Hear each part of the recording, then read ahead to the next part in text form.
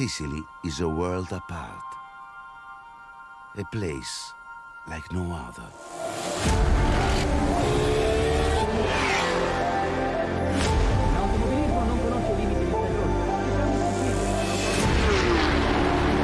Fast, dangerous, and beautiful, all in one go.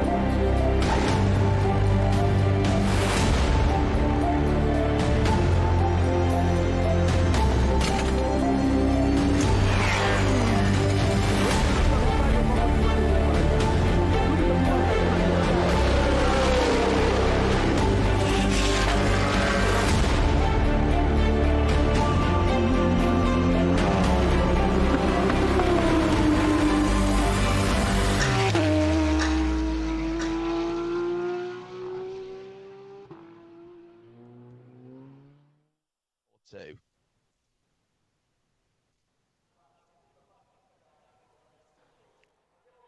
Two parts to the race this weekend.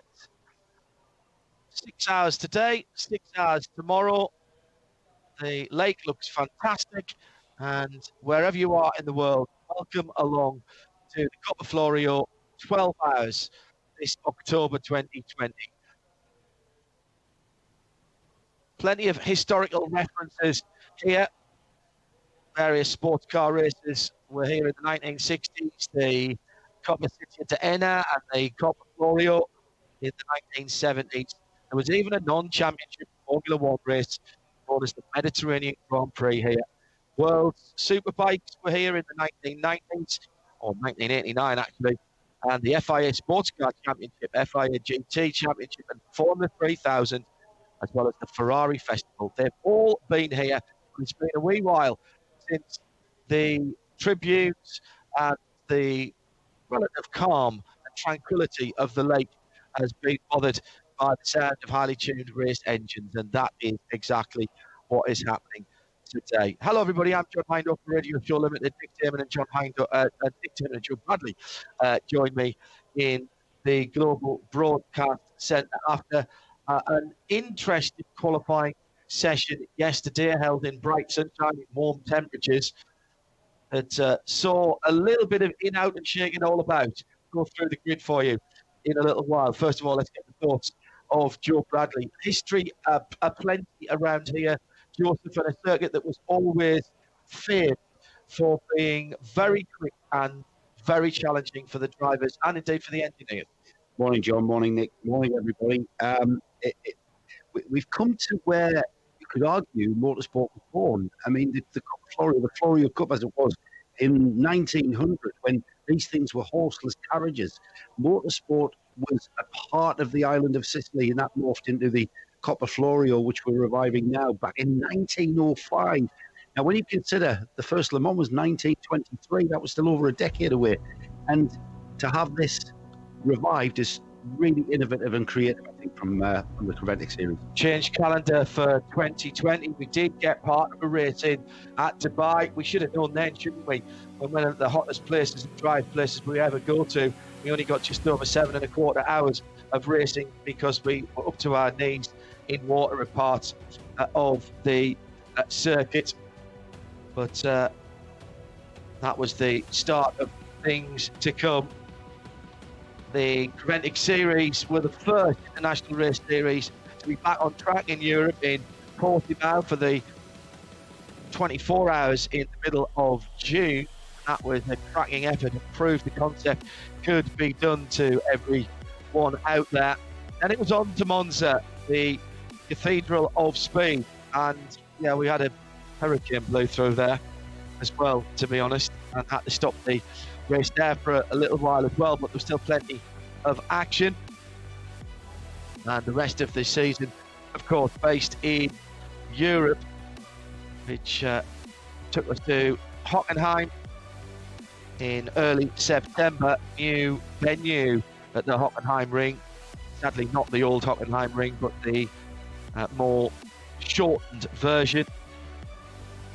And then to here this weekend, final round of the European Championship, the COPPA FLORIO around the lake at Enna Producer. Been a few circuit changes down through the years, mostly adding of chicanes, although the Schumacher chicane doesn't slow people down overly much.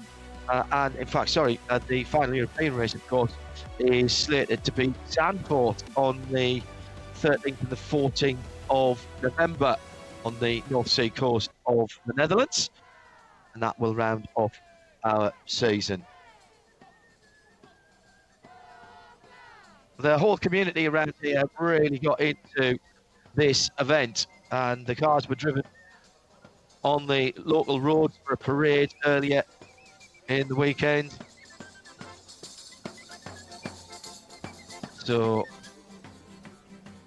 everybody getting involved. Nick Dearman, good morning. Good morning, Tom. Good morning, everybody. How are we all? Yeah, I mean, it's a fantastic event. And they've really kind of embraced the history of the series. Yeah, see,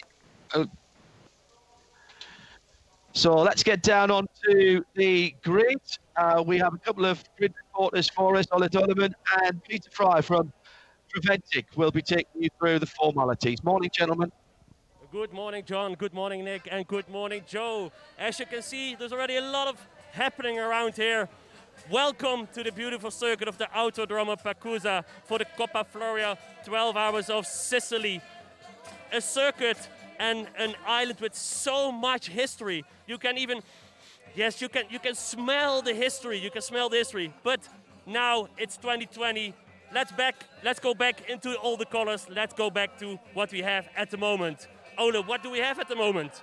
Well, we're here for the 5th round of our 24-hour series powered by Hankook 2020, celebrating the return of the Coppa FLORIO race for the first time since more than 40 years, returning to Sicily. And we're very happy to be here to enjoy the Sicilian lifestyle, the Sicilian atmosphere, together with all teams and drivers.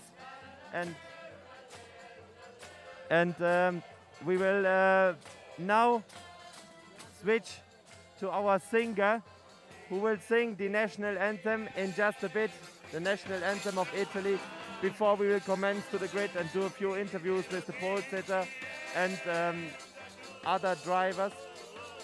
So we're just waiting for her to get ready right now, as we're still enjoying the atmosphere of the folkloristic band.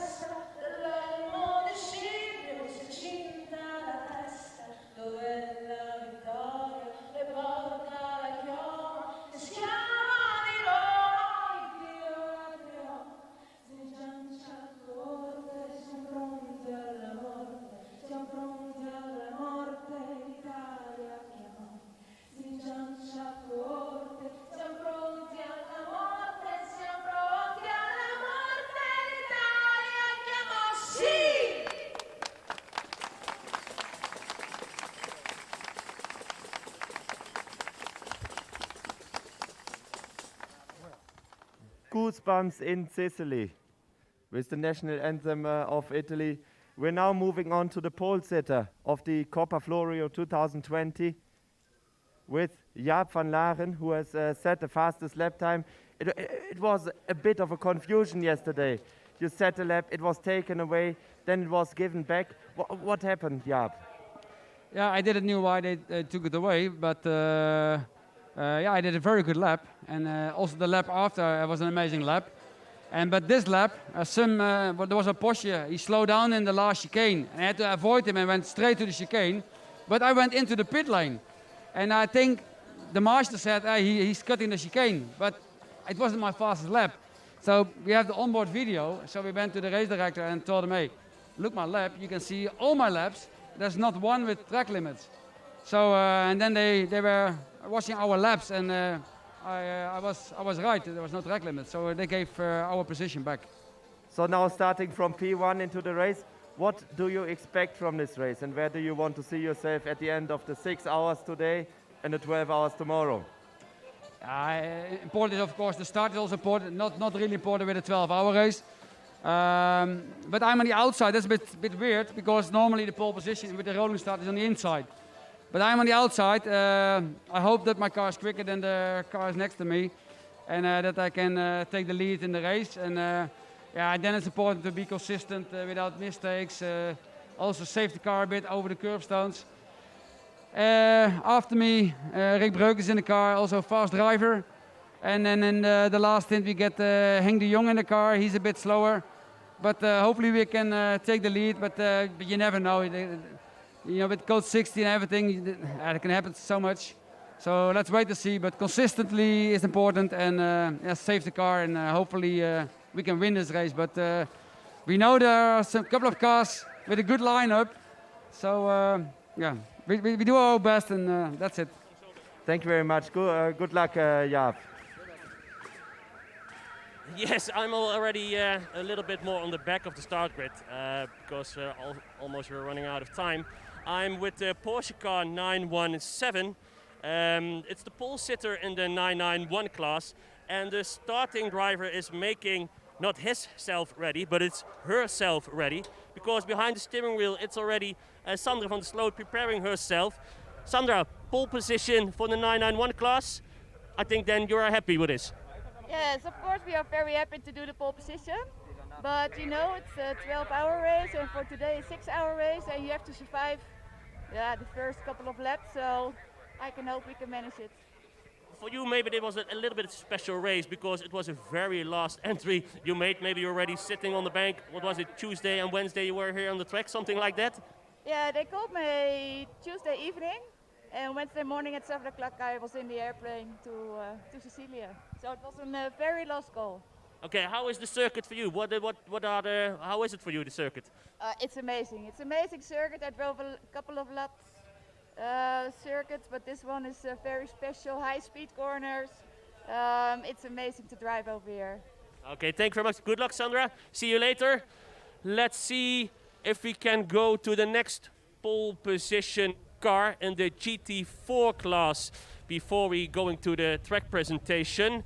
I think Ole is with the pole position car of Las Moras by Equipe Verschuur, the McLaren car. Yes, I'm here, standing here with Max Brahms in front of the McLaren. Max, you were setting the fastest lap time yesterday. How does it feel to drive on this special circuit? Well, I think it's a nice opportunity to drive here, to be honest. I mean, I think the last race was here 2-3 years ago. And well, for all drivers it's a new track, which is challenging. It's a very, very high-speed circuit, which suits the McLaren, especially the altitude we're at. So, yeah, the track is nice, quick turns. Okay, thank you very much, Max. Good luck in the race today. What do you expect to be at the end of the race? Well, I think first is something we need to manage the first 6 hours, hopefully without any trouble. And yeah, the car is okay. Mechanics did their job. The setup is fine. So yeah, I hope let's say within the top 3 should be manageable. Okay, thank you very much, Max. I think that Peter is at the next car to be interviewed. Yeah, before we go into the TCE cars, I just saw Michele Mirandino over here. And Michele is original from Sicily.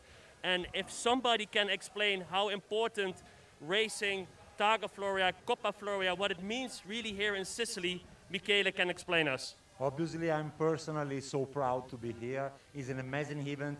I think we are looking the rebirth of Coppa Florio. It's an amazing moment, not only for me, but for all Sicilian passionate of motorsports. I think we will remember this day for many, many years.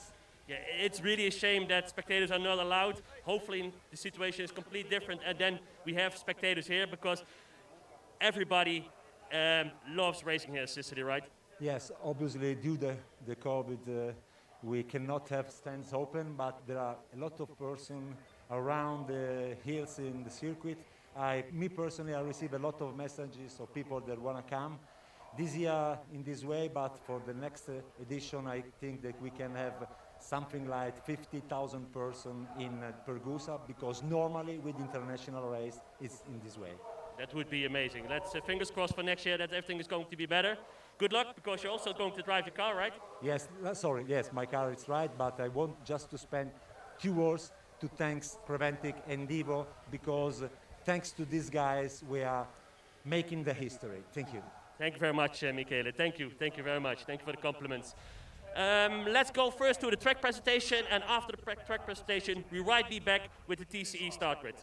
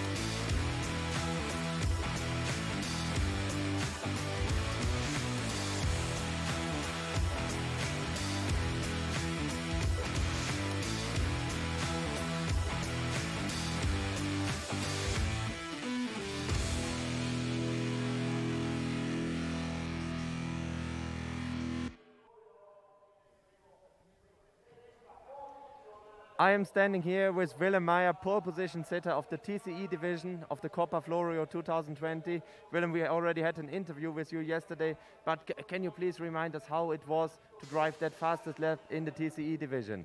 Oh yeah, I really enjoyed yesterday's lap. It was on the limit, so yeah, it was just a good lap. I enjoyed it a lot. The car was perfect. The track is really fast, really challenging. So yeah, I enjoyed that one. Thank you. And how is the car behaving on this very technical circuit? Yeah, he's doing pretty well. You know, the balance in the car is perfect for today. Yesterday we worked on the balance. So yeah, it's nice, and yeah, I'm looking forward to the race. Thank you very much, Willem. Good luck. Thank you. Yes, and we go over here to the Autorama car 112, the pole sitter in the TCR class. Miklas Born is preparing himself. I'm maybe a little bit disturbing him. A quick reaction. Miklas, what are the expectations for today?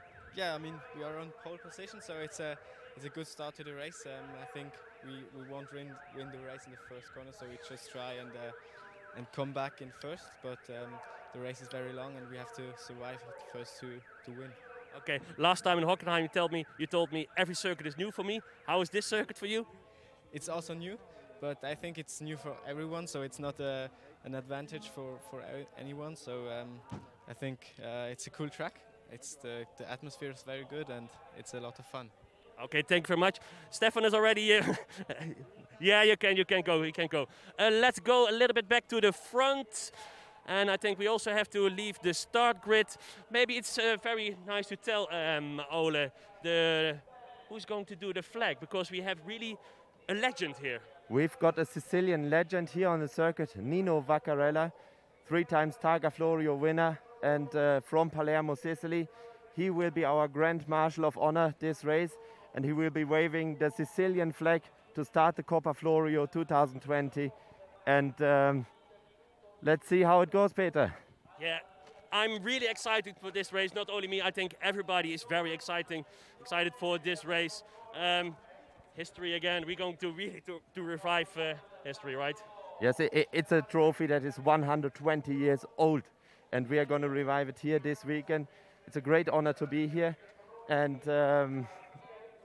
it's going to be a great honor for those who can put their names into the list of many famous drivers that have been driving the Coppa Florio in the past. Yes, correct. I think we are going to say goodbye for now. We will be back on the start grid tomorrow, same time, same persons, maybe in the same Sicilian clothing we have.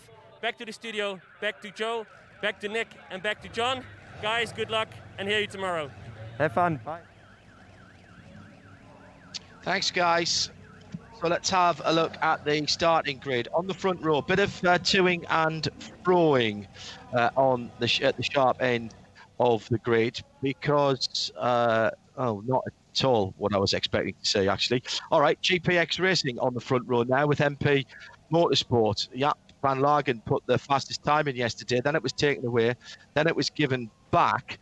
And then it's Car Collection Motorsport and Dynamic Motorsport, then Herbeth and CP, Dynamic and Fulgenzi, and no sign of the prototype that had the fastest time for most of yesterday on there. So that's absolutely not what I was expecting to see. I think they've sorted it into class, but that Wolf is sitting on the front row, John. Right, okay, so that is effectively the GT starting grid, Possibly, is it? yes. All right, so that's the grid for GT only. Right, that makes slightly more sense. Although I still don't understand. Yeah, I agree, totally. Why MP Motorsport aren't at the top. So, the history of Enna Pagusa continues. Then, in that case, there is it's Nino Vaccarella who's going to wave the green flag, and we do have a little Wolf prototype in here, which was the fastest of the cars yesterday.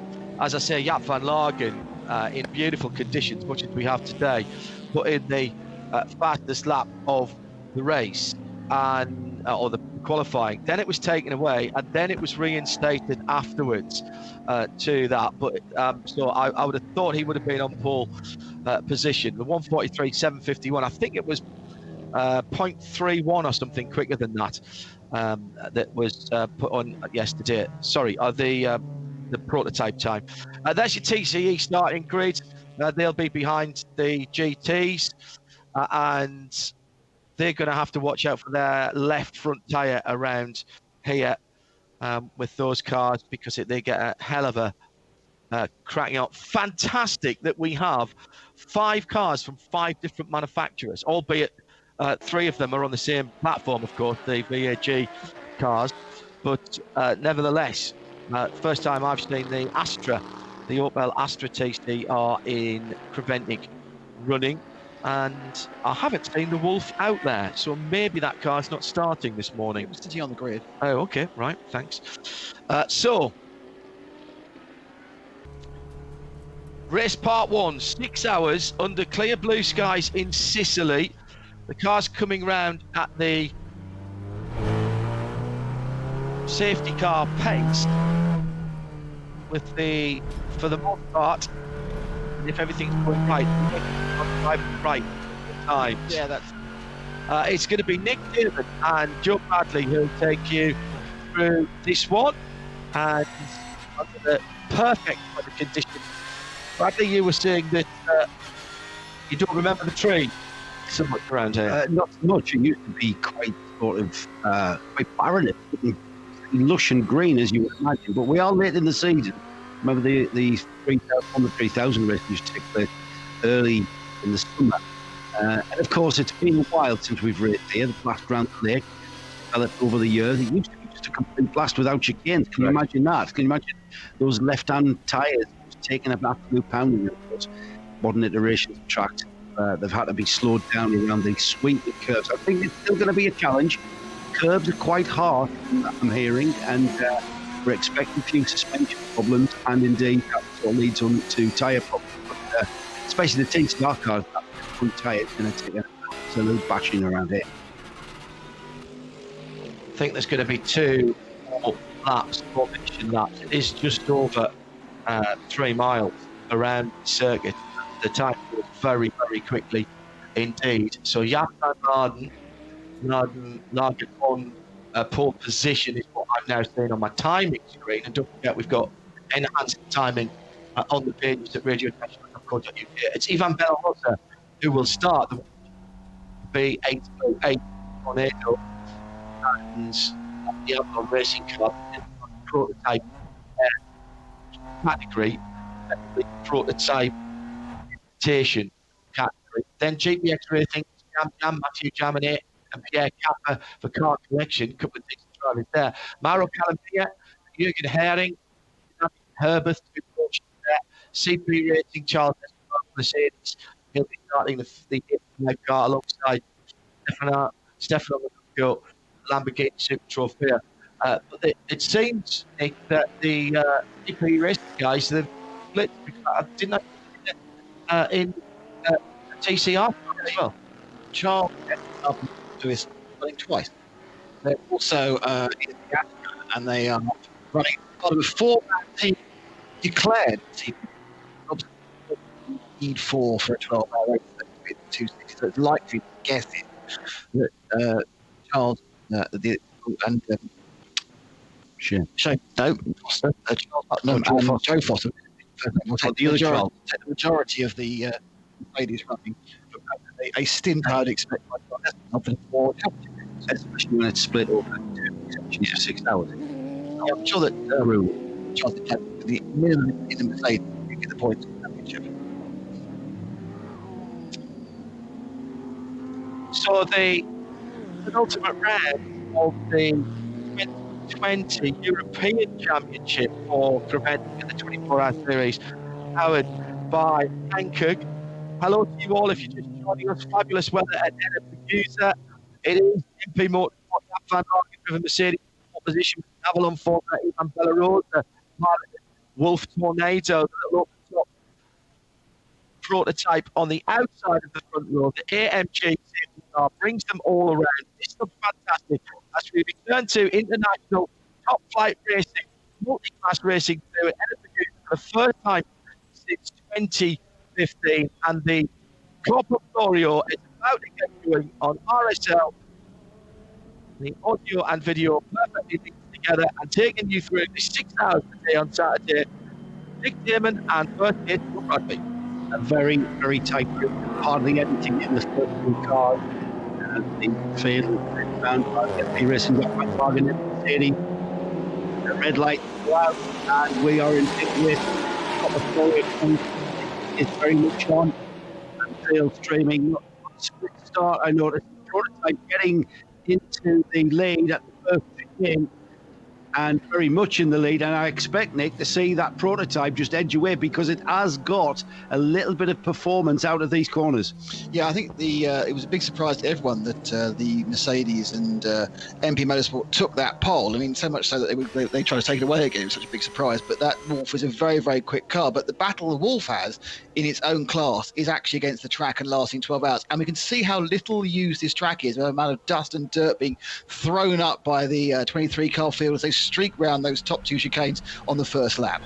And it's all about this first lap, and braking areas are plenty with these very tight chicanes. It's a very fast track here at Ennepecusa, and like I said, just used to be a blast around the lake. We've punctuated that by the proliferation of chicanes around the track. I don't know what your opinion is, but it certainly makes for good racing. It's Bellarosa leading for the first time through the Schumacher chicane and getting towards the end of the first lap, and very tidy, I've got to say.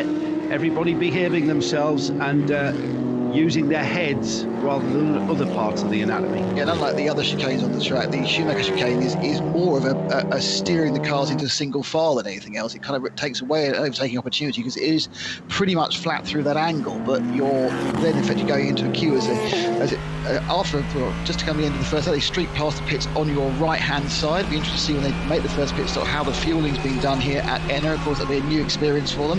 They won't have had this outside pump situation here in the previous years. It would have been fueled previously from the pit lane itself. But a number of changes we've made to the circuit over the past few years, bringing it up to standards after a few years of it, of course, being lying dormant. So streak at the top of the track, and it's in order really. It's still Velosa leading, it's Jaap van Lagen and MP Motorsport second, GPX Racing with Matthew Chamonix third, Mauro Calmia from Donate Motorsport in fourth, leading in 991. It is unsurprisingly Herbert Motorsport with Jürgen Harding, and down. As you know, he's actually at the back of the GT3 AM class. Sorry, because so many 991s. It's Matteo Marcelli who's winning, who's moved away from the Scuderia Praha Ferrari to lead in the 991 class. We've got a car already broken down. Yeah, it's Jürgen Haring in the Herbert Motorsport Porsche. The number 92 came through in 8th place. He's pulled off the track to drivers. What looks like driver's right. If that's driver's left, he's in big trouble because he's pointing in the wrong direction. But I believe he's pointing in the right direction. It looks to me as though he's just pulled off to driver's right. So he's pulled off with a problem. Very early days for problems here. And before we go back to clarify exactly what happened to the 92 Porsche, bring you up to date with what happened in the TCA. Now that's panning out after one lap of racing. It's the TCX car, the only TCX car running. That's the GR Motorsport BMW, William Mayer at the wheel. CSI COPPA FLORIO coming back through the field is Matteo Marcelli in the 907. He was right behind Jürgen Haring going into that corner. He's also lost time, and there was a huge amount of dust clearing from the picture when we cut to Jürgen. So I'm just saying, putting two and two together, that's a there clue. could have been some element there of contact, shall we say. That's called a clue. I'm not quite sure where we are on the circuit there. Turn I think it's 4 is the yellow. Yeah, I think it's the Piscine chicane where that car has pulled off to the right. They've failed through to complete 2 laps, and I think you might be right there. Malicelli is a typical Italian driver. Certainly the red mist comes down for. Well, Malicelli's had previous being a little bit aggressive through the field. I mean, he had tamed that right down in his time with Scuderia Praha in the last few years, because wasn't he the driver who got the ban? He did indeed, a few years ago in the class for being just a bit too aggressive. Now, we're all putting two together, but the side of the car that was ahead of him parked at the side of the road coming out of Piscine, and him firing through the field just makes it impossible something's happened. I'm just trying to clarify where Malicelli has popped out after 2 laps. He's down in 18th, Nick, and he was way up the field. He was the leader in that class. Yeah, and so I would say there's been a coming together. I'm hoping that the 92 Porsche can continue. It's still, as far as I'm aware, stuck on the side of the track, just pulled off to driver's right. Hopefully he can get that car back running. Look complete from the shots that we've seen from the track. So we haven't seen the front right or the front of the car, but the back left and the back of the car looks suitably intact. And I think it's running, and it is now back underway. TCR leader, the AC Motorsports Audi, has popped up into the lead of TCR. James Cade these guys didn't have a very good qualifying. Have been struggling to get the car balanced. 92 back and running, Nick. Yeah, and the front of the car has had a little bit of well, I'll say it doesn't look particularly deranged, but the coming towards the car has a kind of a green fluorescent stripe that no longer lines up anymore. I'm not sure whether Herbert are particularly into avant-garde designs. I'm sure they want a design that looks symmetrical, but it looks like it had a little bit of a tap. Has he picked up debris on the front of that car? So we're watching the 92 just make its way back around. Now, whether he pulls straight into the pits to have any issues that might have manifested after what we're perceiving to be a coming together. We're putting 2 and 2 together and maybe coming up with 6. But considering the people involved, we might be right on the nosy. 92 just coming round now, having dropped down right to the back of the field. Jürgen Haring bringing the car into the pits. Yeah, so that is, the one thing you don't want to do in the start of a long distance endurance race is lose any time. No. The thing you really don't want to do in a creventic endurance race is lose time in the first half of the race, because of course that gets carried through the second half. And the key point always within these creventic split races is try to stay on the lead lap or as close to the lead as possible in that first section. For the restart. Because when the restart happens, if you're a lap behind, that's where you start, a lap behind, and you lose all that time. The 92 Jürgen Haring has got the car into the pits. The car showing slight damage on the front end. He's definitely had it coming together. The front bumper on the 92 Porsche coming off. Now remember, on these Porsches, it's very critical behind that bumper, because that's where the radiators and oil coolers are. So any damage that protrudes through and into that area behind the bumper, they're replacing the damaged bumper. They just took it off for an inspection, if anything, and it's purely aesthetic, that damage. When I say damage, Nick, it's a bit of fiberglass work, isn't it, around the front grille? The actual grille, though, is intact. My feeling is that that's not damage you get from going into the back of someone. That's damage you get going into a barrier. So he hasn't, because the closing speed to that amount of damage in the back of another car would be an almighty accident. So I think what's happened is that there has been, something's happened, there's been a kerfuffle, and unfortunately Haring's come off worse, and he's ended up, as you say, impacting with some sort of track furniture. Yeah, maybe. It looks like Mariche's lost time, so perhaps he's just gone wide. And of course, you go wide in the first couple of laps, finding a safe space to come back on again is going to lose you many, many positions.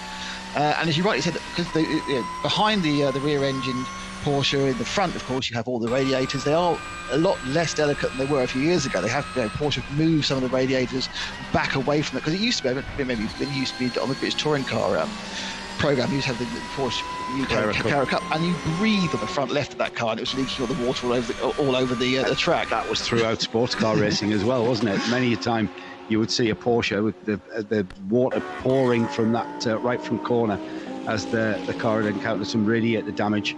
Back to the race, Belarussi still leads. He's got a gap of about 3 seconds, so that beginning to stabilise somewhat. The performance of that very nimble Wolf GB08 Tornado, to give it its full title, showing how quick it can be around. It's a little bit point and squirt, this circuit, isn't it? It's fast sweeping sections of track, and then heavy braking into very tight chicanes, and that's going to suit that little prototype considerably well around here. And if anything, Nick, I'd say this circuit is very, very suited to this car.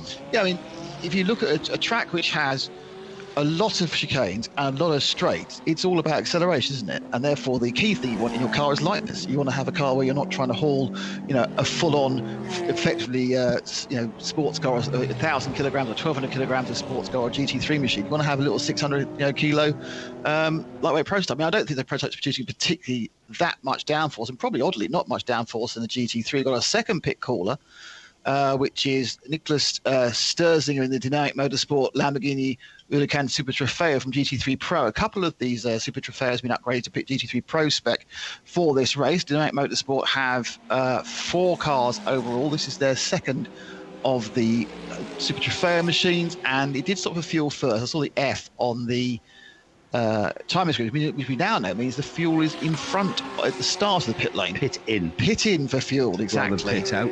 Never a good sign when I see an engine cover coming off the rear end of the Lamborghini Huracan. The engine just behind it's a mid-engine car, so just behind the driver, and the crew there taking the engine cover off, but then not really doing much else. They've had a look, haven't they, really? They've had a look, yeah. They haven't put the cover back on. It's not quite working. Let's have a fuel, have a look. Yes. I'm not sure what the problem is. Well, it's obviously in these cars, though, they do have the engine gearbox back there, so it may be they're just checking to see if anything's dropped off. It might be that they've got a gear selector problem or something. We'll wait again for more information to come through. And it's been rolled back into the pits. The 794 car is being rolled back in for a look. Far too early, Nick, for the attrition factor to be coming into play. Well, when you have these misfires, or they can aspire anyway. So streaking through the Schumacher chicane, we now have a battle for second place, and of course the lead of the GT3 Pro. Jaap van Lagen leading Mathieu Jaminet, Mercedes leading Porsche, and they go through the innovatively named Curvone, which I'm sure stands for curve. Which they'll then shoot up one of the few actually arrow straight parts of the track actually between Curvone and the chicane Zagaria, which takes you into the option for pit in.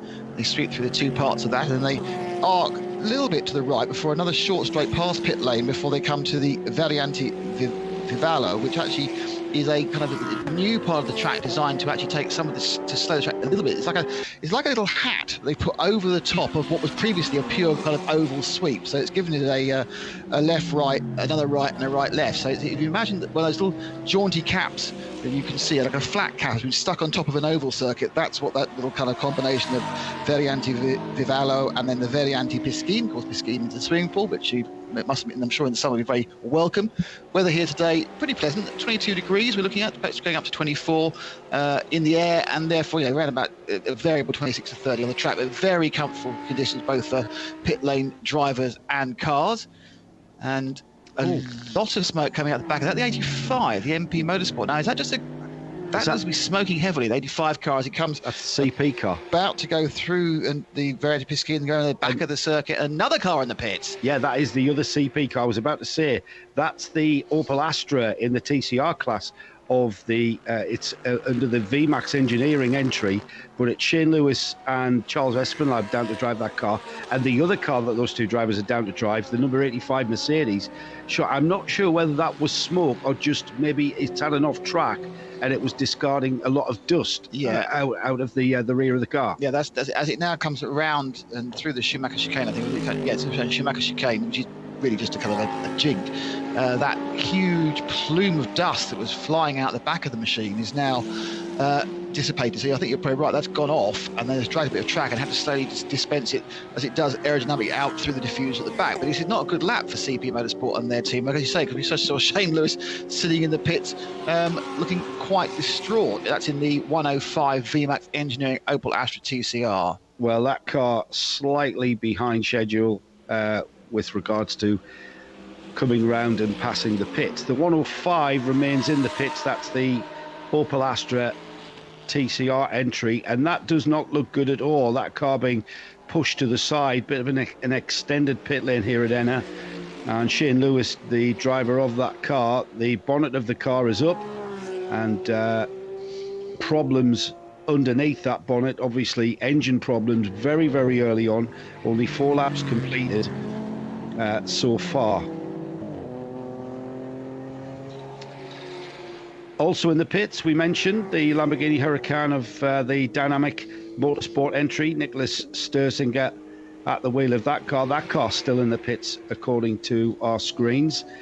We mentioned problems with the 85. That really hasn't had an effect on its track position. The number 85 was in 6th place. It's remained in 6th place, and it's Charles Espinlab in that car. Now, you speculated, Nick, that we'd probably see Charles Espinlab not take part in the Mercedes as he's down to drive the Opel. I said he'd do enough to get the points for the Championship. championship. Yeah. So He's getting that in early. Well, given the fact that Shane Lewis was making the look and the engine was up, like there could be quite a long-winded issue with the 85. It may well be, sorry, the 105, it may well be that it'll change its concentration. The TCR Opel is having some major problems, got into lapping already. The leaders in GT3 sweeping past the TCR, and another huge plume of smoke. I think actually what happens is that when you go a little bit wide going through the Variante Vivallo, I think there's actually, you can just put a wheel off there, and the ground is so dry at the outside that it then pulls up a massive amount of smoke, which then the engines kind of suck up, the aerodynamics suck underneath the car, blow out the back. It looks like they're having a terrible time. In fact, all they've done is put 2 wheels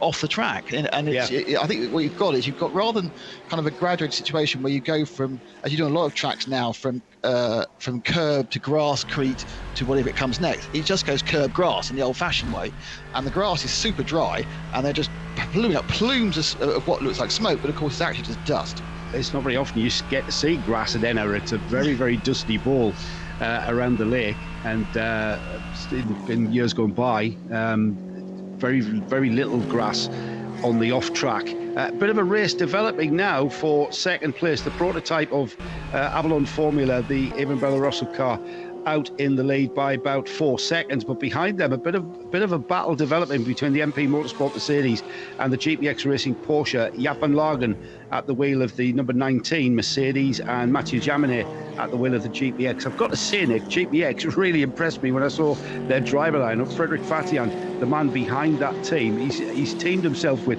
Jordan Groger, Mathieu Jaminet, and Robert Renauer. Yeah. Where's the weak link there then? Well, I'm just thinking that obviously the Robert Renauer thing must have happened during transfer deadline day, because he's been pulled out of his own team, Herbert Motorsport, and he's running for GPX. So yeah, I'm not sure. I mean, Robert obviously is absolutely not only a stalwart, an excellent driver, won the Porsche Driver of the Year, didn't he? And won the Porsche a couple of years ago for their non-factory drivers. Porsche superstar, isn't he? And he's obviously Fred Fadian is the gentleman driver, and he'll do. I'm sure he's minimum an hour. Jordan Groger, surprisingly, he's semi-pro. He's part of the organisation, isn't he? Really much as though he's part of the GPX organisation, just like Stuart Hall is part of the organisation, with the rest of the. Thank you very much. My brain was had go to him. I all I could remember was his son's names, and these kind of both of them have very managed to associate themselves with some very full-on racing drivers who often race together. Of course, we often see Roald and Fred in the same team, but they've obviously Roald a bit busy. Fred decided to run in the COPPA FLORIO, and he's running in the GPX. He's managed to, sign a couple of decent subs in that team. He really has, and this is becoming a bit of an intense battle now as the prototype continues in the lead, but not that far behind. About 4 seconds. We've got a challenge down the inside, not quite the GPX Porsche there, just showing its nose to the Mercedes. And it's at the Prosperina chicane, as far as I can gather, where that took place. Just coming through it was the Zagaria chicane at the towards the end of the lap. The Porsche just showed his nose there, Nick. It's beginning to get a little bit intense. They've made short work of the first of the back markers that they've had to encounter, and if anything, to the advantage of the 19 Mercedes there, who's just given himself a little bit of a breather.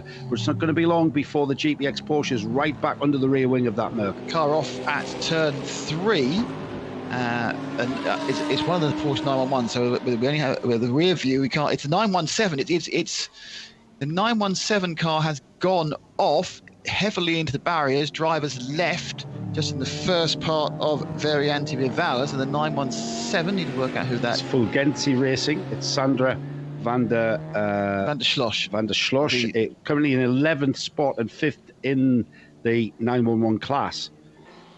So problems for that car. It's off on driver's left, not quite sure where. I think that is off towards between Cassine and Prosperina, just outside it's not. It's a Variante Vivala.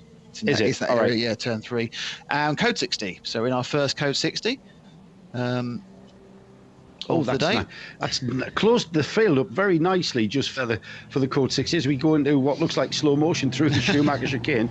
No need to use the curbs on that one. It's I know it's got another name, hasn't it? Pinetta. Pinetta is the official name. Where the name. nickname for that chicane has come from, I do not know. So Pinetta is what we'll try and stick with. Just gives us a chance to have a quick rundown of who's where while we are under Code 60, while we recover that number 917 Porsche. The track marshals are out to the car and conversing with the driver. I'm not sure. That doesn't look like he's hit the barrier, Nick, or does it? I'm not sure that, but is that tyre barrier? I think she's had a bit of a coming together. The question is, to go off at that angle, you kind of wonder whether it was perhaps an overtaking or move where the car's been eased out onto the outside, because it's kind of gone off and then gone, and it's brake, but it has got absolutely square into the barrier. Now, how hard it's gone in, we don't know. It's not cracked the windscreen, it's not been massive. It's gone in completely square, which is a great start, because it means if you haven't edged into a barrier, you're going to do less damage. You're going flat, aren't you? But it's really how hard it's gone. Well, it's very how difficult it is to get out again. Very unforgiving here. Very little runoff area all throughout this Ennepegusa circuit. As I was about to say, the prototype, the Wolf GB08 Tornado of Avon Bellarossa leads. All of these gaps have now closed right up, certainly in the first 3. Jaap van Lagen continues in second in the MP Motorsport Mercedes. And then we've got Mathieu Jaminet and the GPX Racing Porsche in third. We've lost Jaminet. I believe Jaminet has gone in for fuel. So into the pits has gone the GPX car, the Gulf liveried car. So coming into fuel at Code 60 means they can take half their allowance. Every car has its own allowance.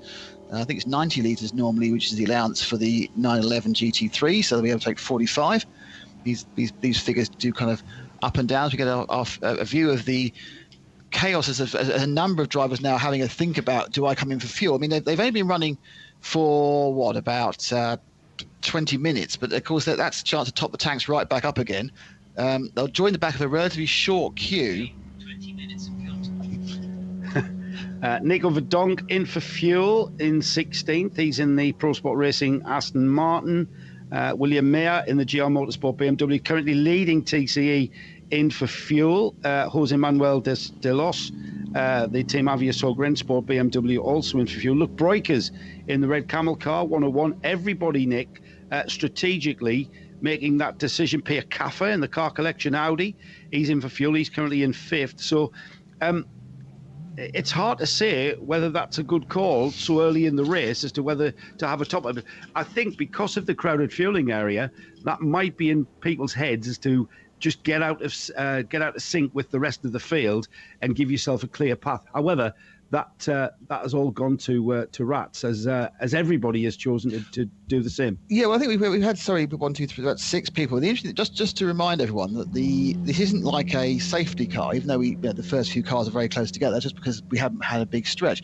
When the cars rejoin the track, they'll be rejoining at 60 kilometres an hour. So it's not like a free fuel and then you just join the back of the queue like you would in an IndyCar race. You continue being as far behind as you are.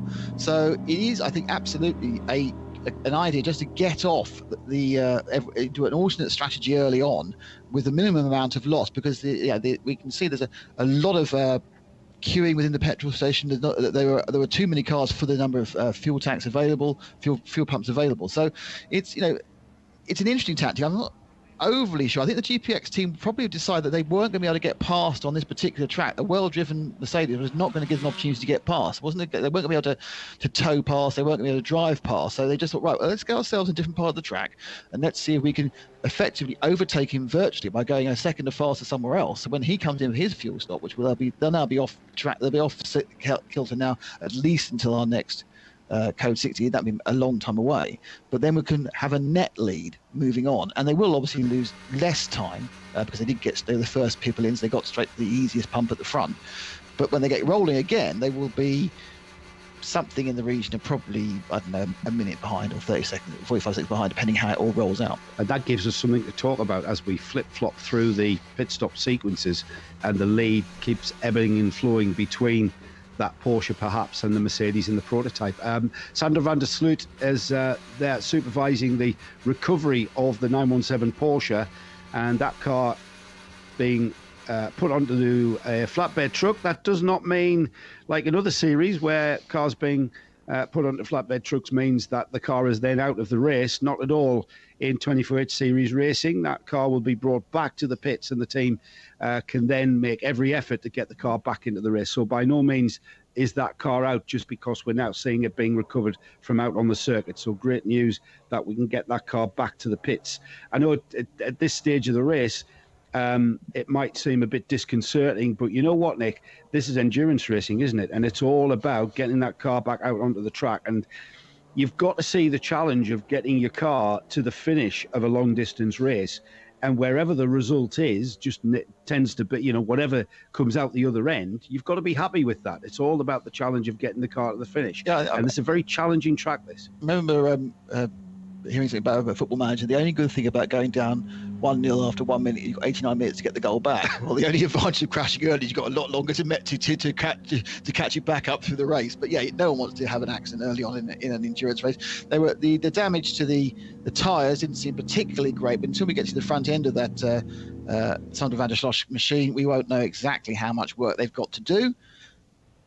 But it has put obviously Ivan Bellarosa leads, but in the GT3 area, it's now put Mario Calmia in Dynamic Motorsport with their Porsche 911 GT3 into second place overall. Charles Espenlaub, who's in third. So obviously that situation with Charles, where we thought he had a problem a few laps ago, was just in pulling all that dust out from putting two wheels aside, then it getting sucked on the car and looking exceptionally spectacular. Oh, what's he done? Well, he just put two wheels off the track and no harm, no foul. The problem is when he put four.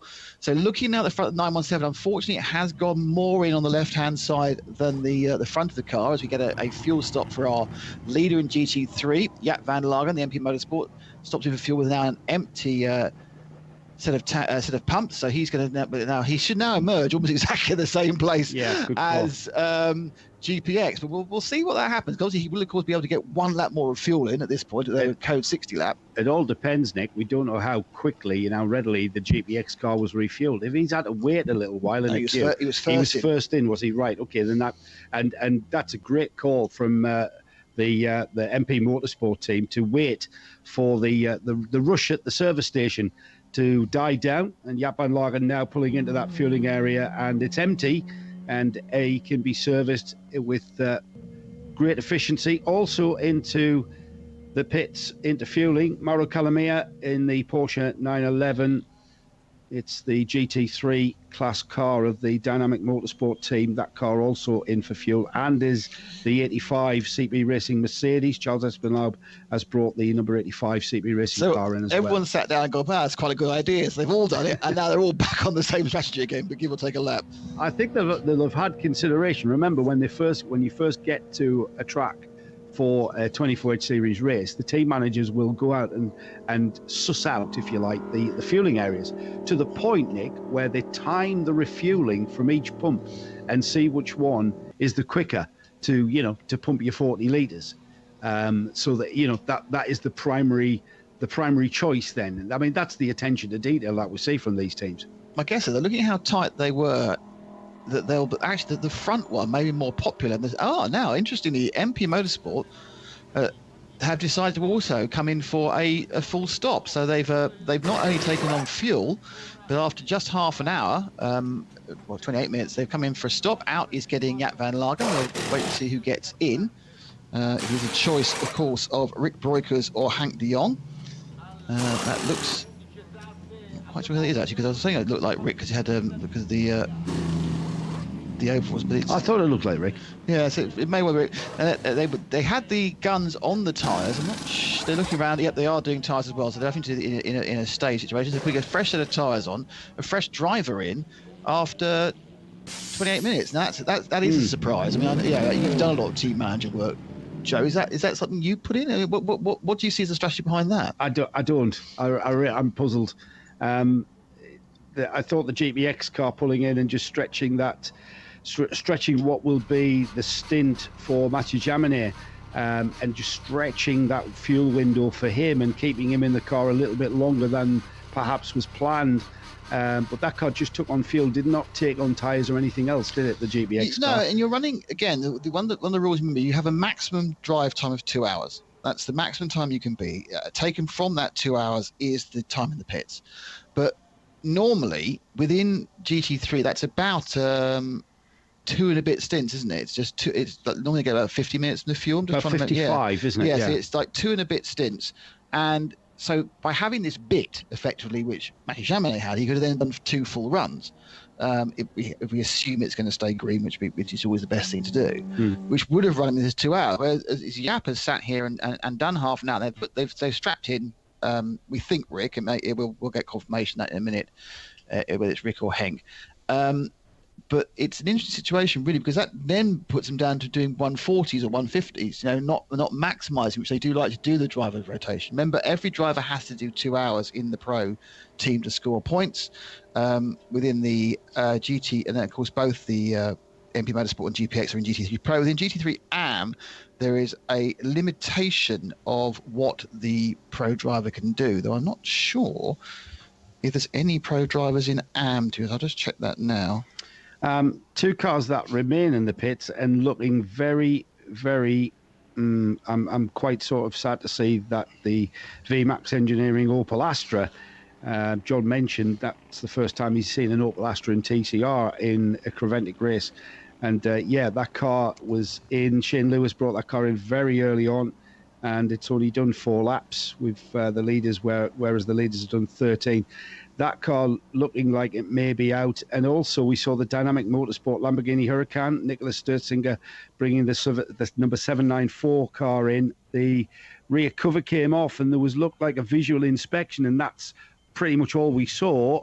That car has only completed 5 laps and remains in the pits. So things not looking good. And already, just after 4 laps of racing, potentially, we've brought about our first retirement. I mean, at this stage, Nick, with a split race going into tomorrow, you may as well, if needs be. We've seen cars, the Autorama team, for instance, powered by Wolf, changed engines during one of these races. Certainly when Shane Lewis, the VMX engineering car, came in, it did look like he was, we caught a glimpse of the car and the driver, and it was looking to him, his body language, well, this is quite serious. This is not just, I've had a little bit of an off or something, because both those cars came in, both the Lamborghini and the Astra came in completely undamaged with mechanical issues of some sort. So it was a weird one. And I got the impression that Shane was saying, we've done something big mechanically, be it box or engine. Now, absolutely brilliant point. If you've got the spare, stick it in and have 6 hours of fun tomorrow, because you may as well. You can start with a clean straight and a healthy car, because in fact, in fairness, you can probably change an engine those TCRs about 2.5 hours, can't you? Even I would say so. You'd get out before half distance in this first 6 hour segment. Yeah. The 917 has been recovered. It's appeared in the pit lane on the back of the flatbed, so the Fulgenzi Racing team will get to work on that. Sandra van der Sloot is with the car, and the car showing in the pits. We saw that car being recovered. So we've gone green again, Nick, and we're back racing, and the battle at the front has started again. It's the Wolf prototype of Avalon Formula, and now it's got the GPX Racing Porsche. No sign at the front of the field of the MP Racing Mercedes, which now has David Gosner at the wheel, now currently in 5th place. Yes, that's the MP. That's the other MP, the MP Motorsport, the leading one. Where is that? Is down in 10th with Rick on board. So it was Rick, was it? Rick got into the 19. Yeah, the annoyingly same team, same cover. That's the 58 car. In the GT3 AM version of the MP Motorsport. There's an AM car and a Pro car. The Pro car was one which was taking the battle at the start and took pole with Jaap van Lager. That's dropped back. Obviously, Rick's dropped back. We'll have to wait for the Cozy stagger to unwind to give you the exact gaps. The gaps are currently slightly out of what they should be, because some people crossed the line prior to the flag going green. So we need to wait for the next lap to give you the idea. But what is totally clear is Ivan Bellarossa has retained the lead and stopped for fuel. Mathieu Jaminet has gained second place, GPX Racing Porsche, and taken fuel. And Stefano Monaco, I don't think, stopped for fuel. He didn't stop fuel, is in 3rd. Bellarossa hasn't pitted yet, Nick. He stayed out. That's why he's showing well ahead of the 2nd place. Yeah, what happened was, I read the Wolf Power Race by Autorama on board and saw that one going in for the pits, and then my mind went, "Oh, Wolf were in the pits," but of course, as you say quite rightly, it wasn't Bellarossa. Yeah, and what we expected was the MP Motorsport of Rick Breukers, the number 19 car, to be right on the tail of GPX Porsche, but that hasn't manifested because they've taken tyres and a driver. We were hoping that would come out and be exactly as it was, status quo remain, with those two cars battling on track. That hasn't been the case, and again, endurance racing does this. It's like a very high-speed game of chess, and you don't really see things beginning to come together. Perhaps not even until tomorrow afternoon. We'll wait and see just whether these tactical decisions that are being made for the first of what I suspect will be a few Code 60s. It's the nature of the track that makes me think that in that way, but we're going to see a few Code 60s. I'll be amazed if we don't. Well, Mathieu Jaminet has come out. He's in 2nd place, leading GT3, and he did take fuel. He's only 18 seconds behind Ivan Bellarossa, and he was 3 behind when the Code 60 happened. So that slurp of fuel and a trip down the pit lane in Code 60 regulation cost him just 15 seconds. Not much, really. I was expecting more than that. That to me is almost like Ivan didn't have the correct speed on his Code 60. That's a good shout, and especially if we stay green and that leading prototype has to pit for a driver change in fuel under green. That means GPX have made an excellent call there with pitting there under the Code 60. Let's have a quick rundown then as how things have turned out after that first phase of pit stops, albeit under Code 60. So it's Bellarossa in the Wolf prototype that leads. He's got a gap of about 18 seconds now to Mathieu Jaminet in the GPX Porsche. Dynamic Motorsports Lamborghini, Stefano Monaco in the 793 is in 3rd. I'm just checking there. That car owes us a pit stop too. 4th place is Davide De Benedictus in the Tempo SRL Porsche. That car owing us a pit stop, currently in 4th. In 5th place, David Gosner in the MP Racing Mercedes. That's in the GT3 AM class That car still hasn't pitted yet. Pierre Caffa is the car that is in 6th place, and that car did pit stop. Driver remained on and did refuel. That's all that Pierre took on that car. The car collection Audi, currently in 6th. Jeroen Blekemolen in the Fulgenci Racing Porsche. Jeroen in the 991 class, currently 2nd in the 991 class, in 7th place. 8th place is the number 85 CP Racing Mercedes. Off-track excursion, not really a problem for that car, and that car has been into the pits. Charles Espenlaub has stayed in the car, so I'm assuming only fuel for that car. And then in 9th place, Mauro Calamia in the Dynamic Motorsport Porsche. Mauro has indeed pitted, and he's come out in 10th place. And then we've got Rick Breukers in the MP Motorsport Mercedes.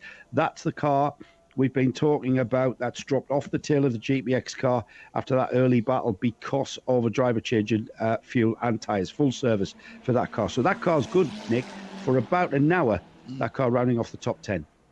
In the pits, the 917 receiving medical attention. The front left was the major problem. Looks like they've got away without too much damage to the radiators, but the under tray, that's got a problem, and also the lower sort of valance bumper area is also gone. So they're going to have to take off the whole of that underbody going into the front of the wing, front of the nose, and bend that off. It looks like it's unboltable. In fact, they do seem to have a little bit of damage on the radiator, but not damage that's causing a massive leak. So that's a hefty repair from a left-sided impact into the tyres. You know what, the team will have saw that car coming off the flab end and thought, that's not too bad. Remove the front bumper. Oh my goodness, what is this? We need a floor tray. We've got, look at that, the crash structure. Did you say the radiator's been bent there, Dick? It looked a little bit damaged at the bottom, but the fact there isn't several litres of water cooling, makes me think that if it has had a little nick, it maybe the mounting's had a nick, and they've managed to get away with it. Yeah, race continues though. That was the action in the pits with the 917 after that off-track excursion. Out on the track though, we've got a battle beginning to develop. In the 88 car, Pierre Caffa trying to get past David Gosner in the MP Racing, the Pro-Am entry, which is currently in battle for 5th and 6th. Just gone through the Prosperina chicane. And I think that is the 916 numbered Tempo SRL Porsche. David De Benedicto is the driver of that car. So that's a three-way battle, I think, is what's developing. That's it's a three-class battle and a three-car battle. Three car for three classes. Yeah, they're not battling together. However, the David Gosner, Pierre Caffa, both in GT3 AM. Remarkably, the 916 is a 991 class car, so it has no right to be staying ahead of those two GT3 AM cars ahead of it. And if anything, he's kind of closing things up as the two cars behind there. I think that's Charles Espenlaub and Mauro Calamia, both in GT3. On the Charles Espenlaub car, GT3 AM, GT3 Pro, Dynamic Motorsports Porsche, coming through ahead of Espenlaub that time, up into 7th and 8th. So leader in GT3 Pro is the GPX Racing Porsche. Second is the Stefano Monaco Dynamic Motorsport Porsche Lamborghini in third overall, second in class. And the first of our GT3 AM runners is the MP3 Racing Mercedes that we see here under immense pressure from Pierre Caffa. And this is a fabulous piece of action here. But the interesting thing is, of course, getting past the 911 cars, the Cup cars, always are incredibly quick in a straight line. And they're good under the brakes. What they don't have is the downforce. So in a sweeping corner, that's where they lose huge amounts of time, the GT3. We haven't got any sweeping corners here. We've got straights and we've got chicanes. So it makes it even more difficult to overtake a well-driven 911 car, Cup car, because the disadvantage they have on a, let's call it, traditional race circuit is, the sweeping corner. They're just so slow there. You often see, but sprinting out of a straight, coming into a braking zone, not a problem. We've now got an absolute confluence of machines going through the Pinetta chicane, because they've all been effectively held up slightly by David Di Benedetto in the Porsche. And now you've got 5 cars following through, led by Pierre Caffa, who's managed to get past David Gosser. In fact, Gosser's dropped back 2 further places, now under threat from the fellow AM Mercedes of CP Motorsport. And they've got past with a really bad lap for the green Mercedes AMG of David Gosser, the 58. He's dropped back from probably 5th to 8th as they're going to cross the line any second now. And it's Mario Calmia from the American 7th. Yep, Charles Espinal picked up 8th, so he'd also dropped back behind another of the GTV pros. So that is easing back. He's got Jerome Blakemole all over his rear wing as well, so he's going to lose another place. But if anything, it was like Pierre Caffa was saying, get out of the way, David. You can't get past this 991 Cup car, and I can. He can't. He can't though. No, he's not. And it's incredible how that Davide De Benedicto car is being driven. He's being driven with what my friend Andrew Murray would call a plum. Gusto, I go for. yeah, mucho gusto. I mean, he doesn't need to stay ahead of Pierre Caffa. They're effectively in a different race. Even Clarkson saying that. Caffa comes up the inside now. Yeah, easy outbreak there. This is what I like about the Ennepedusa circuit. It's a very fast track, but there's a few overtaking areas, a few areas of the track where the speed differential is great enough to not cause consternation with this mixed class racing. We've got a lot of these classes where they perform very similar lap times, but in a very different way, and that can cause all sorts of concertinaing effect through the chicanes and through corners. However, here we've got clear, defined braking areas, and it's all about patience, isn't it? We saw that from Pierre Caffa there. He had a look, and then he chose the braking area. He's being challenged here, though, Nick. Mario Calmia, who also who drifted past David Goss, but drifted past Davide Di Benedetto really quite easily. I mean, almost though I think David did say perhaps this was a bit silly what I was doing. I didn't need to hold these cars up, and they were getting a bit aggy, and I was worried about getting tagged. May have been the situation there. He got an excellent run, Calmia, in his Cup, his GT3 Porsche, but just didn't have enough space between going around the Caverni into the chicane Zagaria before they come past start finish to put a challenge on Pierre Caffa. And they move at the top of the circuit now. Caffa, who looks a little bit more relaxed, but certainly it really is all about it is about the speed you carry out of the corners in this track. Yeah, very much so, because it seems that there are long stretches, albeit not straights necessarily, but curving, flat out stretches, and Pierre Caffa, quite unflappable, very experienced driver there. He's not going to be bullied into making a mistake by Calmia, and Mauro Calmia, no slouch as well. This is a great battle developing for what is 4th and 5th places.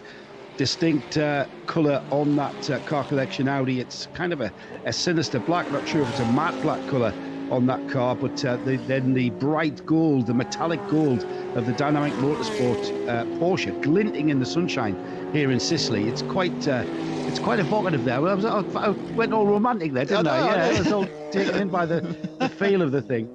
Charles Espinal has managed to dispatch with Davide De Benedetto. He's now moved up to 7th, and he's hoping, I think, to join the battle with Caffa and Calmia. Again, the CP Motorsport guys will do their own thing.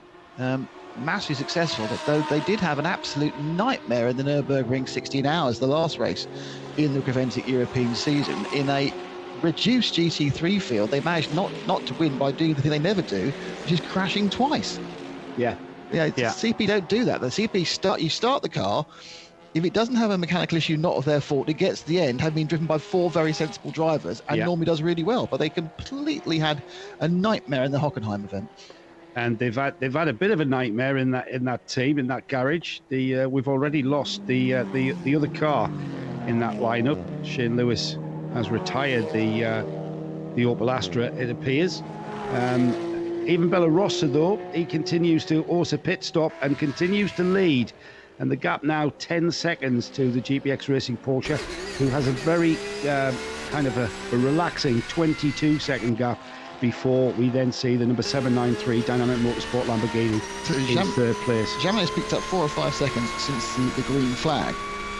So Mathieu absolutely trying to do this kind of virtual overtaking. He realises now that whilst he's ahead on the track, he's behind by 1 driver and tyre change on he's racing against Rick Broikers. He's actually marooned down in 10th still, sorry. He's not actually made up any positions. He's the next person to try and nip past David Gossner in the MP Racing Machine, who was the cork in the bottle, absolutely, in that train of cars stuck behind Davide Di Benedetto. Everyone else has managed to kind of get past Davide in a reasonably easy way. So it's probably a situation with Gossner that was causing him an issue. Your own Bleekeman behind Gossner, then you've got Rick Broikers as well, the MP Motorsport, the car that led GT3 out. The whole race so far has been led by Ivan Belarus and Evelyn Formula Wolf GBO8. Their lead coming down dramatically in the last lap, went down by 3.5 seconds, was closed in by Matthew Chamonix. But that was much more because of a bad lap for Ivan Belarus, a 140. A decent lap, absolutely, for Matthew in a 136, but there, 136 and 137 has been done by a few of the GT3 cars. Much more a case of Belarus had an issue, may have been a difficult bit of lapping. We've certainly not seen any evidence of an off-track incident. Well, would you believe, Nick, we're only about 13 minutes away from 1 hour of racing. It's coming up to midday local time down in Sicily, south of Italy there, the beautiful island off the boot, the toe of the boot of Italy. And a renowned area of the world for motorsport history, and here we are for the Coppa Floria, and reliving and reviving, I should say, the Coppa Floria down in that region, and a lot of history from the very start of motorsport history down at the beginning of the 20th century. There is how long ago we started racing around the roads around where we are now. And Pagusa is the track, and welcome to Michael Hetherington and Jet Daliwal, who are joining us. Michael asks, the circuit looks like it's essentially an oval. Will the teams have any idea of issues this could cause, or are they driving into the unknown?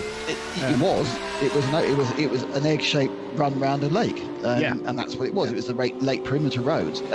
We have had now effectively 1, 2, 3, it was 4, 5 chicanes, some of them wide chicanes. So the high-speed lefts are really limited to Cavone and perhaps coming out of Variante Piscina. So it's not like you're really pushing that front left and left-hand side the whole way through. It's not like you want to have a staggered setup and you have your weight jacker knocking about. It is a circuit. In many ways, just think about it as a much warmer, much nicer Mallory Park. That's what it is. It's an oval round a lake with a bit stuck on. That's a good analogy, actually. I was thinking more Brands Indy, where the majority of corners are right-handers. It's a track that has the majority of corners that are sweeping to the right. It's around the lake. As we said earlier, the lake is on driver's right. You're in trouble if it's on your left. Throughout around the track. I just want to know there's going to be a Bay City Rollers concert in the middle at some point. That's. Oh, you mean like Mallory Park? Mallory Park. Oh, and kind of skipping on the chicane there. A couple of the Porsches were fighting heavily going through the second part into Variante Piscina.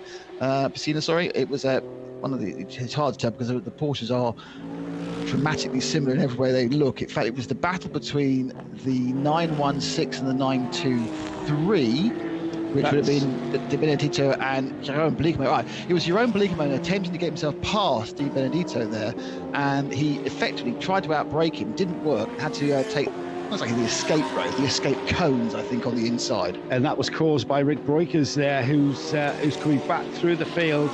Rick Breukers getting past Davide Di Benedetto in the tempo car, and then so causing Di Benedetto to slow slightly. Jeroen Bleekemolen then taking advantage and getting onto the tail of that car. That battle continues. That's now a battle for 8th and 9th.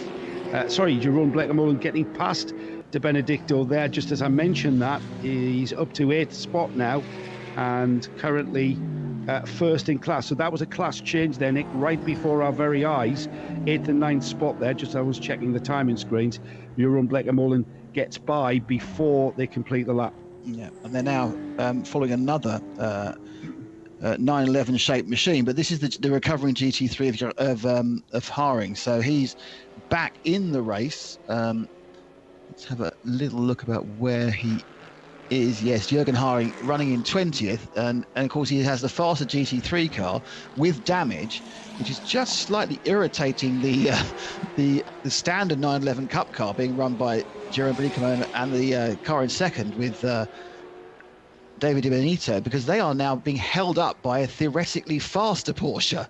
So it's one of those times where it's a kind of a Porsche benefit in this back part of the circuit, and Bleekemolen shifting left and right, looking to get up the inside of Haring. I was thinking, hang on, no, as they go through the Pinetta chicane, I am the in the leading class. I haven't got to let you through. But in fairness, Haring not driving at the same sort of speed as Bleekemolen as they sweep up round the Cavone and up towards the chicane Zagaria, with the one long bit of straight where perhaps a few extra horsepower the GT3 RS might tell, but no, and they're looking very much to get an edge there. Now the problem for Bleekemolen, he's being effectively slowed down by Haring, is that he's now got David Benedetto, of course, who he overtook with his own opportunist move when he was slowed down, all over the back going, hang on, mate, I might have a bit of a go at this, and I'll get back, because those two guys are fighting for a class lead. They are in exactly the same class, almost on exactly the same bit of tarmac. This track obviously suits the 991 Cup cars, because we're seeing a very similar performance level throughout this lap, and it's very hard for the GT3 cars to break away from them and we've seen struggling to overtake, and then once having overtaken the cars, they're just not making any kind of taking any kind of advantage and being able to pull away. And remember, Jürgen Haring was the car that we saw on lap 1 pulling off to the side, so that car down in 20th spot and now on a bit of a damage limitation, a damage recovery drive, if you like. He's got a lot of ground to make up. He's only on 21 laps, so already 5 laps off the leader, and indeed that is 3 laps off the car in front of them to perhaps improve his position. And Bleekemolen managed to slip up the inside of Haring there on the exit of the Variante Piscina, so he's managed to get just a bit of a run for the first part of that cap. He shouldn't be able to do that, Nick. He's in a Cup car. Well, this is the thing. If looking at the track, I mean, if we know that the big advantage of the GT3 cars is downforce. That's what they've got. They've got downforce. They've got aerodynamic grip. But where do you need that? And you need that at very short spurts of time, don't you? Yeah. Bursts of time through the chicanes, turning, changes of direction. But from our experience in Dubai with these classes, we often at the end of the first section will see the Porsche 911s lead based on their slightly larger fuel tanks, and they haven't lost that much time. And going around here against the core of the GT3 field, let's not forget that Mathieu Jaminet is almost half a minute up the road now and just 5 seconds off the lead of even Belarus's. So it's more about the gentleman drivers, or the good amateurs, semi-pros, are not pedaling this as fast as Jerome Bleekemolen, who is the definition of your top-line sports car driver. But even so, he's overcoming a huge theoretical deficit in performance within the 911 family, because there isn't any way, apart from one corner, where you need to go fast around the corner with downforce. It's all about straight line speed, which the standard Cup cars have got in abundance. Braking, which theoretically the 911 should be better, but that's down to driver talent in many ways. And then it's about acceleration again. So it's an interesting situation. You think where a driver can overcome, several £100,000 worth of development and costs. Yeah, we're certainly seeing that, and also what we're seeing, Mauro Calamia, having gotten past the Fiat Kappa Audi at Car Collection, the number 88, Calamia has now got the Car Collection car still in his mirrors, in a bit of a battle for that position of 4th and 5th. The car ahead of them, it's Stefano Monaco in the Dynamic Motorsport Lamborghini. He still owes us a pit stop, so he's not really in it effectively, as is the leader, the even Belarossa prototype, the Wolf GB 08 Tornado, still leads with a gap of about 6 seconds. That was 10 seconds just a short while ago, so the gap is coming down between the GPX Racing car in 2nd place and the leading prototype. But let's not forget, that leading prototype still hasn't pitted, and it's got to be getting close, because we've had 55 minutes of racing there. I'm not sure what the fuel window is for that car, but it's got to be closing very, very rapidly, very soon. Now, interesting, after that poor lap we spoke about Ivan Belarus a few minutes ago, he's put his best lap in at 1:36.1.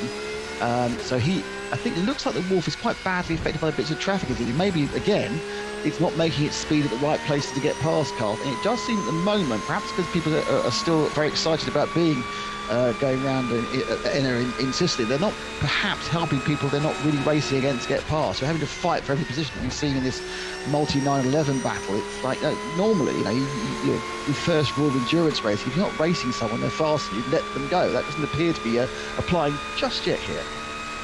It certainly appears that way, doesn't it? I'm not sure whether it's because of the short field. You might think you've got a better chance of an overall position, or whether it's just the nature of the circuit that doesn't allow that, because the speed differential isn't that massive, and that's what we're seeing there. And certainly the prototype there that leads this race, completely different car to the GT cars around it, the GT cars and saloon cars and the TCR cars, and that car will produce that lap time in a completely different way, completely different style of driving.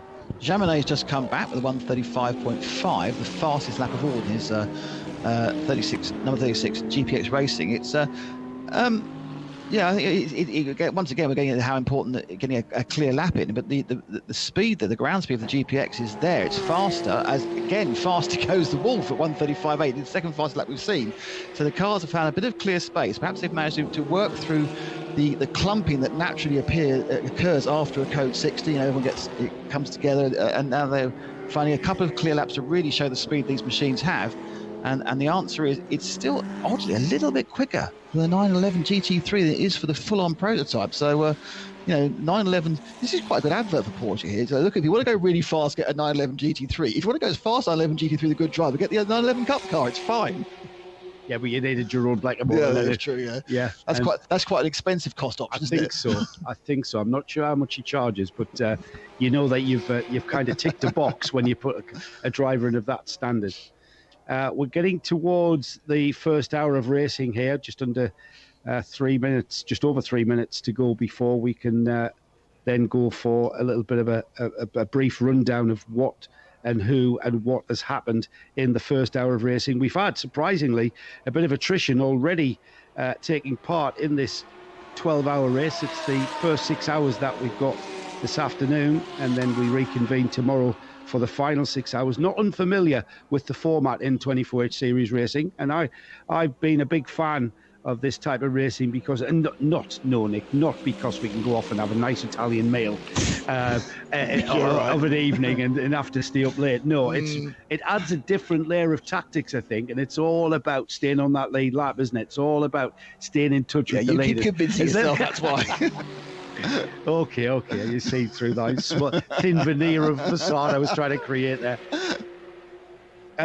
Interesting fact there from Tim Gray down in London. Jerome Blackamore's father won here in Formula 3 in the 70s. I think that's a fantastic little stat. It is a good stat because of the relative lack of use of this track. But I reckon Bleekemolen's won everywhere at some track or another. Yeah, because there's plenty of them knocking about, and they've all been very successful. I'm not sure how we'll be able to find that out. We've got time to do it, Nick. Is when we saw the track change and when we saw installations of the chicanes, because I believe the 70s we saw the cars like Formula 3. I'm thinking early 70s, mid to early 70s. You may have to talk for a minute amongst yourself for me to find this out. We saw Formula 3, Formula 2. This was a big event on the Formula 2 calendar, and it'll be interesting to see. There is the Tim. He's got the site. He's got the site that I was looking for, which is good. 793's into the pits. That's the Stefano Monaco Dynamic Motorsport Porsche that I mentioned earlier, owing us a pit stop. He pays his dues. He's into fueling, and he will, in effect, fall down the field and take his rightful place. Before we saw that first stage of pit stops under the code 60, this is a fuel stop and pit stop under green. So with only a few seconds remaining before we see the first hour of racing, and we can take a breather and find out and have a look and see where we are with regard to the field, because pretty much everyone has stopped. In fact, Nick, the only person who still remains owing us a pit stop is indeed that leading prototype. So we'll see just what that fuel window is. It gives us a bit of a chance to examine where we're going to see that car as we get towards, certainly not this afternoon, but maybe tomorrow we begin to back time and be able to perhaps project and assume. Usually another poor lap for Ivan Bellarossa. Yeah, 141. He's not fuel saving, is he? I don't know. We'll see. This is the 24-hour series, the 2020 series. The COPPA FLORIO 12 hours here in Sicily. The Enna-Pergusa circuit continues here on RSL. Even Bellarossa then leading this race, but getting very, very close indeed to requiring a pit stop. Now, I would have thought, Nick, going into this race, it's not very often we see these little prototype cars, tube frame chassis car with their fiberglass body. Very, very quick race cars, very, very proper race cars, in my view. It's very rare that we see them in the series, and I'm bemused as to how we can continue to go around there on that one tank of fuel. Yeah, I mean, we have seen them, because the last time we saw those cars was in the short history of the prototype championship, which especially ran, of course, in support races for Dubai. You know, we saw a couple of races there, and the Wolves used to come out in, I say in force, or at least two of them running in Dubai. Let's have a look at who's doing what then, and it's the TCE category that we look at, the TCE part of the race. The 703 GR Motorsport BMW leads that, currently 13th overall. In second place is the AC Motorsport Audi. I think that'll be a surprise to the team, being second in TCE and indeed leading the TCR class. James Kay at the wheel of the 188 Audi RS3. They've had problems in qualifying, getting the car balanced. The 101 Red Camels Jordan Cupra is second in TCR, third in TCE. Nicholas Brown drives the Team Aviasol Grensport BMW M4. That car is currently third in class. And looking down the order, Autorama Motorsport by Wolf Power, Volkswagen Golf GTI, Nicholas Bourne at the wheel of the 112. It's just dropped a place there, 19th overall. And of course, the other runner in TCE, currently still in the pits. Not sure if that car is actually an official retirement, but we'll mention it just in case. It's the Opel Astra TCR, Shane Lewis VMAX Engineering, out very early on in this race. So the 793, the Lamborghini from Dynamic, gets a full service, and the bright gold that so lit up the emotions of Joe earlier, as you saw the gold glistening off the Sicilian sun, sweeps out of the pit. So that's the 793 rejoining. So came in from third, rejoining in 11th. As we look at the GT field, GTs are looking like this. GPX Racing currently leads GT. It's the car driven by Mathieu Jaminet, pitted early under code 60 and continues at the front of this field, just behind the overall leader, which is, of course, the PX class car. Mauro Calamia in the Porsche of Dynamic Motorsport Car 7 is third overall, second in the GTs. Pierre Caffer chasing them down in the Car Collection Audi. He's in fourth place overall in the number 88. And then we've got the second of the AM cars, the CP Racing Mercedes. Charles Espinal, number 85, is currently fifth overall. Sixth overall is Rick Breukers. That car pitted under code 60, changed tyres and driver and fuel, so cost them a little bit of time. So they maybe isn't as representative of where they are in this field and indeed in this race. Currently sixth overall in the number 19. And then we've got the first of the 991 Cup runners, Jerome Bleckermole in the Fulgenzi Racing Porsche, currently seventh. David De Benedicto in the Tempo Porsche Car 916 is currently eighth. And then we've got the next of our GT3 arm runners, David Goshner in the other of the MP Racing Mercedes Car 58 ninth. 10th spot, we've got the Matteo Magliucelli Dynamic Motorsport. He's currently third in 991, currently 10th overall. Stephen Licorice, great to see Stephen racing in the Creventic Series again, English driver there in the number 918, currently 11th and 4th in 991, in the 991 Cup class, I should say. And then we've got the Amedio Pampanini Dynamic Motorsport Lamborghini Car 793 on its outlap and back in the race. It's fourth in the GT3 Pro class, and we're down in 13th after losing that time. We've got GT4 being led by the Pro Sport Racing Aston Martin of Nico Verdonk, and that car currently 14th overall. A little bit further down, getting mixed in with the TCE runners, we've got the Jose Manuel de Los Team Aviasol Grensport BMW M4, the GT4 class. It's second place in GT4 class for that car, currently 16th overall. Behind them, Maximilian Brahms in the Lamoras by Equipe Bashur. That's the first of the McLarens. Only a McLaren in the field, actually. Very rare we see a McLaren run with us in the 24H series, but it's great to see a McLaren in the field. Third in GT4 for that car, Maximilian Brahms at the wheel of the 409. And it's 17th overall. And then further down the field, the Jürgen Haring Herbert Motorsport Porsche. Bit of a recovery drive, had a bit of an incident very early on lap 1 of this race, car 92, currently 20th. And then not sure if these cars are running. We saw Sandra van der Sloot in the Fulgenzi Porsche off the track with slight damage to the front end of that 917. She's currently down in 21st and still in the pits, as is the Dynamic Motorsport Lamborghini of Nicholas Sturzinger, the number 794, showing in the pits with the engine cover off. Didn't really see much attention other than an inspection.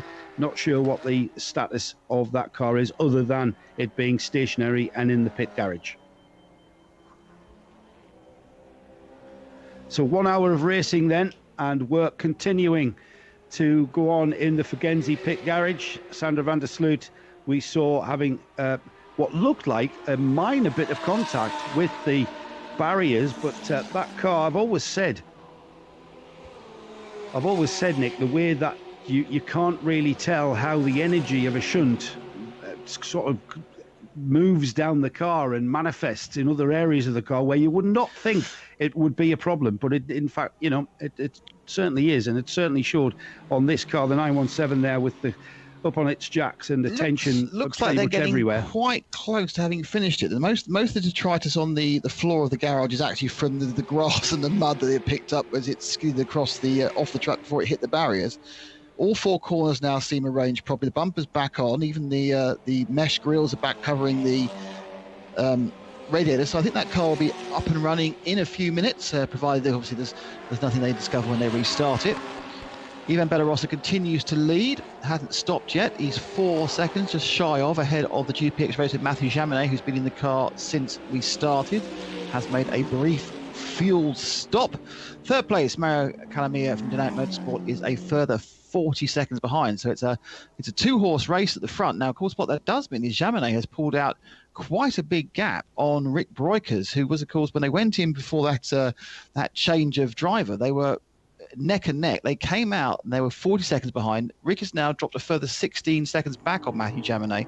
He is 56 seconds behind Mathieu and 59 seconds off the lead. So it's been a great stint for Mathieu. Made the most, I think, of being a little bit more of free air than the other cars. He's managed to effectively not get too involved in having to overtake on the same lap Porsche. So don't forget, a lot of that, we saw a lot of Davide De Benito holding position, which he was completely entitled to do, because they're all in the same lap. They're being overtaken position. Moving forward, he's being lapped, and therefore he should move over. In fact, he has actually come in for fuel. I don't do me talk about him moving over. He's just ending his first stint. The 9, as he's on Bleekemolen. And so the 991 Cup cars, they're just over their hour and 5 minutes per tank. So they had their moment of glory right towards they've sharpened the field before they now take a huge slurp of fuel and begin their class-only battle. That puts Matteo Malicelli back to the lead of that 991 class. He's actually, as I say that, he's rolling into the pits. But the interesting thing is that he was leading until he had that kind of interesting incident, which is hard to tell what it was, with Jürgen Haring in the first couple of laps. Dropped down the field, but he's now clawed his way back in the 907 to lead the 901 class. So I think that will probably change when they come in for fuel. So Mauro Calamea brings that Dynamic Motorsport Porsche into the pits for the second time, whereas the leading prototype still owing us a pit stop, still hasn't needed to stop for fuel. And we are now almost an hour and 10 minutes into this race. So that's showing really good fuel consumption there. And that's really going to play to its advantage as this race goes on. If we've got the GT Pro cars, the GT3 cars, I should say, showing the need to pit stop twice in the window for the Bellarossa car to not even need any fuel, then that's going to really beginning to extend that prototype's advantage as we continue through and on. I'm not sure whether Mauro Calamea he's been in the car for I'm not really certain how many laps, but Calamea, remember, Nick, that didn't he pit very early in that first Code 60? Now, Calamea pitted it was 13 laps when the Code 60 came, or 12 or 30, depending where you hit it. Yeah. He stopped on 13 laps. He's done another 22 laps in this stint, which is quite short, isn't it, really? You'd say that's... yeah, I'm thinking has he got a problem other than we're presuming because he's coming to pits that's he's coming in for fuel and a service, but it might be that he's got a problem. It didn't look like he's out again. It still says it's Mara the wheel. I mean, sometimes it take a while for the number tracker to change. Saying Maro's still there. He's come out after those laps. We can do another 50 minutes before he has to give up the car for the 2-hour driver stint regulation. Perhaps that's what they've backed him so to. Perhaps maybe they're running into the 2-hour drivers and they think, right, okay, we'll slurp him up with a full fuel tank and let him run to the full 2 hours. I'm not sure that's always the best way of doing it. I think it's extra stops are never a good idea in endurance racing. Even if you think at the end of 6 hours they'll be the same number, it's not a great way of going racing, to be honest. Just to run into TC class, we're not talking too much. TCX is being led by the man who took pole in TCR as well, which is the JR Motorsport team, the BMW M3 E92, currently with William Meyer on board. In the contested TCR class, it is the Audi that leads from AC Motorsport. James Kay, who started that car, is still in it. Ricky Kuma will take that over later, amongst others in that team. Luke Breukers and Reg Hamilton-Jordan is second. Not too far away, but we always get a battle in TCR, which will probably come to a boil as we move forward in time.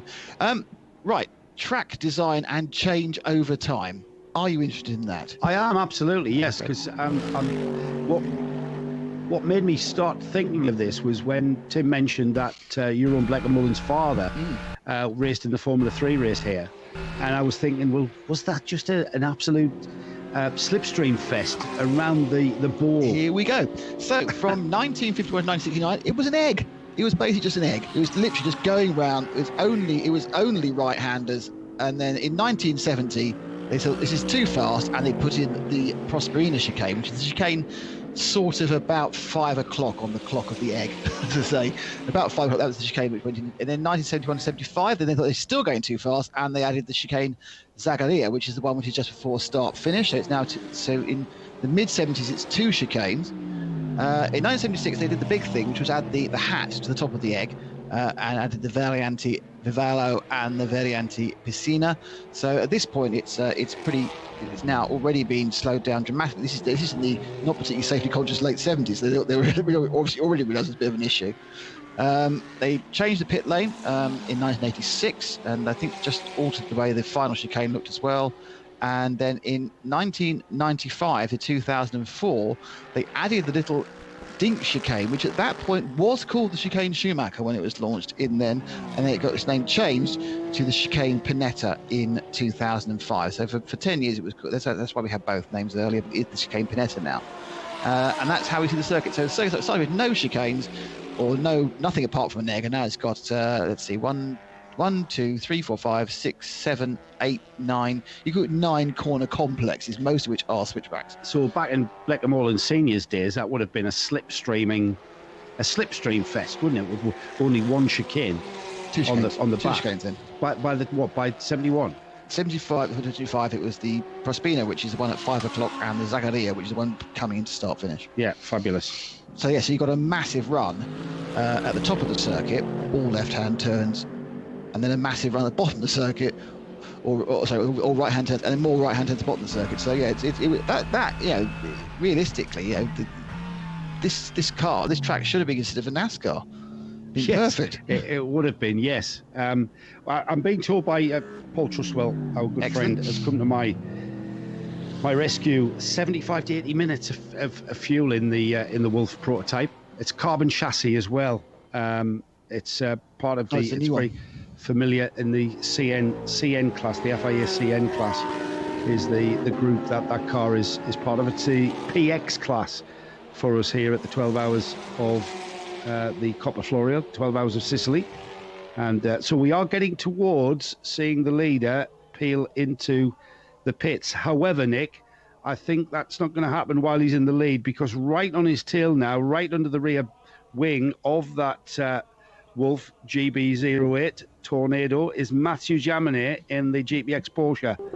And he looks very racy indeed, as we've got 793 has had a spin on their own. I'm thinking that's in the exit to Piscina. So you got to know it's later than that. It's actually coming into the final chicane in Zagaria. Just kind of the thing where you brake too hard and try to turn at the same time, lock the rear end up and loop the thing. So that's the 793 Lamborghini from 11th floor. It's now 11th place. It actually drops in places because the cars have gone past start finish. Then Amadeo Pampanini, not been in it long. That's one of those embarrassing little things where you just get the car unbalanced, brake it too hard, no assist at all, and you just went round on him and you sit there and go, oh. Almost in sight of his pit garage as well. Almost in sight of his crew. Oh, they've all seen it. Here he comes. Oh no, there he is sideways. Oh, I do believe you've overdone the amount of steering lock and the amount of brakes. You've locked the rear and it's all gone horribly wrong. Yeah, it's that car continuing already a bit of a eventful race for the 793. The Dynamic Motorsport Lamborghini Huracan down in 10th spot now, and losing ground there. Just going down a lap. Into the pits for fuel has come the 918 numbered dual race Porsche. That car in for what looks like its first stop there for Stephen Lickrish. That car down in 14th spot. And dropping down the order ever so slightly. Matthew Jaminet has taken the lead. So a change of leader as the timing screen is ticked by. Even Bellarossa has now dropped behind the GPX Racing Porsche by about a second last time through. So the tactic of staying out for what we perceive to be between 75 and 80 minutes, for some reason, Nick, that performance of that Avalon Formula prototype has dropped off quite considerably. We have a problem for the McLaren, the GT4, racing with who's in that? One of the Brahms is in that car. Yeah, Maxi Brahms is in there, and it's got its hazards on, which are still fitted to the race car, and it's crawling down the back of the circuit. My feeling is that's down from between the Piscina and into Prospero. I think it's at the back. So it's about as far away the pits as can be. It's kind of on limp home mode. The blue and white McLaren. And to say it's great to see a McLaren. I'm not overly sure. Have you seen a McLaren before? I can't remember seeing a McLaren before in. It may possibly be in the big Barcelona races where we get a huge variance of GT cars. Did we see at Quarter? Might have done, yeah. McLaren at Quarter. Might have done. I don't know why we don't see more of the McLaren in the GT4 class. I know they're a very expensive racing car and very expensive to run. Yeah, he's just coming through the Pinetta chicane now, and he's going to cause a real problem because he was blocking it. It's only one car wide, but he's managed to get out of the way just as the leader in T-Star swept past. So the 409 machine, it's a flat rear, so it's not the end of the world. He's just picked up a puncture at the left rear, and we're talking about. My feeling is the reason that Ivan Bellarossa has gone off is tyre wear. Could be he's losing 4 seconds a lap now, the number 45, and that is has his tyres really dropped off that much? I mean, you wouldn't let the car get to that sort of disadvantage, would you? Pull in the pits. Well, he's dropped 4 seconds a lap. It might well be that it's unlikely to be a technical problem because you say you come in the pits. If it's just a case that your left tyres have screamed enough, and you think, well, we're in a class of one, so we may as well just run to our 75-minute program. That's the option. It really depends how desirous they are of winning the race. And don't forget, Ivan's fully aware that Matthew Jaminet is the absolute, hair in this team. I know that GPX also can call on Robert Renau, but they've got Fred Fatien and Jordan Roger. So he's probably thinking, our team's probably as quick as those two. So we need to really push it now, and let's live with our 75-minute program. I'm kind of hoping it is just tyres, Nick, and not something else. They are a little bit fragile, as we've seen in the past, the CN class in various events that we've done. Mathieu Jaminet, though, is definitely now taking the mantle of race leader. Car 36, that distinct Gulf liveried car, continues on and completes 43 laps of this Enna-Pagusa circuit. It's the gap to second place now to just under 5 seconds. So he's losing chunks of time every single lap and dropping back and not showing that he's going to go in the pits. And we've got another rear left puncture, this time for the 923. So that's one of the 911 Cup cars. Trying to see which one it is. It's Pablo Otero in the Fulgenzi racing machine. So we've now seen 2 rear left punctures on 2 different chassis in 2 laps. Left rear. That's the tyre that's going to take a pounding round here with predominantly right, very fast sweeping right-handers. That you have to really lean on the car. The McLaren still limping around. You did say, Nick, that it's probably the furthest away from the pits that it could be. The McLaren is about to be overtaken by the other car with the left rear puncture race at the moment, with the McLaren and the Porsche. McLaren going really slowly. As Max Brahms is taking it much more of a circumspect route, and a position made up in the puncture battle there by the Porsche. Did we establish why the McLaren's going quite? Yes, he's got a referee. He's got a puncture as well. Yeah. So, but he's obviously very concerned about wheel arch damage, probably because it's the family car and he knows the owners. Whereas with the Porsche, I'll just get back as quick as possible and hope for the best in the 923 of Pablo Otero, and he has already made the pits. Now, will he stop and pick up fuel? Nope, he's going to go straight into the pit box. If he's managed to do little damage, it'll be a simple whiz in, whiz off, and off they'll go again with a new tyre. Maxi Brahms just on the pit road now, the Nick, by my estimation, because he was just behind the Porsche as that pulled into the pit. So Maxi Brahms has done a great job getting that car back. Maybe he's aware that the fragility of the McLaren is much greater than the Porsche, because Otero just tore pie. He Otero'd past the McLaren, didn't he, bringing that flailing tired Porsche in. That car now being able to get some tyres and rejoining. Well, it appears to actually overshot his pit mark by some way. That's going to be a hard car to push back with a flat tyre. There's been the 923's Otero's made a mistake. He's completely missed his pit box, and now one poor mechanic is trying to push backwards a 1.2 ton Porsche 911 with a flat, very, very, very flat rear left. He needs, I don't know you, I've pushed cars with flat tyres. I always had some mates laughing at the time. Yeah, it's not good. The 409 McLaren though, that car has made it to the pits and has gone in for fuel. That's clever. Yeah, he's heads up there. There's the number 45 of Ivan Belarusov, dropping to nearly 9 seconds now behind the leader. Checking his mirrors the whole time there, looking like he thinks he's going to be overtaken. So not looking particularly healthy, actually, the 45 at the moment. He was coming in there to the chicane. He was checking his mirrors the whole time on the way up, so he thought he was just running slowly. So he may be running slowly. I think he is running slowly, Nick. I think that car, the early leader, Belarusov in the Avalon Formula Wolf, is running very much off the pace. Yeah. He's dropped to 9 seconds now off the back of Matthew Jaminet. Yeah, you're absolutely right. I got the visual clue of him looking, but you got the visual clue of his velocity. And he's very much off the pace. He's not running like he's got a puncture off the pace, but he's probably dropped down about 70 to 80 miles an hour from the 120 everyone else is doing. And our speculation of his tyres going off, that's not a tyre issue that's making him go that slowly. That's a mechanical issue, no doubt.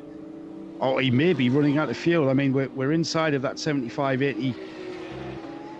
80 minutes of fuel capacity in that car. That looks more than that to me. No smoke that we can see.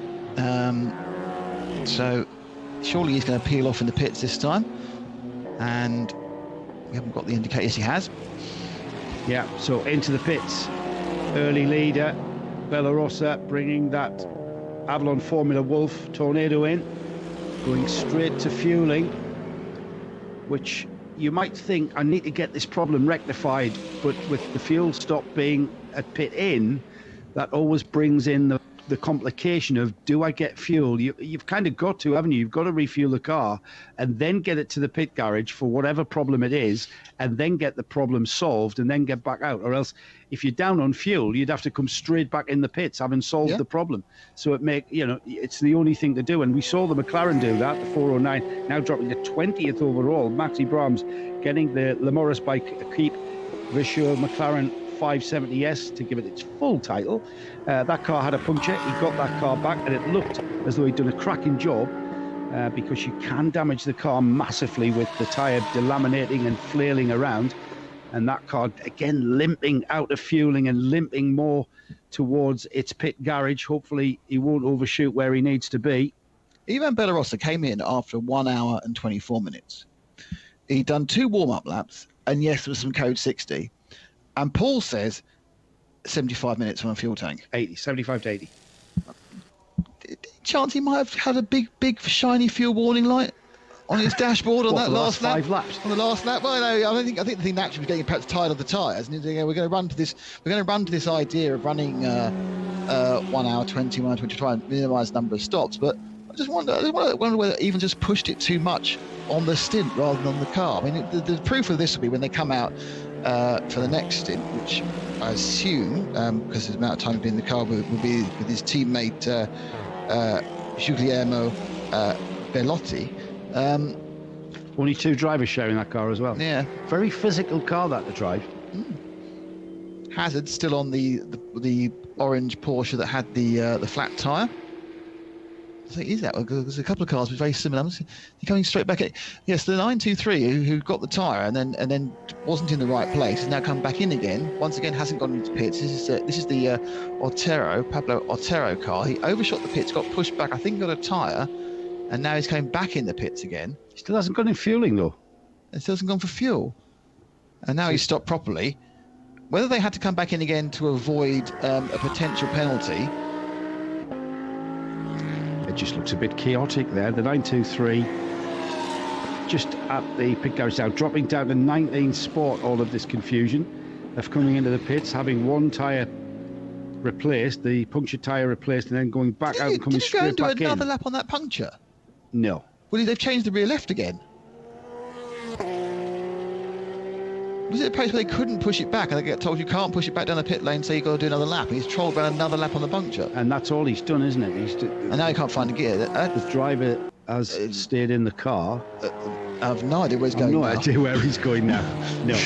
That's a very confusing... that's not going to be... and another massive amount of dust and detritus picked up there by one of the TCR cars. It almost looked like he had he's gone to the penalty box, so he's already got the penalty for the this is the 923 Otero Porsche. He's already got a penalty for the what appeared to be quite obvious what's the best word for it, misunderstanding he had earlier with his own pit team. And the location of the pit box is the penalty box is pit out.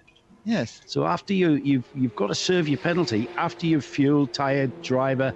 Then don't forget, remember when you've got a new driver getting in that hasn't really done anything, and then you've got to remind him, penalty box, as you go to pit out, there's the penalty box on the right. I can tell you that the McLaren is back out on his outlap. Now Luke Brahms is at the wheel of the McLaren. Coming into pits is James Kay in the AC Motorsport car, the RMS R3 TCR. Unfortunately, this is his second stop in short action. Yeah, he was the car we saw with all that dirt and dust flying up as he went around one of the chicanes, which is difficult here because you can't tell is that a car issue or is that a track detritus issue. But it does appear very much that he has come in with an issue on the front left, I think that was, and that is indeed the area they're working on. Now, whether that is perhaps he's got a slight suspension problem as it comes off, so they are now in the pit lane working hard on that front left for James Kay. That car was leading TCR before it came into pits. Now it's naturally shuffled down due to the pit stops being staggered, but now it's having an unscheduled stop, and into the lead therefore goes the Red Camels Jordan, the 101 car, the Breukers team. It's just Ivo and Luke because Rick's off driving a Mercedes this weekend. So Luke Breukers in the 101, Red Camels Jordan, they will take the lead in TCR. In fact, they've taken the lead overall in TCE because the previous leading car, which was of course the JR Motorsport car, that has also made 2 stops now. Let me check that one out. So there's been all change in TCE and TCR. Luke Breukers leads the Red Camels Jordan, and the early leader, that BMW, has also fallen down the field. So Marcus Menden taking over the AC Motorsport Audi for James Kay. That car, I'm told, they were not very happy after qualifying. Just couldn't get the car balanced. And now that car remains in the pits, driver taking over, and that car dropping down to 3rd in TCR. So the similar fall in the TCE class, the JR Motorsport machine, the BMW isn't reflected in the pit stop. He hasn't stopped since the original Code 60 all those hours ago. He's now run 32 laps on this stint with a couple of not brilliant laps, but nothing awful. But he's managed to drop off the lead of TCE, and the TCR lead now led by Red Camels Jordan. Second is Autorama Volkswagen with Niklas Born in the car. So that's still quite a close battle, but it is now TCR from TCX in the TCE, not the TCs there, overall standings. Oh, that is funny. The prototype, I can tell you, still in the pits. Even Bellarossa showing to stay in the car. That might change when they click through the timing beam, but it's still in the pits and it's dropping down the order. It's now down to 7th spot. I'm suspecting, Nick, that car is being worked on with a problem in the pits. We'll try and get some information as to whereabouts on the car. Yeah, it's been in for 7 minutes. Yeah, 7 minutes and 3 seconds. So that was, as we rightly surmised, there was something happening that just got worse and worse and worse. Yeah. Finally, unfortunately, I think just a couple laps before he wanted to come in anyway, it got so bad that he had to troll around at a slightly slower speed for 3/4 of a lap. So the battle at the front now coming down to our GT3 cars. We've got the GT3 Pro car that leads. Mathieu Jaminet is at the wheel of the GPX Racing Porsche now. He's getting towards, he's about just over half an hour, just under half an hour now from that 2-hour mark, where the regulations say that he can't exceed that. The driver time is a maximum of 2 hours. So we are exactly 29 minutes away from that point of his stint. So we should see him coming into the pits in about, we estimate, about 15 minutes. That's just a very rough estimate. Pierre Caffer is in 2nd place and leads GT3 AM. He's about a minute behind the leader at this point. That is in the number 88 Car Collection Motorsport Audi R8. In 3rd place is the number 19 MP Motorsport Mercedes. Rick Breukers currently at the wheel of that car, and he's only 5 seconds behind Pierre Caffer. And just looking at the lap times there, he's slightly quicker every lap by, and that gap now down to 4 seconds on that lap there. 50 laps completed for those cars. 4th place, Charles Espinlaub, still at the wheel of the number 85 CP Racing Mercedes. They're about 5, just under 6 seconds behind Rick Breukers for 3rd. In 5th spot, a further just over a minute and 9 seconds to be precise, is Mauro Calamea in the Dynamic Motorsport Porsche, car 7 in 5th place. And then 6th spot, MP Racing's Mercedes, the sister car there, Gosner, still at the wheel of the 58. The prototype, I can tell you, Nick, still in the pits, and it's down in 13th spot.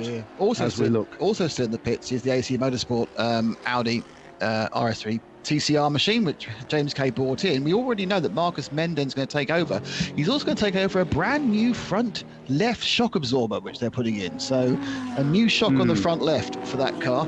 I'm not quite sure whether looking at the way the car had shown that puff of smoke and I suppose weirdness coming around that corner, it sounds like that's a failure rather than anything that they've done for, as you said, because it wasn't feeling right reasons. So, they did on the front left. The Ricky Coomber was messaging me saying that they're worried about the harshness of the curbs here. You've got to use the curbs here, and they were worried about not just tyre wear but also suspension and indeed shocker. That's come to bear, hasn't it? Yeah, it may well have been that, as you say, they were going. There's 2 ways things can break. They can have a catastrophic failure, or they can just go off slowly. And obviously, with the gas-filled shock absorber, they can leak, as can oil-filled, and you just get that the whole thing just gets very unpleasant. And of course, the front end of a front-wheel drive car does everything, and the contact patch there is absolutely vital. As Martin Havens oft quoted, the rear wheels and on a front-wheel drive touring car are only really there to keep the exhaust off the ground. Got an answer to the McLaren quandary that we were in, whether we've seen one of these cars before. We saw the Alfab Racing McLaren in Dubai in 2018. So, wow. Thanks to the series for tweeting one that. In... Apparently, this is I was listening to the commentary yesterday. I think Older said this is the 20th circuit we've been to. With the Creventic series has been to 20 different race circuits around the world. On 3 continents, and they've been well over 100 races, so you only get one McLaren. They're very expensive. They're talking to people in the sport. But aren't all races yes, expensive? McLaren are just pretty expensive. I know a few people who actually are on the driver program and stuff, and there's quite a few in British GT. There's quite a few in the regional series, national series, here, there, and everywhere. But we just haven't seen a presence from that mark in this series very much at all. Yoda's uncle has spotted a good point. thanks for this, Jura. Yeah, I have got access to the penalty screen, but I need another set of hands, another couple of pairs of hands. But thank you for this.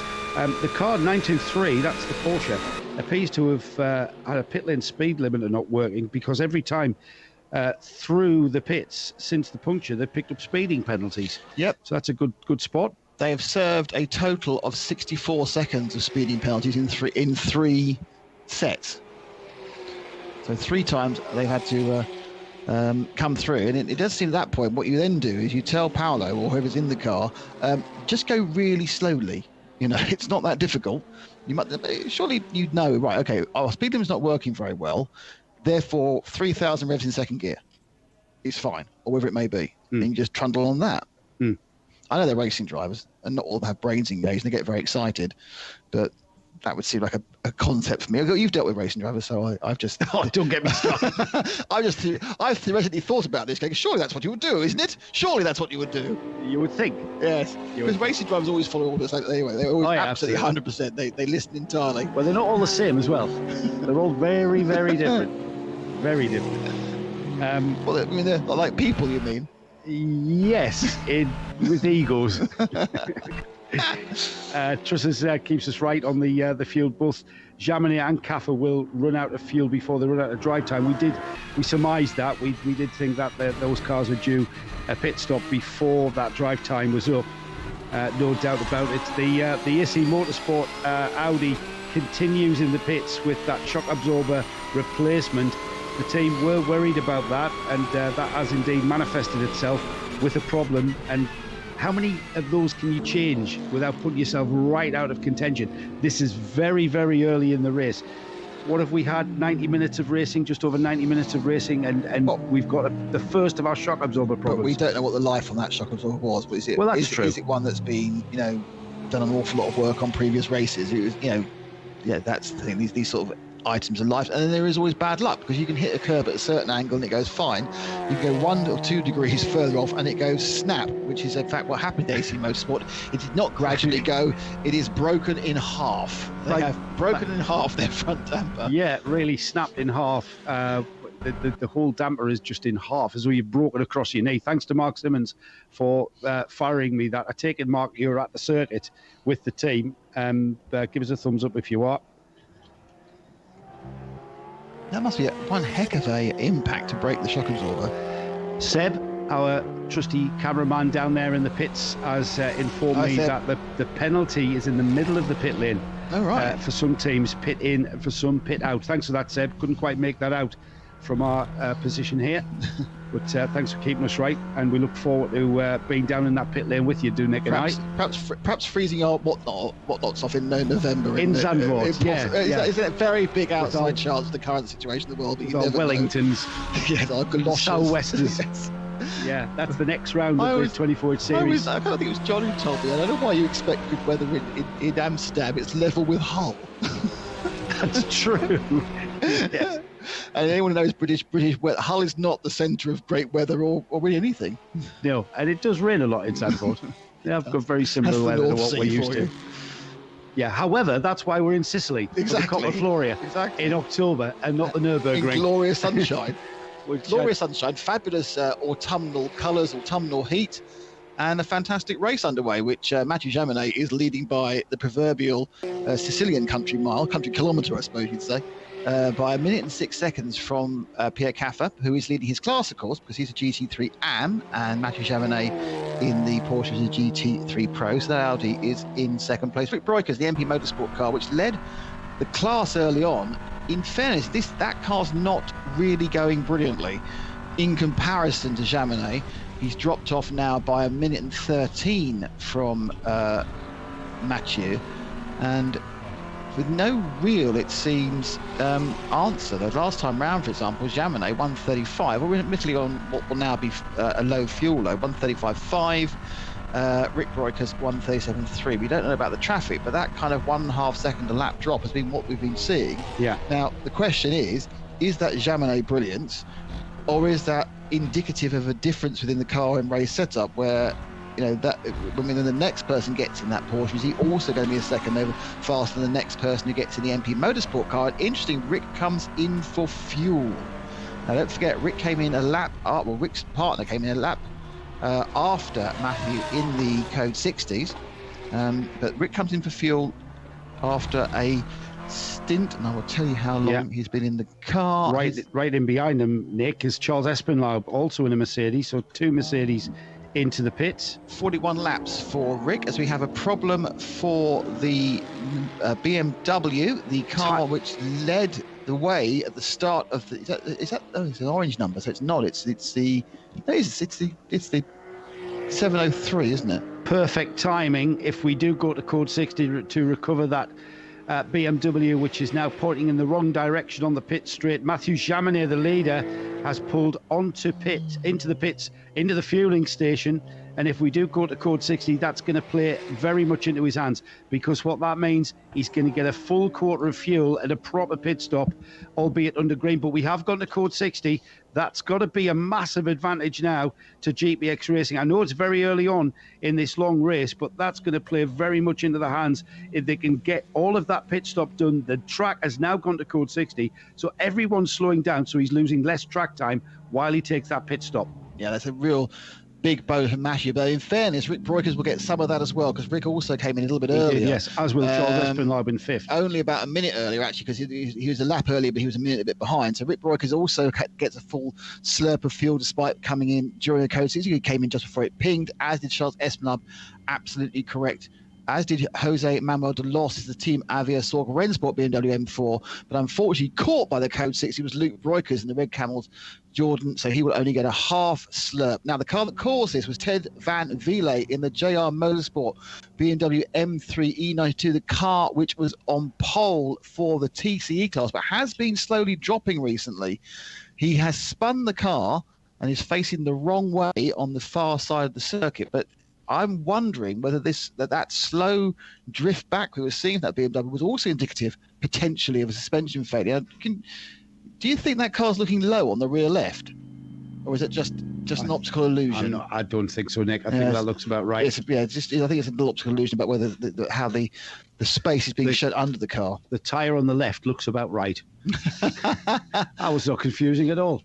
I can see why you think that. I think you may have something there, actually, because now we can see the right-hand side of that car, and there's a problem. Why hasn't that car, A, being pushed out of the way, B, being driven out of the way and looped around to point in the right direction and continue?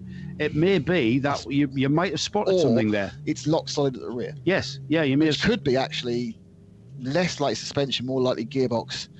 But it is a really good point you make there, because what you normally would see, a car stops pointing the wrong way because of some loop-de-loop situation. Even if you've lost the engine, what the first thing you do is you'll get someone to push it facing the right way. Well, what's happened is the driver's got out and the car is stranded facing the wrong way, but not moving. No one's even trying to push it to the side of the track to get past. People know it's there. We're in code 60. That's fine as far as safety is concerned, but it is obviously better to have the car at the side of the track, or at least facing the right way, than just sitting there like a stranded duck in the middle of the highway. Those guys would have pushed the car off and out of the way slightly more than it is. It's virtually in the middle of the track. The GPX, the leading Porsche of GPX Racing, is now made it to its pit box, where we're seeing a driver change. Matthew Jaminet getting out of the car. Didn't quite see who got in, but it's getting towards that, and it's left the pit box already. It's taken on fresh tyres, obviously. You may as well. You've had a full tank of fuel replenished and a driver change, so it will have taken on tyres and showing on its outlap now. So that car rejoining this race under code 60, so 60 kilometres an hour will be the speed of that car. And again, Nick, I can't help but think that is going to benefit that car considerably. Jordan Groger, I can confirm, now at the wheel of that car, the South African driver in that car, and he isn't exactly any slouch, is he? No, he's he was an ex oil trader, wasn't he? Who was teamed up with a veteran South African driver. He was an oil trader who was his boss. And I remember chatting to him in Dubai, and the guy said, "Well, all I'll say, he's a hell of a lot better driver than he ever was an oil trader." And since then, I remember that. Yes, since then Jordan's continued to run with Fred and the team, and as part of the GPX Racing organisation. Yes, yes, he was better he's better at driving than better than doing his job. Yeah, so he leads. Pierre Caffa is in the pits at the moment, and we're watching a driver change for the 88 car. Mauro Calamia, he is just coming round in the Dynamic Motorsport Porsche 911. I don't think they have stopped, certainly not under the most recent code 60. There was a little bit of a traffic jam we saw at the fuel station. Did you notice that? With a lot of waiting going on as everyone's come in. So this is going to be another big sort out. So, for example, just for your own virtual memories, Jürgen Harling's come in and he's got a code 60 in the 92 Herberth Motorsport, which means you only have half a tank of fuel.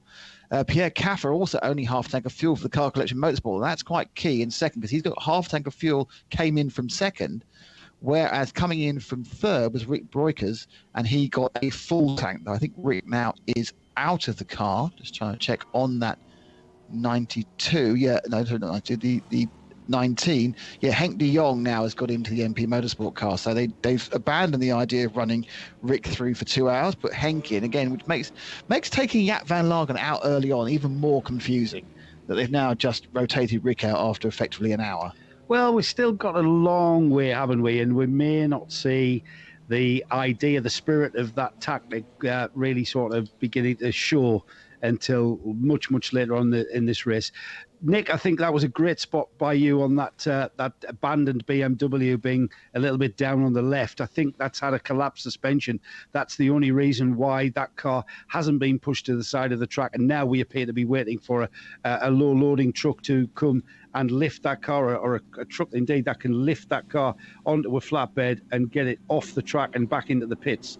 So that was a great spot. And again, that was identified to me that there was a concern about the harshness of the curbs here, and a quick lap time, a good lap time, you've got to use the curbs here, which is kind of how do you balance that out? Do you risk the suspension damage? How do you ride in any racing car? How do you ride a chicane?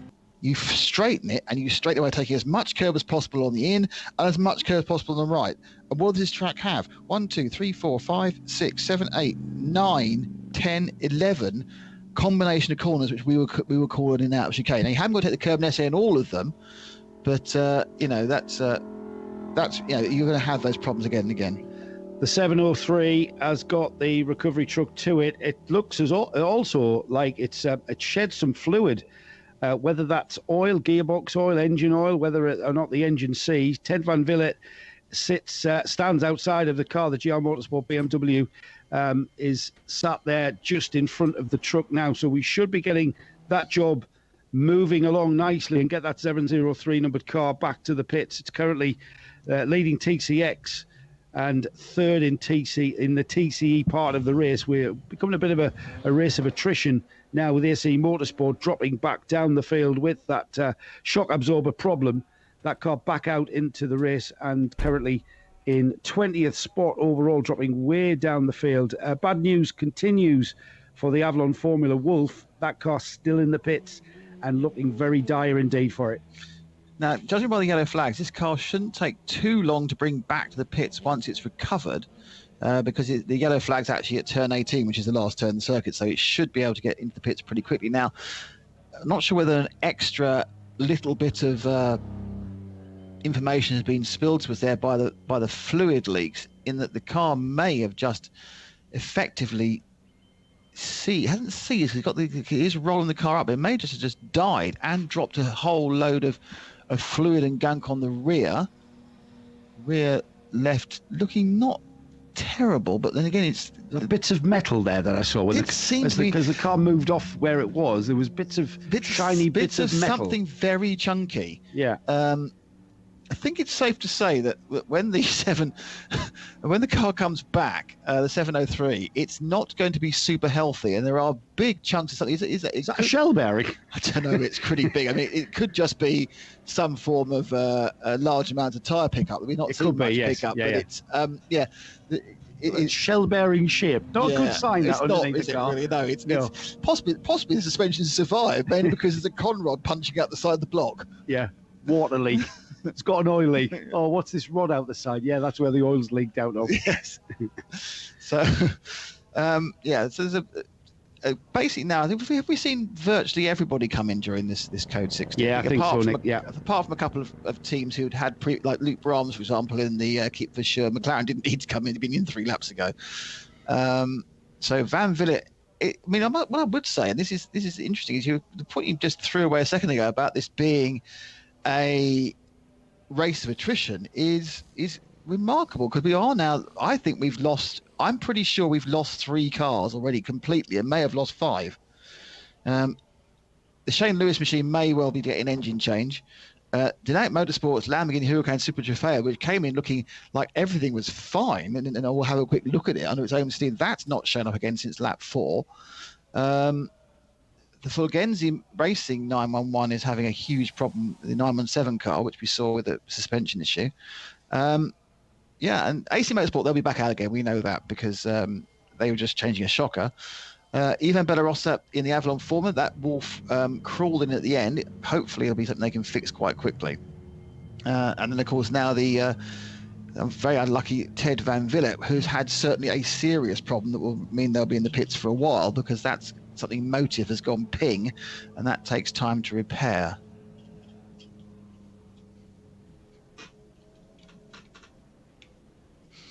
More information from London, and Tim says that he was hearing from some of the feedback from the teams yesterday that actually there aren't many marbles out there because of the new surface.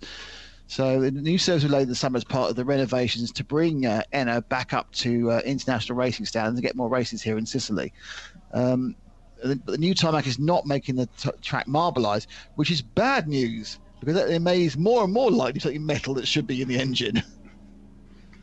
Yeah, so that's bad. We didn't really want to hear that, Tim. We didn't really want it to be a shell bearing, because that means that BMW is probably going to be a bit of a retirement then, unless they've got a spare engine in the truck and they can start replacing it. Still plenty of time in this 12 hours of Sicily to replace an engine. Not that we want anyone to do that. Ivan Bellarossa remains in the pits. I'm hoping that someone at the track and maybe tell us exactly what has happened with that early leader of the race. We saw quite a dominant lead until the performance of the car certainly began to show a little bit of a problem there, and that problem's just manifested into a huge problem, which has caused the car now to completely fall out of contention. It's completed 45 laps in comparison to 57 laps now completed by the leading GPX Porsche, Jordan Groger, at the wheel of that car now. But on the plus side, he's still winning his class. Yes, it is. That's always a silver lining. I've held on to that plus side in various racing I've done, I can tell you. Yeah, absolutely. Good spot, Nick. Might still see it. And going slowly, the 85 Mercedes, Shane Lewis. We've gone green, apparently. No, we haven't. That's an error on the graphics. We have gone green. No, we're on code 6. That's an error on the TV graphics. Oh, right. Sorry. I thought we'd gone green there and we had a slow-moving 85. I was going to completely say that Shane Lewis is a complete hex on that tape for that team, having already retired the VMAX Engineering Opel Astra. He was about to share with Charles Espinal. That was the first retirement, wasn't it? Very, very early on, only completing 4 laps of this race. But I'll calm down and have a look at who's doing what. Jordan Groger leads. The car collection Audi R8, car 88, now has Michael Doppelmayr at the wheel. He's just taken that car over from Pierre Caffa. Roberto Pampanini is in the fuel area. Dynamic Motorsports Porsche number 7 in from 3rd place. That will allow the MP Motorsport of Henk de Jong, car 19, into that 3rd spot now, possibly even into 2nd spot next time by.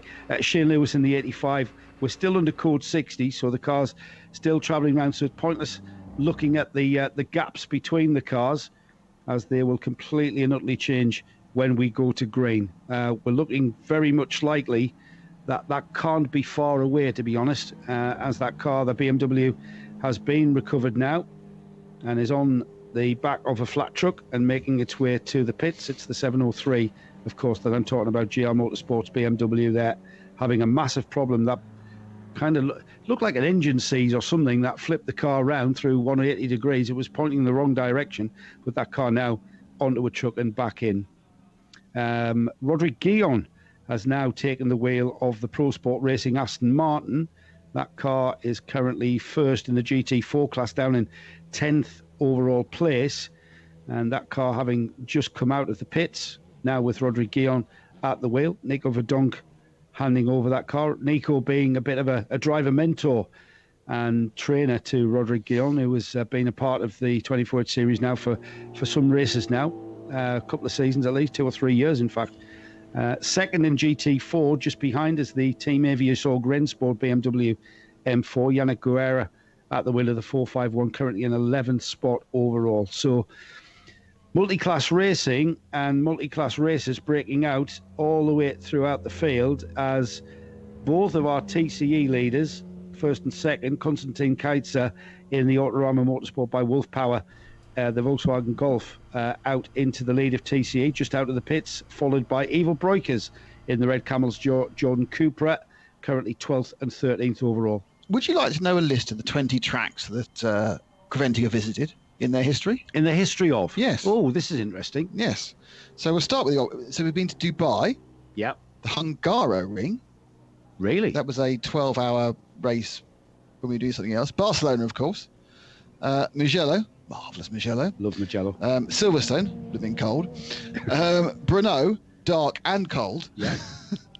Paul Ricard, hot. Hot, very hot. Zandvoort, very wet. Very sunny. The one I went was very wet. You went to a very wet one. And then, obviously, I don't know if Johnny's listened to this, but all I have to say to Johnny is the car park gate. What was that one? Oh, never mind. The A1 ring, lovely air. Manicourt, missed that one. Imola.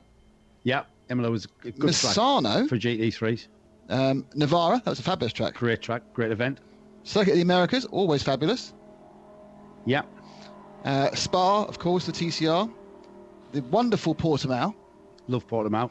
And then we have Yas Marina, which I was questioning, but actually one of the events in the Middle East series that was run a couple of years ago. All right, yes. Not for the 24H series. Monza, just in a monsoon just a couple of weeks ago.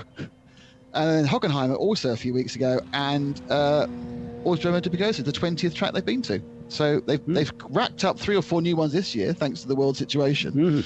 And they'll continue racking. And they've got one more race coming up the season, of course, which is obviously on one of the tracks we've been to many times, where we've been cold and we've been wet, depending which year it was. In your case, sunny, which is Zandvoort. It was very nice, considering it's on the same latitude as Hull.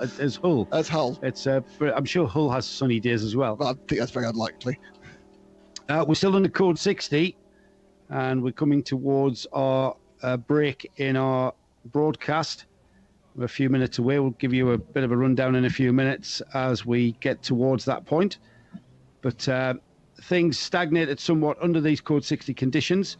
We've got the drivers being informed of a slippery track at the pit exit before turn 1, which leads me to believe that was oil dry going down on that patch of tarmac, and that again leads me to think that the 703 BMW may have destroyed a motor there, which is a bit of a shame. Not sure whether GR Motorsport will have a spare BMW E92 engine in the truck for that car to have an engine change and continue into the race. It's falling down the order, understandably. Currently third in TCE. It's a class leader, though. TCX, the only car in TCX, so that will remain a class leader, even though the car is now not running. Luke Brahms, I can tell you, that was the McLaren that we saw limping to the pits with a puncture. That car is now back out into the race and currently 18th overall, currently in third place in GT4, so still all to go for. And that, I suppose, Nick, is the crux of this. With a small field, the positive side of a small field is the fact that it is worth repairing the car no matter what and continuing on, because you never know what misfortune and what bad luck's going to befall the cars ahead of you. Absolutely good point. And of course, a lot of these teams are in the championship, and I think we'll talk a lot more about championship points in tomorrow's second half when they become more relevant. But this is been a fractured series, obviously due to the world situation. But there are a number of people competing for the European Championship with the Creventic series, and they'll be looking to see where their overall point situation is, and therefore, having it in fourth or having it in third or having it in second, depending where you get Cairo again, it's really, really important for not just your aims of the day, your aims of the weekend, but your aims of the season. As we come just up to about 20 minutes now, we'll be under code 60. Yeah, quite a long one. Again, the track conditions being the problem there. It wasn't just about recovering the car, it was about making good the track conditions there. A bit of oil down, slippery surface being displayed, slippery surface flag being displayed, and the drivers and teams being informed that we have indeed got a problem with the track.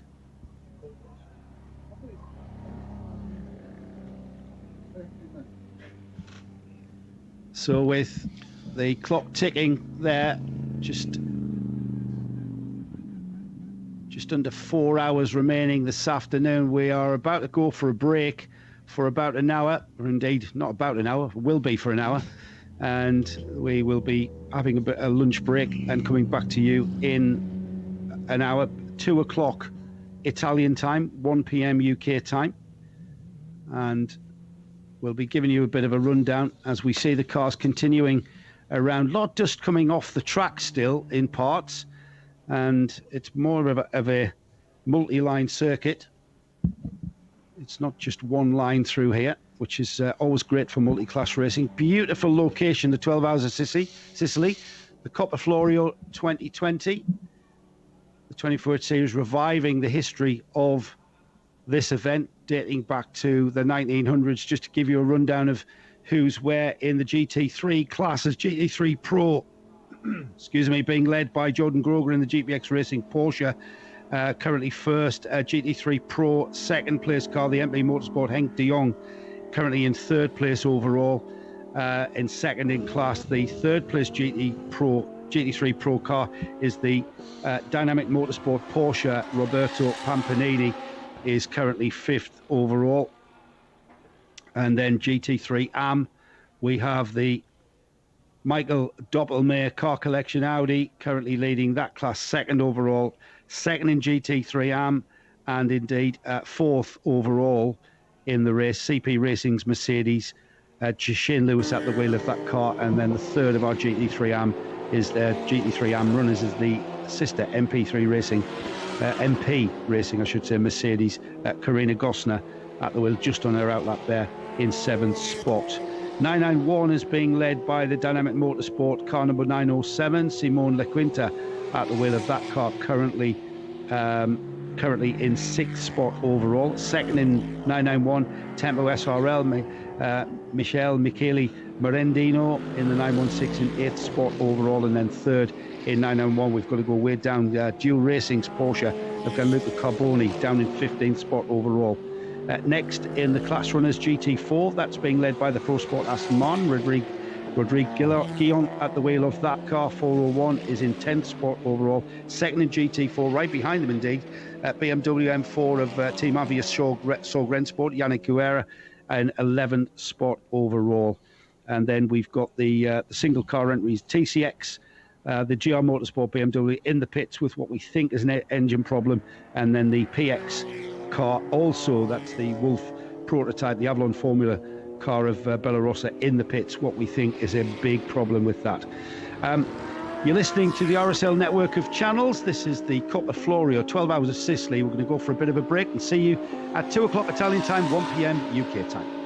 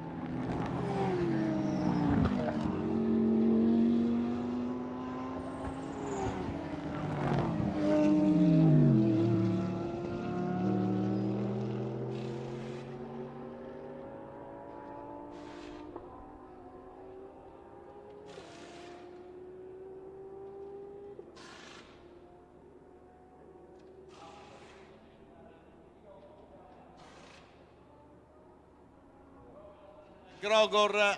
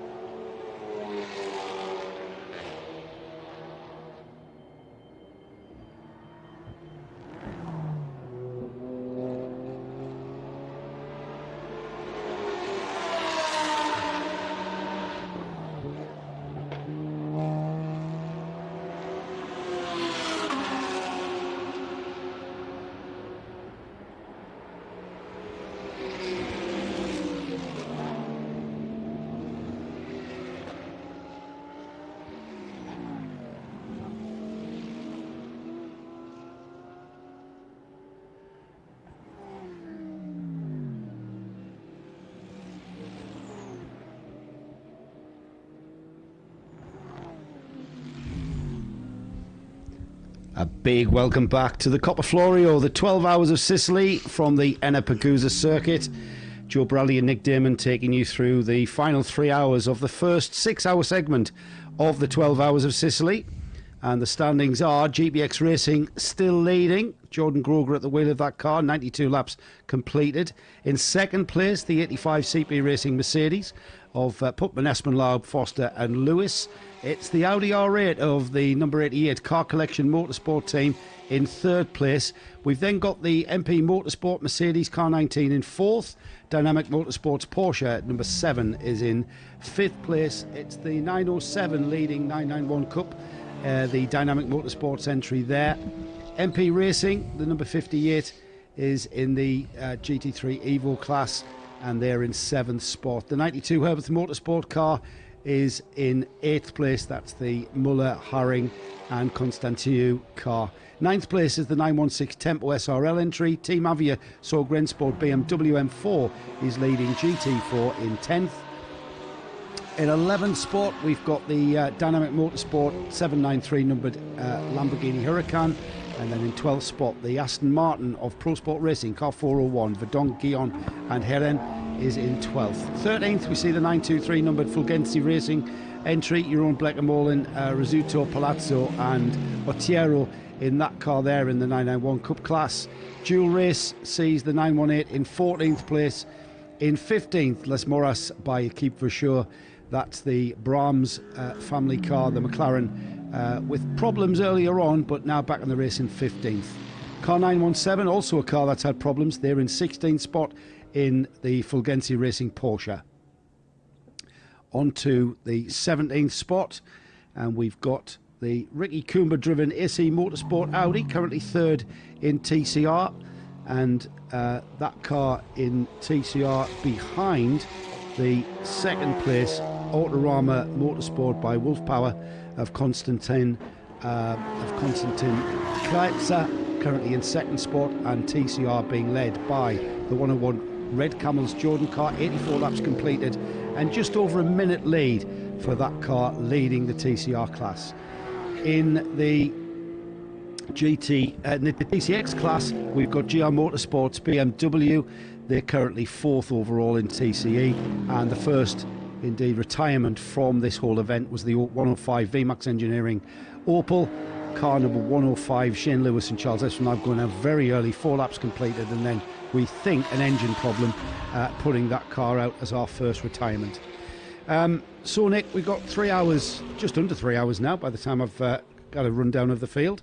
So all to play for, and the important factor is that it's pretty much a high-speed game of chess. That's how the analogy I continually use in endurance racing, but this one really is, because this next 3 hours is all about just getting the car to that race stoppage before we go into tomorrow, but maintaining that car, your car, to be on the lead lap.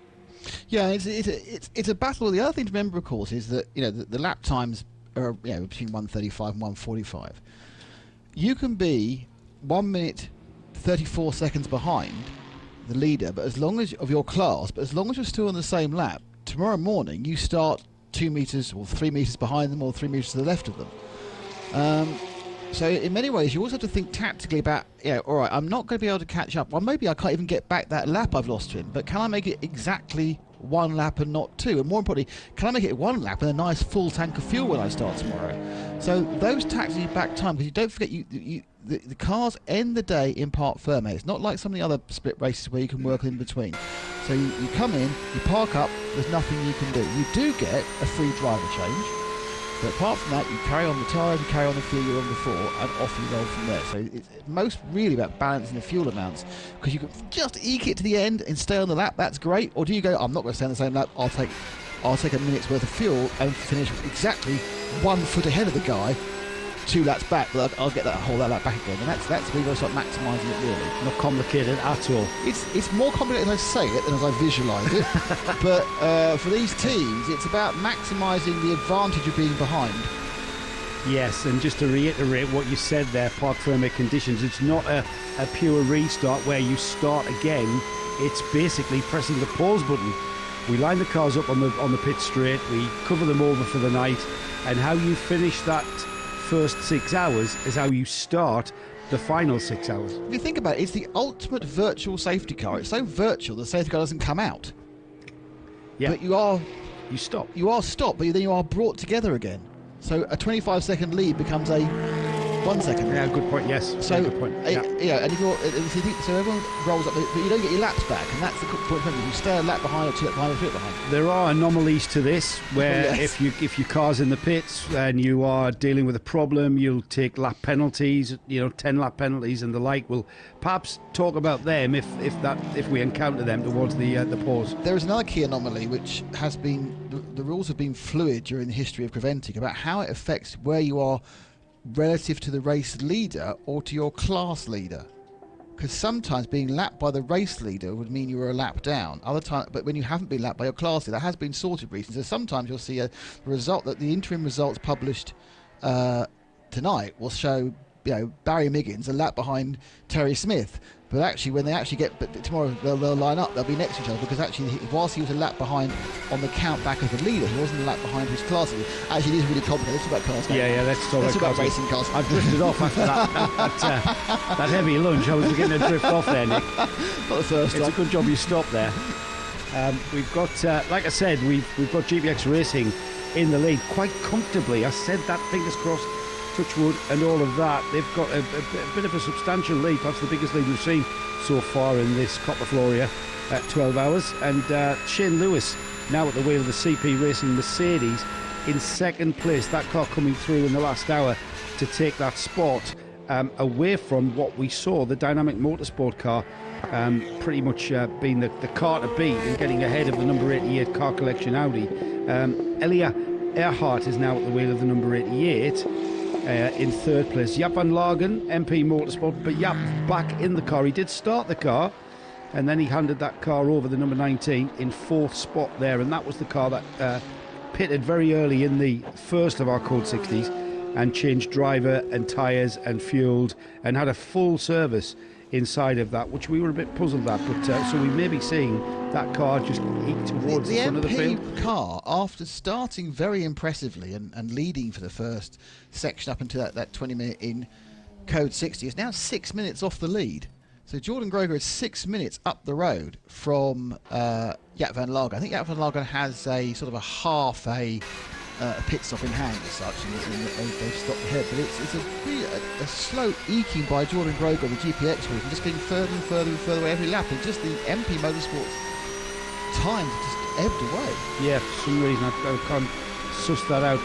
The 991 class leader is into the pits for what looks like a pit stop. Stefano Monaco has now taken over the wheel of the 907 and is already out off the pit apron and heading out of the pits. The Dynamic Motorsport Porsche there leading in the 991 class. I think that's going to retain that class lead as he has got quite a gap, or has he?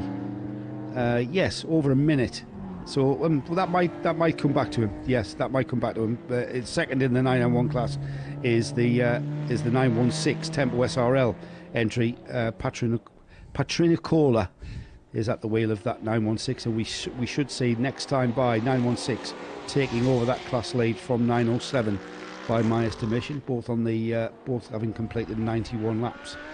Running fifth and just behind the MP Motorsport car of Jaap van Lagen, the black and red Mercedes, is the Goldie Dynamic Motorsport Porsche 911. He's about half a minute back, but don't forget Matteo Malocelli had an off early on and was effectively trying to catch up from that point, and he's now just beginning to come back on track, but he is third overall on GT3 Pro. But they say he was right at the back after an incident early on with the 92 car of was Ewan Hara at the time, wasn't Tim Muller's in that 92 Hertz Motorsport car. That's in fourth in GT3 AM, but still came back from that 20-minute stop as another car is nosing the barriers, Jay.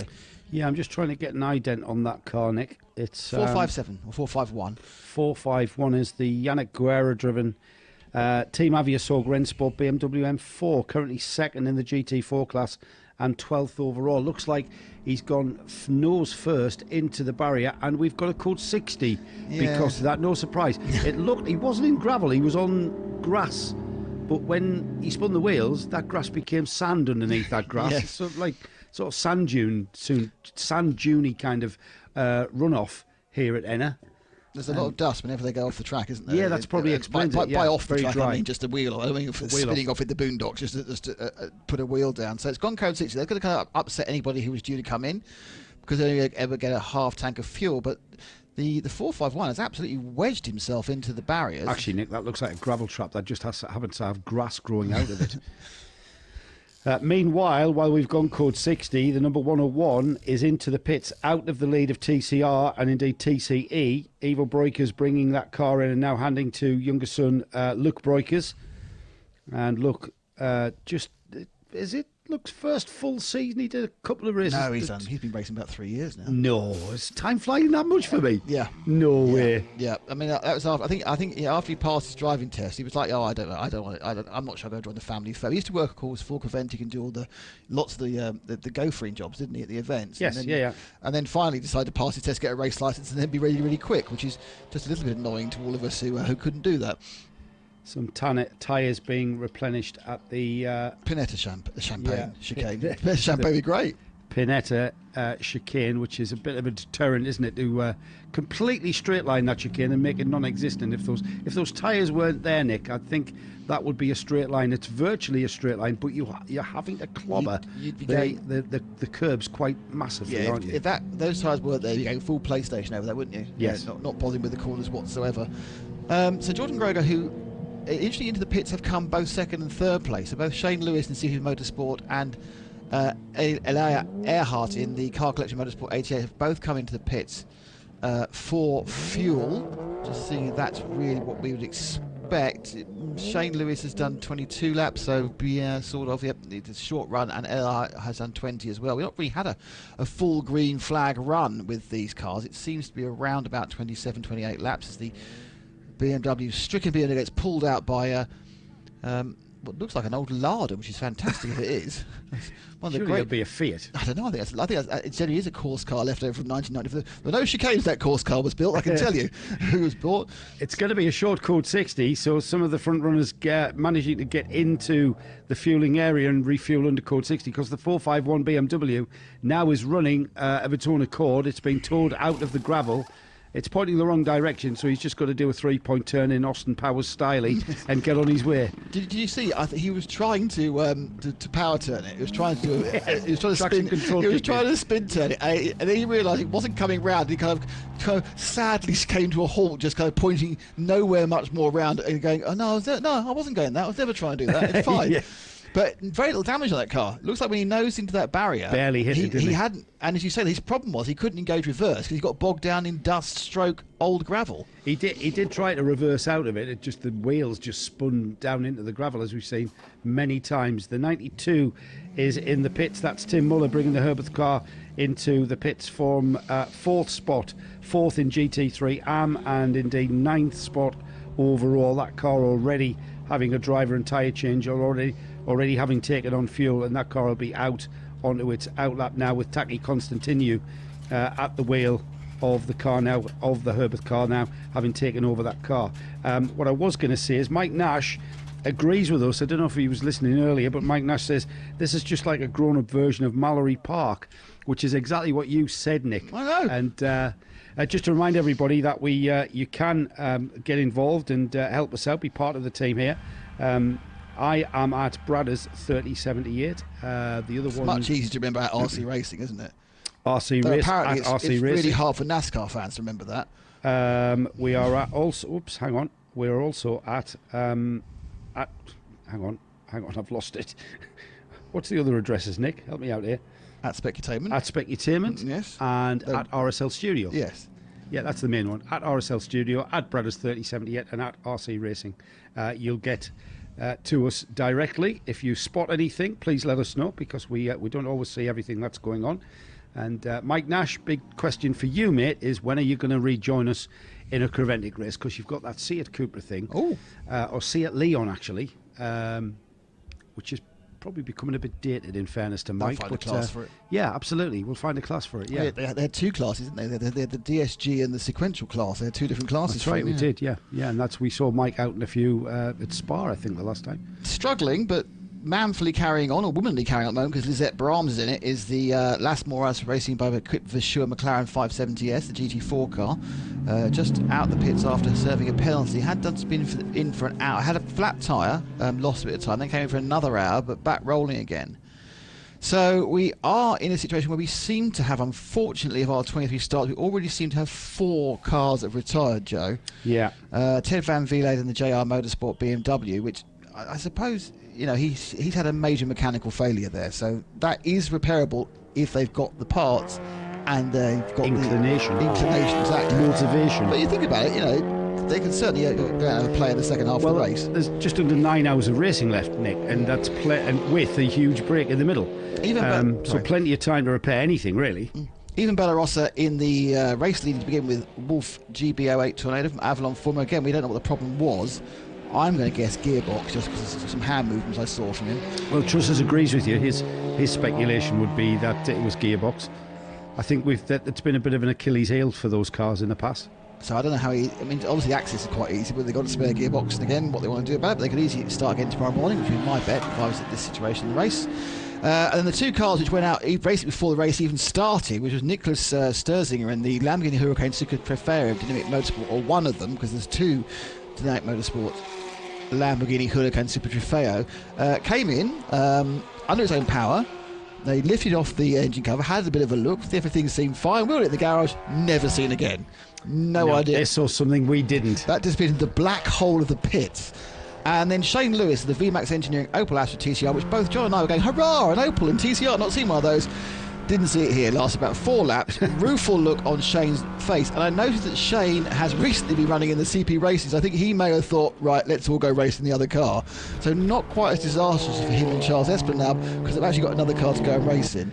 I would imagine that any TCR car around here, front-wheel drive, would be very enjoyable. Once again, we see the other. We're talking about Charles Esplanade and Shane Lewis. There's the CP85, the number 85, just regaining the track or pulling off the track, waiting for a gap in the traffic. Now that car's currently second overall and leading GT3 AM, so that's delayed it somewhat and may then fall back into the clutches of the next of the GT3 AM cars, which is the Elia Earhart number 88 of the Car Collection Motorsport team. I have no idea what he was doing then. I think did he miss his braking point, or it seemed to be on the pit exit, like he took a different route out of the pit exit. He got lost a little bit. It's Charles Putman, which is that's Charles' first time in the car. It's almost like it's almost like rather than going out the pit, he went somewhere else and then found another road which got him back on the track eventually. Well, Charles is the CP of CP Racing, so it may well have been his name above perhaps the door. There was a braking incident, perhaps but it was cold tyres. I don't know. But wasn't on his outlap. But in fact, in which case it wasn't. He must have just got a slightly off track, and then was happy enough to find he found some old. It was from the old tarmac. He was actually on a bit of the old loop. I did that once. Perhaps that's what he's done. He's missed out the chicane to see what it felt like, and he's ended up coming back off the track. I did that once in Open Park. If you look at the aerial shots up at the top of the egg, where they've built the Variante Vivalo and the Variante Piscina, where the original loop went underneath, there's a huge amount of small bits of tarmac there. Almost so at one point it might have had a kart track there or something else. And so there's a lot of tarmac there to trundle around and get yourself back on the track. Still, I'm pretty certain that probably what Charles would most have liked was for us not to have seen it. Yeah, well, 0221's cameras are pretty much everywhere here at Enna. Cost him 14 seconds.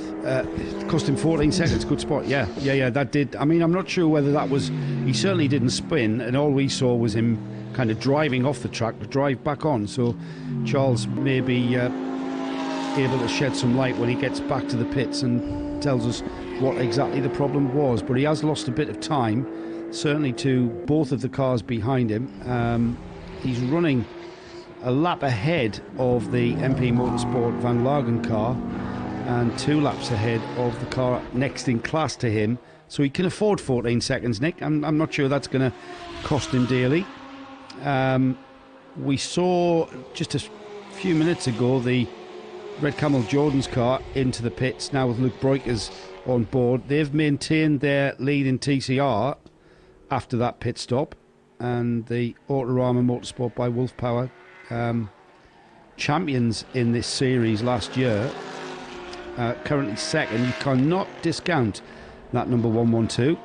Stefan Tanner, part of that team, keeping in touch. They had a interesting qualifying yesterday, but now that's all behind them. It's all about the race, and that's what makes me. We always debate how important qualifying is. It's very important. It was very important yesterday, but right now, having had just over 3 hours of this race already taken place, it seems that it's paled completely into insignificance. Yeah, I think the interesting fact is that being fast around here over a lap probably isn't necessarily the way you want to be fast during the race, because there needs to be some car care to take these cars through 12 hours, and there is an absolute ability to monster the track if you want to, but you've got to have a huge amount of confidence your car can take being monstered 9 times a lap for 12 hours. And the problem is, if the guy ahead of you is prepared to monster his car over the curbs and take a chance, they're going to get an advantage, and sometimes you have to fall in place and do that. However, we've certainly seen the AC Motorsport car, the Audi RS3.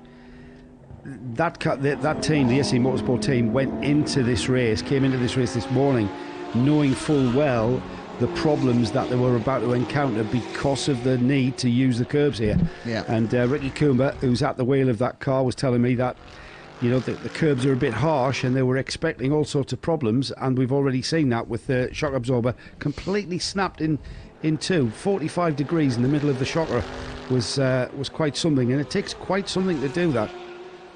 But nothing unexpected. Yeah, Van Lagen in the 19 Mercedes, which he shares with Rick Breukers among others. He's obviously not actually signed up for the car compassion team, because he's effectively gone over every single curb possible in this lap so far, including very aggressively taking the entry and the exit into the chicane Zagairo, which in fairness is just before the start of this lap. So he is running as fast as he can. He's obviously confident the car can take the pressure. In fairness, it's not a weakness of the big Mercedes GT3. Its suspension and curbs. They've had some issues with engines on a number of occasions. And that time we've seen the big GT3 sitting there with just no power for some reason, and people changing engines. But certainly prepared to give it no sympathy at all, really. You sometimes when you've got a track with chicanes, very like what we see here at Ennepegusa, you have to be wheel perfect. There are parts of the curbing that you can run your wheel off and go over the inside of the curb and then come back on, and we see that all the time from these cars at these chicanes. And sometimes you have to be absolutely wheel perfect, because if you're not, you're going to less worn part of the curb, which is really harsh. You put in another 3 inches to the right or the left or whatever, and it's fine. You can do that lap after lap after lap. But the level of concentration, you just get into that chicane a little bit quicker, a little bit, miss your braking a couple of meters, and you're going to put the wheel over the curb. That's really going to damage the car, and that's where that comes from. If you kind of learn the track, you walk the track, even have a walk down there, have a look at the curbing, and have a look at where the sharp bits are, and try and miss them. That's going on as we speak. We become a bit complacent when we see cars going round and round and just clattering over those curbs all the time. But it's sometimes, give ourselves a wake-up call and to see what level of concentration and skill and expertise is going into getting these cars around this track. I always remember a couple of years ago, about 3 or 4 years ago, unfortunately now, in Portimao, when the champion of the series, the 911 as it was, when they had 3 numbers, the Herbert Motorsport car, went with Ralph Bond, went round a corner, he believed exactly the same way as before, was apparently less than 30 centimetres different from normal, and punched the suspension through the top of the mountings, because he just hit it at a particular angle. Yeah, that's right. And took out the front, they just went bang straight through the shock tower. Yeah. Because it just obviously get to a point where you compress the suspension as much as you can do after you're at full compression. Then the car takes the full shock of the impact. It almost came through the bonnet, didn't it? Pushed the bonnet up. And that's how far it went up. Never happened before. Never happened again. Didn't effectively go off track and have a crash. Just took it at slightly the wrong angle, at slightly the wrong speed. In his mind, no real difference from before, and the car's out. And quite early on, it was the first 6 hours, the 24 hours, it's out. We've just seen, Nick, and Paul Truswell reminds me that I forgot to mention it. The McLaren, the 570S McLaren of Laurent Kiefer, that's back in the race. Been in the pits for an hour, and you mentioned that car exiting the pits with Lee set on board, if I remember rightly. Yeah, I mean, I think it's 1 hour in the pits is the point I want to make. Yeah, no, exactly. Yeah, that's the second pit stop, as I said at the time, because they also stopped around the time when they had the puncture. When they had the puncture, yeah, they've lost a lot of time in the pits. Yeah, but they are the only advantage they have is one of their main GT4 rivals, of course, was the car which caused the last Code 6, was facing the wrong way for several minutes. So that car is now up and running. I think actually running fine. Yeah, it's got Sergio Paolea in the car now, but they have stopped only for 3.5 minutes, which is just about a normal stop with fuel. So it was very much a gentle nose in, come in, fill it up, check it over, change the driver, off we go again, and then obviously teach the other driver how to do spin turns. So what do you tell your driver? There's the 188 Ricky Coomer at the wheel of the AC Motorsport car. Do you think Ricky's being told, stay off the curbs, Ricky? Don't use them. We've got we've seen how problems can manifest. We've had a broken shock absorber. We've got a lot of time on this track to get through. We've got a chance of a podium here if we just continue going round and round. So back it off to say 70%, and I can see that I can see that car staying off the curbs, certainly on the exit of corners, and certainly he's not using the curbs at all through the chicanes. So they are on a very disciplined drive for the rest of this race, and there's still a long way to go today. There's still even more race tomorrow, and that's quite a thing to have to keep one's discipline for that amount of time. Especially at some point you get into an actual race with someone. That's the problem, isn't it? Yeah. Looking at the AC car compared to Jaap van Lagen, I know one's front wheel drive, one's rear wheel drive, but Jaap was slamming every curb he could as often as possible, and it looked like Ricky was out down the shops. He's off down the Lidl to get his shopping, because you have to, because if you know you've got a problem and you know it's a weakness of the car and it's already gone bang once, what you have to do is prevent it from going bang a second time, and the way you do that is by staying on the grey stuff and not on the white and red checkered stuff. And you've got to kind of hope that there's misfortune going to befall the teams around you if they continue to whack across the curbs. So how much of your time as a team manager is spent thinking about your own team? How much wishing misfortune on the others, Joe? A lot. It's the only chance we had a big competitor. God, break down. The Aston Martin, which I don't think we've mentioned at all in GT404. I haven't mentioned. The Aston Martin, whom I haven't mentioned at all. Yeah. Sorry, Joe. The 401 has got Rio Gil on it. Well, Trusses and I ran Nico Verdonk and Rodrigue Guillon at the Fun Cup at Spa. You did? Good friends of ours. And now they graduate to an Aston Martin like that. I think they Volkswagen Beetle downgraded to the Fun Cup. A pretend Beetle to a Aston Martin. But of course, that car's been a stalwart of the championship since it made its debut. We had GT4. We had the first GT4 Vantage, didn't we? That's right. I think that's that very car. Which was so new. It was just plain white. They hadn't even got time to wrap it. That's right. Yeah. Where was that Michelle last year? It first turned up. Was it before that? Oh, I wish I had a better memory. Why am I so old? Yeah, I do remember the race, and they've campaigned that car. And they had the Indian driver, who's a good little peddler. What's his name? Yeah, you keep saying that to me, is it? Right. And then gives me the responsibility of having no memory then. And they had a good international team then. I'm sure it wasn't there now. I'm seeing the garage in mind as well. So the point of this, Nick, is to mention that the Aston Martin of Pro Sport Racing is in the pits, and Rodrigue Guillon has gotten out of the car. And I'm not sure whether he'll hand that car back to Nico. I'm expecting to see Tom Heeren, the Belgian driver, get into that car, because purely based on the fact that he hasn't had a turn, and indeed he has. He's appeared on the screen there. Tom Heeren on his outlap for the first time in the Aston Martin Vantage. Currently leading GT4, by the way. I don't know if you mentioned that. I'm just sitting there thinking which percentage of my brain still works.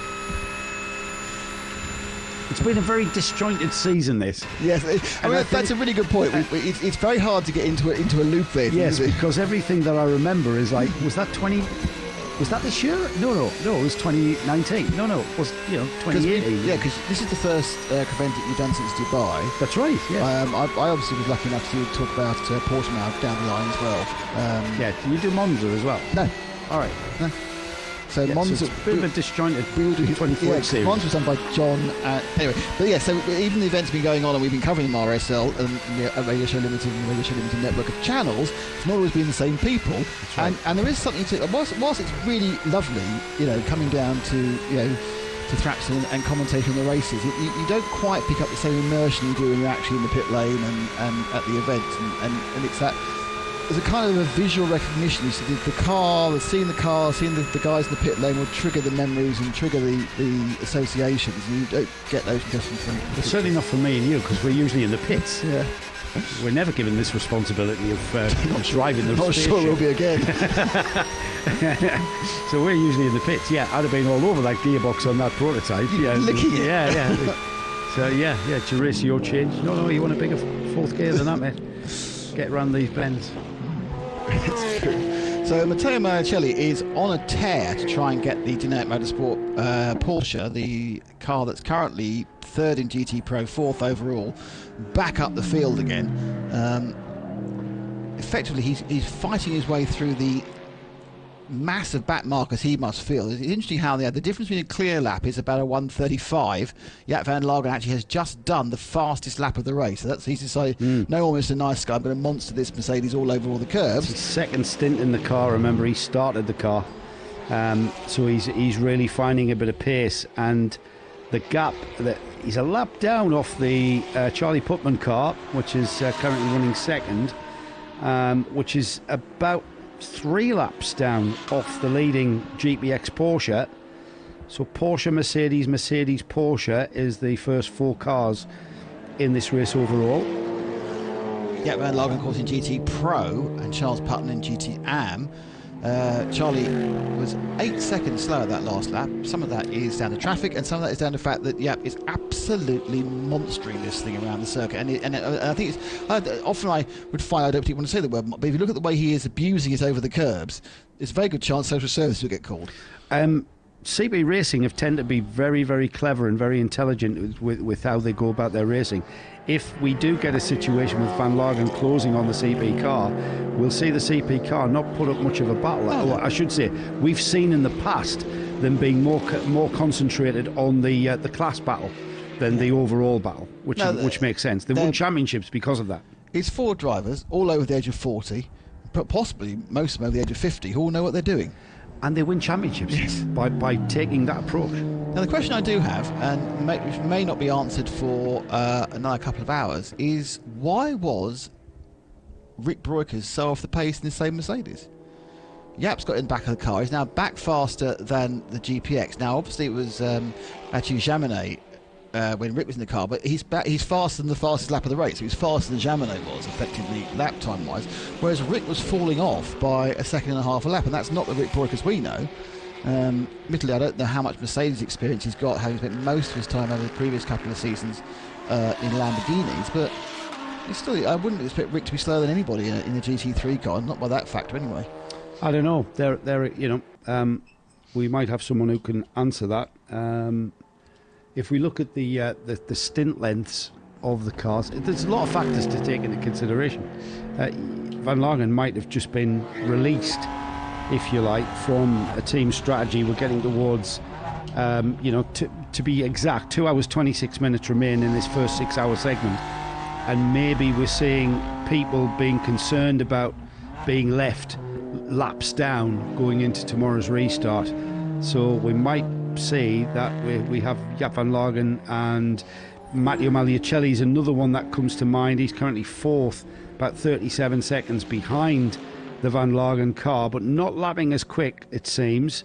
But these are the kind of drivers, these are the kind of teams that will be now getting towards being concerned as we get towards that final 90 minutes, the final stint, if you like, the final fuel stints of this first 6-hour segment.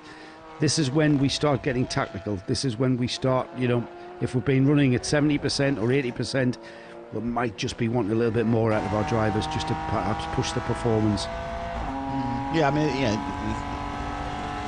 the excellent work by GPX over the first 3.5 hours has given them a 3-lap lead over the field. So that's, admittedly, they're 8.5 laps. It's not like being 3 laps ahead at Spa, but it gives them some flexibility. But it's I'm just interested in the difference in speed relative between the 2 drivers, because that's not what you expect to see at all. Charlie Putnam's doing exactly what I expected to do, which is keep the car sensibly on the island, apart from that little moment we saw about 20 minutes ago, and turn laps and carry on extending the lead in GTM. Remember, second in GTM is Elia Earhart in the Car Collection 88 Audi, and they are trying to work out how far behind Charles they are. They are about a lap and 20 seconds behind. Right. As Charles comes past the 58, which is one of the other of his rivals. That's the Korea Gosha MP Racing, not MP Motorsport, MP Racing Mercedes. They're actually in third in GT3 AM and get put down another lap on Charles, who's 4 laps ahead. So, you know, they're doing what they need to do, isn't it? It's a case of what we need to win our class, and to do that, we need to do this lap time. We need to do this sort of driving style, you know, push without risk. And man on a charge, it looks like Stefano Monaco in the Dynamic Motorsport Porsche, car number 907. This one, not the number 7 that we mentioned earlier of Matteo Magliucelli. Stefano just carving through the back markers there and getting onto the tail end. He's the leader of the 991 class. Now, we've had this before. He looks like he's about to challenge the 85 Mercedes ahead of him if things haven't changed. It may be that Charlie Putman got held up slightly with some TCR traffic, which closed that gap dramatically. But that really does look fantastic in that metallic gold glinting off that Mediterranean sun down in Sicily, and looking fantastic out on track. It's moved up a spot ahead of the MP Racing. Coroner Gosner in the number 58 Mercedes in GT3 Arm has gone down a position to Monaco, who's moved ahead overall. That's not going to affect the classes though. That Dynamic Motorsport Porsche leading 991 by a considerable margin. 4 minutes, I think. 3 laps, I think, over the next 991 car. 4 minutes something. Yeah. So that would be 2.5 laps, 3 laps. Yeah. So it really is, and the way that he was very, very precise and definitive with his passing in the slower traffic, which is sometimes how you've got to be. You know, you've got to put yourself there, and so that the car that you are lapping realises, you know, you aren't going to be wishy-washy about this. You're going to put your car down the inside and make it stick, and it's down to the lapped car to get out of the way in some ways and compromise themselves to allow you through. The race director's advice in this racing is always lapped car, the car being lapped stays on its line, the lapping car comes off your line. Now, you can help this, it would be the car being lapped, by just breathing off the throttle and making it easier to get the car gets past you quicker, and that's sensible. You've been iRacing, haven't you? Have defensive driving. You've learned a lot, Nick, in this lockdown we've had in the UK. You know, but it's interesting because there is still this whole concept of diving up the inside. What you're actually doing is that's what you have to do, because you're not supposed to be on the racing line. You're supposed to get past the car, and into the pits comes our leader, Jordan Groger. Picks up fuel, so when he came in the lead, he had a 5 minutes and 5 second lead over Charles Putnam in second, another 43 seconds over Jaap van Lagen. A change in drivers. They should do. Jordan's been in for some time. His stint time, it's just 0, doesn't it? 0 when he comes to the pits. You have to look in advance. But looking on the tracker, Jordan has done 56 laps. Yeah, so they're bringing him in. Right. So leader into the pits, that's not going to affect the lead at all. They're going to retain that lead after this scheduled stop. So GPX have got a choice now. They have either Robert Renauer, which would be more of the same for the opposition, or Frederic Fatien, who is their gentleman driver, and will give a chance for some small gains for the other teams. But I suppose it's interesting whether they just stick out because at some point to qualify for points, Fred Fatien has to do 2 hours of racing.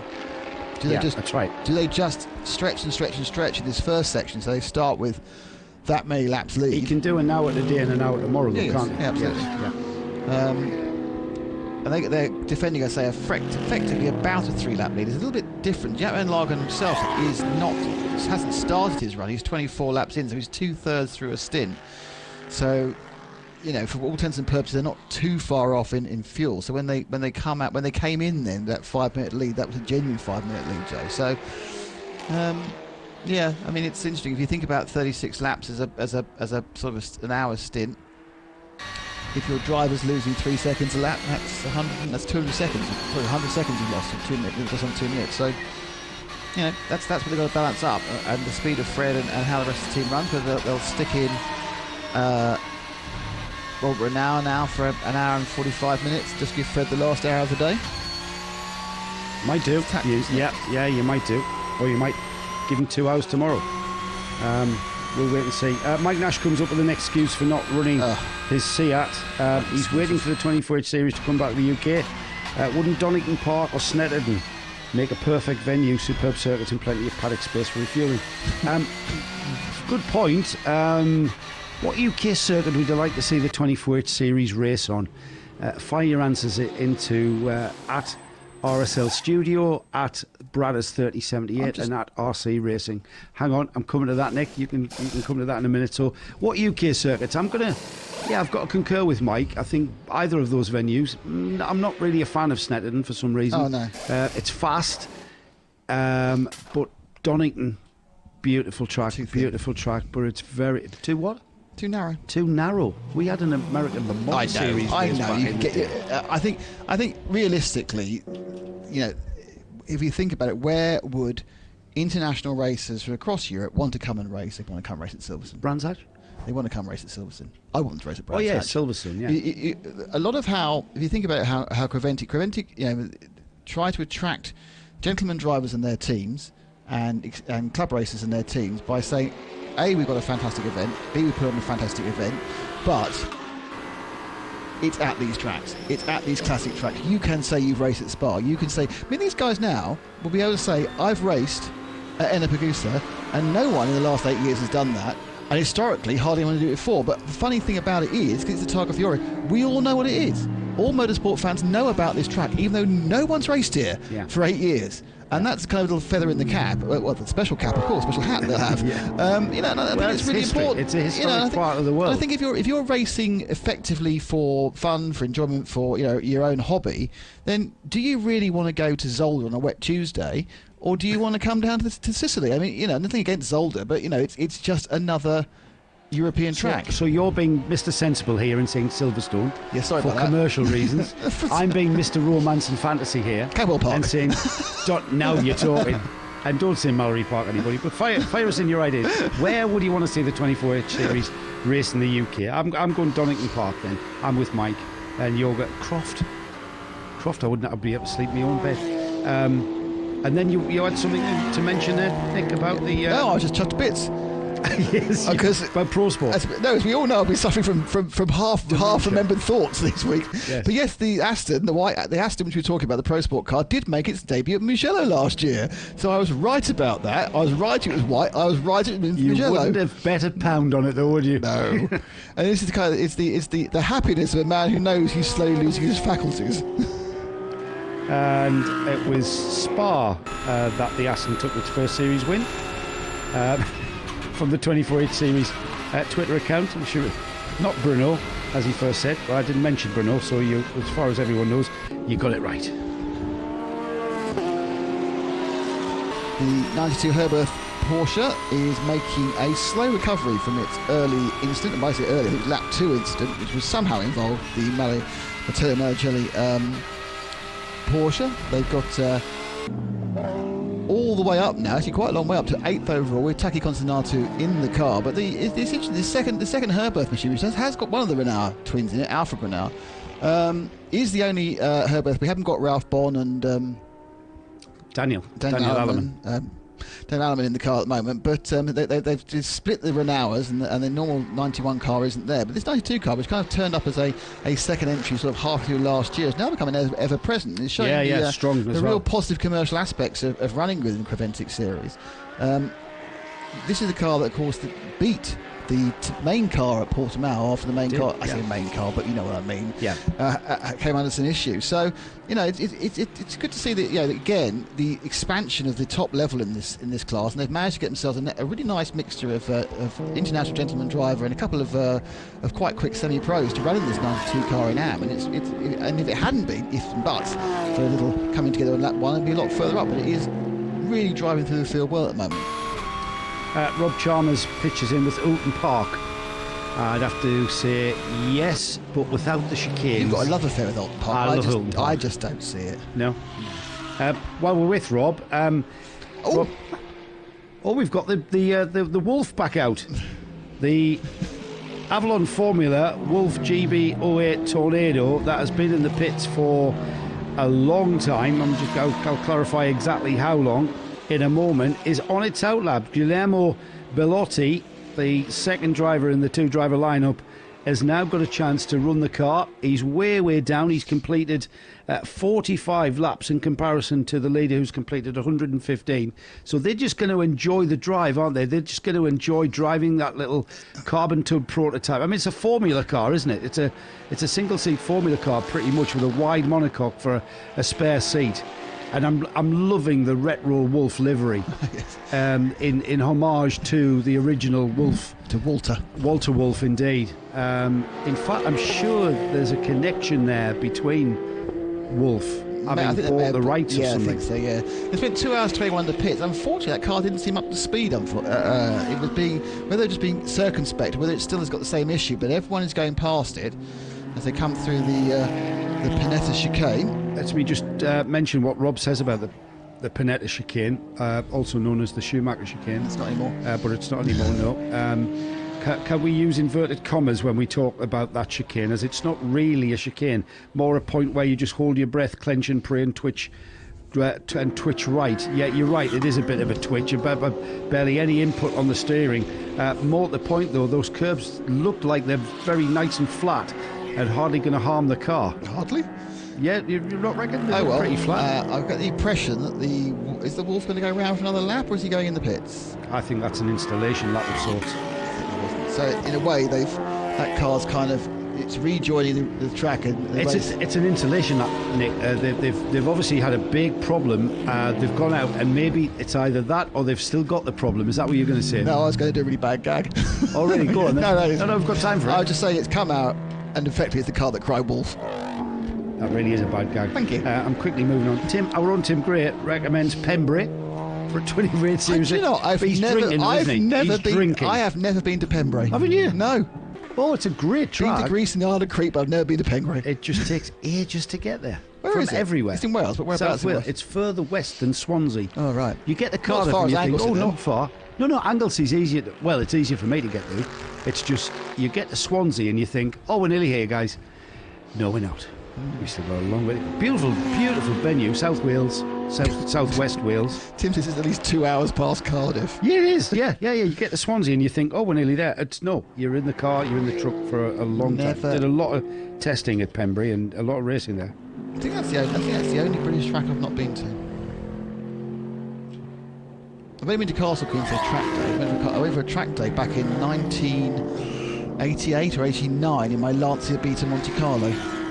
Now, one of our regular listeners spun it massively at Tower and did the thing where it spun it by 720, came to a stop, facing the right direction, next to the tyres, 2 feet away from them, didn't touch them. Well, in complete contrast, one of our regular listeners, who must be at a racetrack somewhere because he's not listening in, Jamie Peters Ennis, you should never mention Castle Coombe. He'd got a passenger ride with Alan Taylor in a Clio Cup car, and it barrel rolled out of the final turn. Sounds like Alan Taylor. He hit the newly built pit wall and went end over end and landed on its roof. And Jamie lived to tell the tale. This was but I'd like to add my little story about the track day at Castle. It's a very early track day. Very disorganised, and a lot of people just turn up with their road cars, obviously long before this whole thing about track days. And a rep turned up with his Montego Turbo. Oh wow! So late 80s Montego Turbo. Pretty much. It's Montego Turbo. Anyway, so I was not on one of my sessions, and I was listening, and I heard that classic crunch. And he had totaled his company car Montego Turbo into the tyre barrier again at the top corner after the pit at the edge of the track. And he said, what do we do? They got a tractor, they towed it a mile down the road, threw it in a ditch, and he said he lost it there and was going to claim insurance there, rather than actually claiming it on the track. That has been done so many times. Yeah. In fact, I once had a business idea where I would just have a towing vehicle to tow people out onto the public highway. But I thought, considering what I did for a living, that was a bit of a conflict. Having seen the car, I was thinking, what the hell ditch could have done that damage? Back to the race. Matthew Jaminet now at the wheel of GPX. That's We've the got same. Yeah, that's an escape cut road, isn't through. it? That's an escape road. We've seen that's the number 19 Mercedes, the MP Motorsport. Jaap van Lagen, who's definitely on a flyer, isn't he? He's definitely got on a bit of a mission here. He's gone straight on at I think that's the first chicane, Nick. I think is it the? I think that's when you miss the chicane, when you miss the entrance into the Variati Vivallo, and you come round a little bit of the old loop and then rejoin here. Yeah. At the top of the circuit, where the top of the hat basically. So I think if you are steaming in off the pit straight into that first left-hander, the Variati Vivallo, I think there is an exit when you're not going to make it, which just takes you a little bit round the old loop at the top of the egg. Then you have to do a sharp left and a sharp right, so it actually makes it more difficult for you. And you rejoin in the middle of that sort of top of the hat before you then turn right at the top because it's got a crest to it. Yeah, before you go through the right-hander that leads you onto the next chicane, which is Piscina. Yeah, we've seen that. We've seen a couple of cars do that now, so we'll keep an eye on that. That's catching people out, and it just indicates to me that Jaap van Lagen has been is pushing. He's pushing very hard indeed. He's already pit stopped and taken on another tank of fuel. Something we didn't mention, or if you mentioned, I was too busy talking completely irrelevant rubbish. I found it interesting. Is Matthew Jaminet got back in the GPX racing car, so they haven't seen Fred Fatty and they haven't seen Robert Renauer either. So Jaminet's got back in again. Immediately done the fastest lap, I think, one of the fastest laps the car's done. In fact, no, it's fastest lap and then another fast one. 1:35.063, personal best fastest, and a 1:30. 1:35.226. So he's been absolutely bombing the first couple of laps out. So GPX must have decided we are going to go as fast as we can, get as many laps ahead into today, and then worry about our other drivers tomorrow. Sol Audi in the race is the car collection R8, currently being piloted, the 88 car, yes, it would be being 8, by Elia Earhart. She is in 4th place. And second place in class, he's in second place, 4th place overall, benefiting, currently leading Jaap van Lagen in a different class by 1 minute and 36 seconds. Lap times in the 38. Jaap van Lagen dropped about 7 or 8 seconds by taking that little loop through last time. Yeah, it's certainly that tells me he's on a bit of a charge, doesn't it?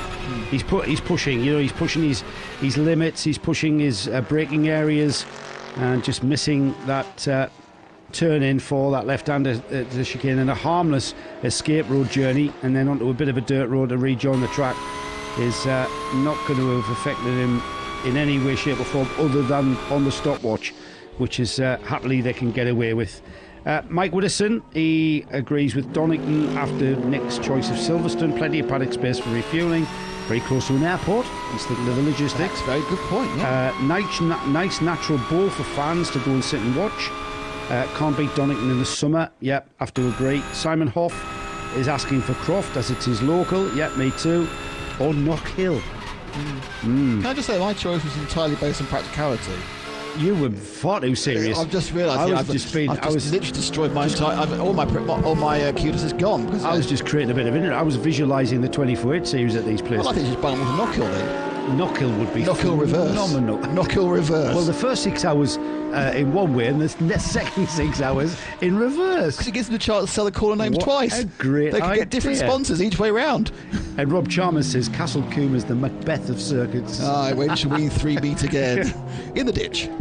So funny. GPX Racing are easing away. Mathieu Jaminet doing his second long stint of this first section of the Targa Florio, the first 6 hours. So what we call there's a trophy presentation at the end of this first section.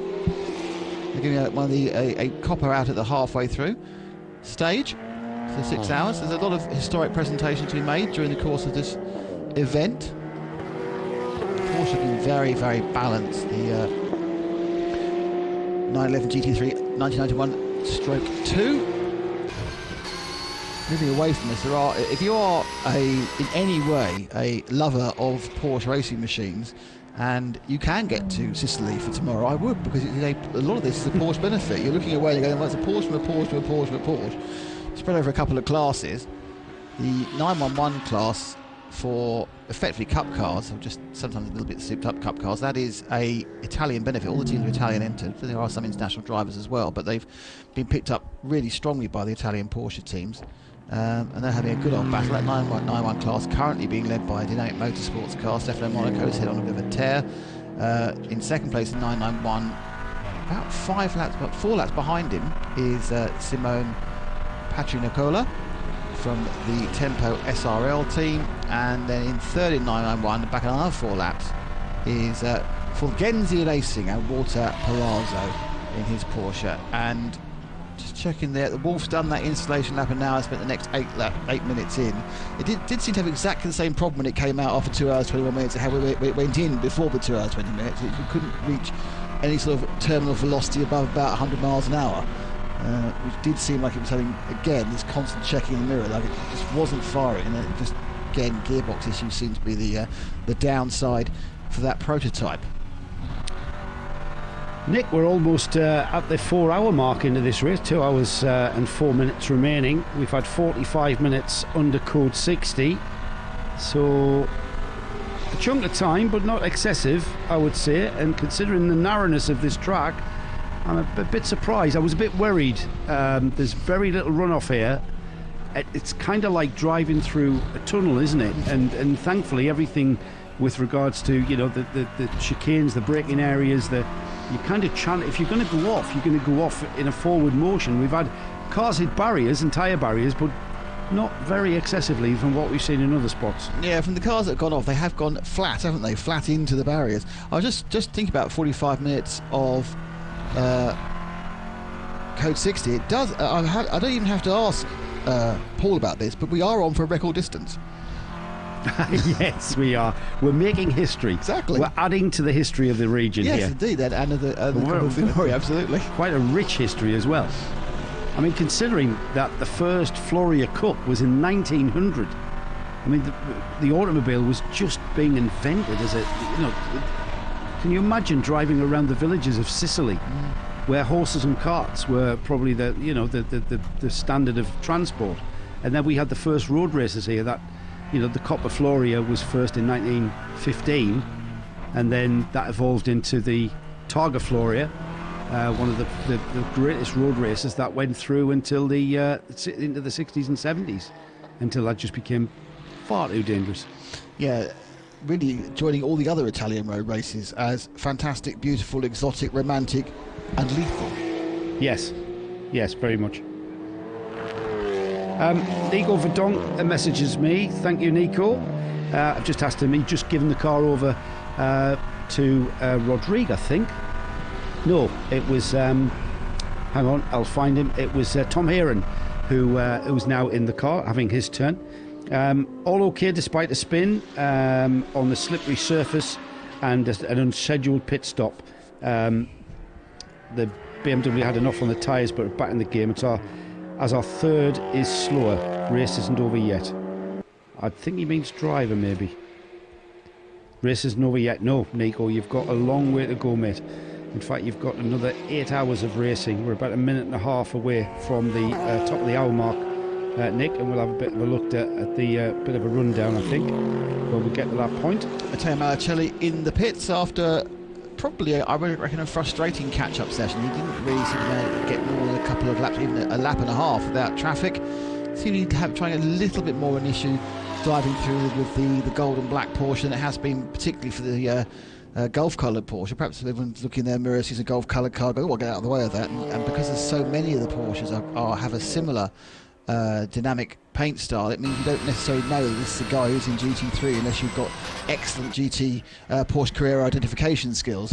You know, because the cars obviously in the mirrors are going to look very, very similar. Do I let him through? I don't know. How fast is he? I don't know. Yeah, do you know he's a GT3 or 991? So do you paint your higher class car in a much more different colour? As once again we are briefly shown the Wolf car, which appeared to be confidently popping out the pits and now is being pulled back in again. Yeah, that problem not going away then. We saw the car back out the track. It's been in the pits a long time after leading this race so convincingly. They thought they'd rectified the problem. The car went out, did a one out lap and came straight back in, and more problems then for the Avalon Formula Wolf with Guillermo Bellotti at the wheel, being wheeled backwards into the pit. Never a good sign. He's actually managed to come out, and I think he may have done another lap without us seeing, because he's back in the pit, but he's tripped the restart of a pit line. So well, that actually wasn't that they just popped out the pit. He done another lap, so he's gone around another lap. It's not worked. They've gone back in the pits again. He has his third pit stop time of 1 minute and 30 seconds. So they are obviously trying to get to the bottom of something, which I don't reckon is too serious. So 2 hours to go in the COPPA FLORIO 12 Hours of Sicily. You're listening to the RSL network of...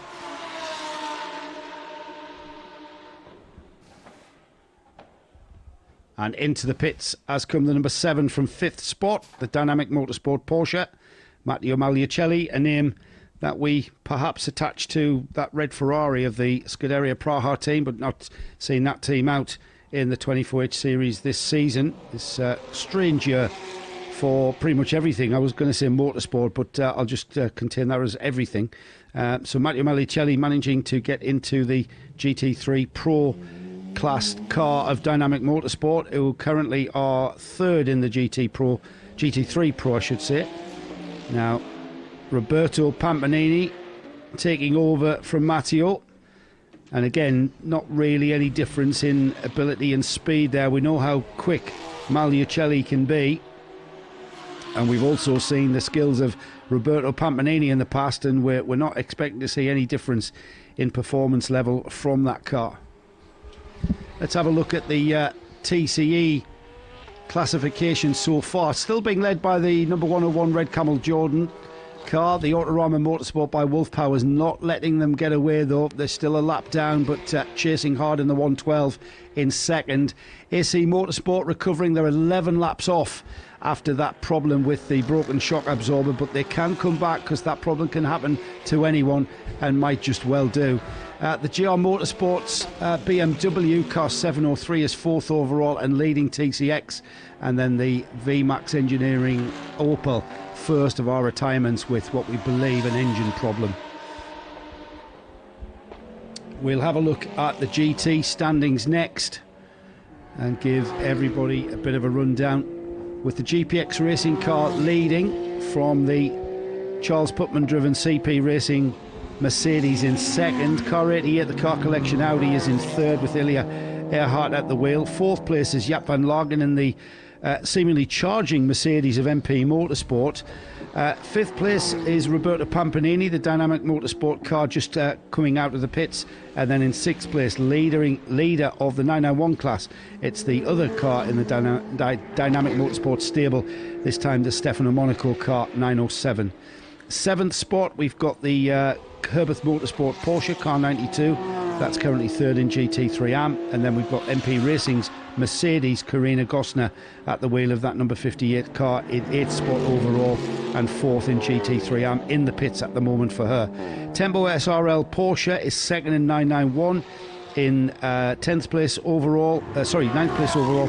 Amedeo Pampanini in the Dynamic Motorsport Lamborghini is in 10th spot overall. Luke Breukers is the car that you've mentioned the TCR cars. We move down the order to 13th overall, where we get the first of the Fulgenzi Racing Porsches. Walter Palazzo is third in 991 and down in 13th spot overall. First in GT4, 14th overall, Sergio Pole in the Team Aviasol Grensport BMW. And then we've got Tom Heron in the Pro Sport Racing Aston Martin. We've just heard from Nico Verdonk there, and that car is on target for a good finish, according to the team. 15th spot overall. We mentioned the next of our TCR runners. We look down the dual racing, it is next in 991 class, 4th in the class, 17th spot overall. Currently just gone into the pits, 918. Gianluca Carboni in the dual race car Porsche, and then Fulgenzi Racing's Porsche of Gianluca Sparta in 18th spot. That's the 917 car. A recovery drive for them after having that problem with the off-track excursion. And then another car that's having a bit of a recovery drive is the McLaren 570S is currently third in GT4, so still in line for a podium spot. Lisette Brahms at the wheel of that car, currently in the fueling station and in 19th place overall. Looks very likely that we've lost the GR Motorsport BMW.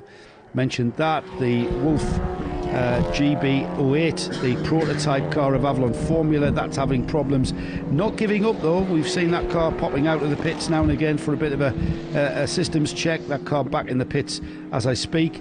And then probably 2 definite retirements now. The Dynamic Motorsport Lamborghini of the number 794, Nicholas Stersinger. We saw them looking into the engine bay of the car despondently.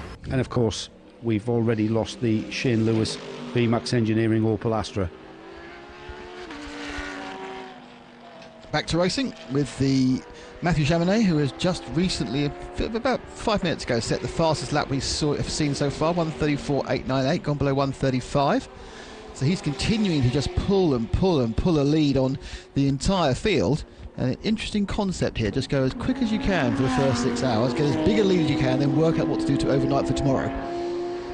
And you've just got to factor in your AM driver as well. No disrespect to them, but I'm sure Frederick Fatian would agree. He's he's not a match for the other 3 hotshots he's got in the car. He's certainly put himself a strong team together, where he himself is the 409 McLaren, who I mentioned had spent, was it 45 minutes in the pits? Yeah, 50 minutes, yeah. 50 minutes in the pits? That's their second time after their puncture time. Yeah, so they've lost a chunk of time. Doing a driver change, which is going to see Lisette Brahms get out of the car. Lisette, one of the stalwarts and the stars of the Creventic series, started in the Racing Divas all those years ago.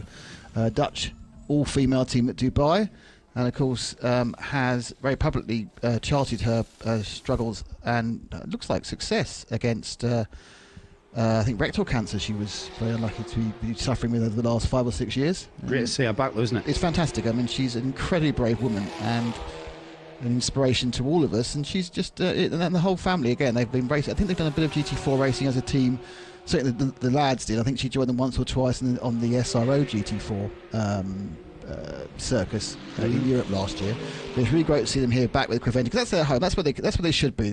Lisette and Max and Luke. And it's one of the disappointments that we're not there is I can't say hi to her. She's a lovely, lovely lady. She's really inspiring and also great fun. Always a smile on her face.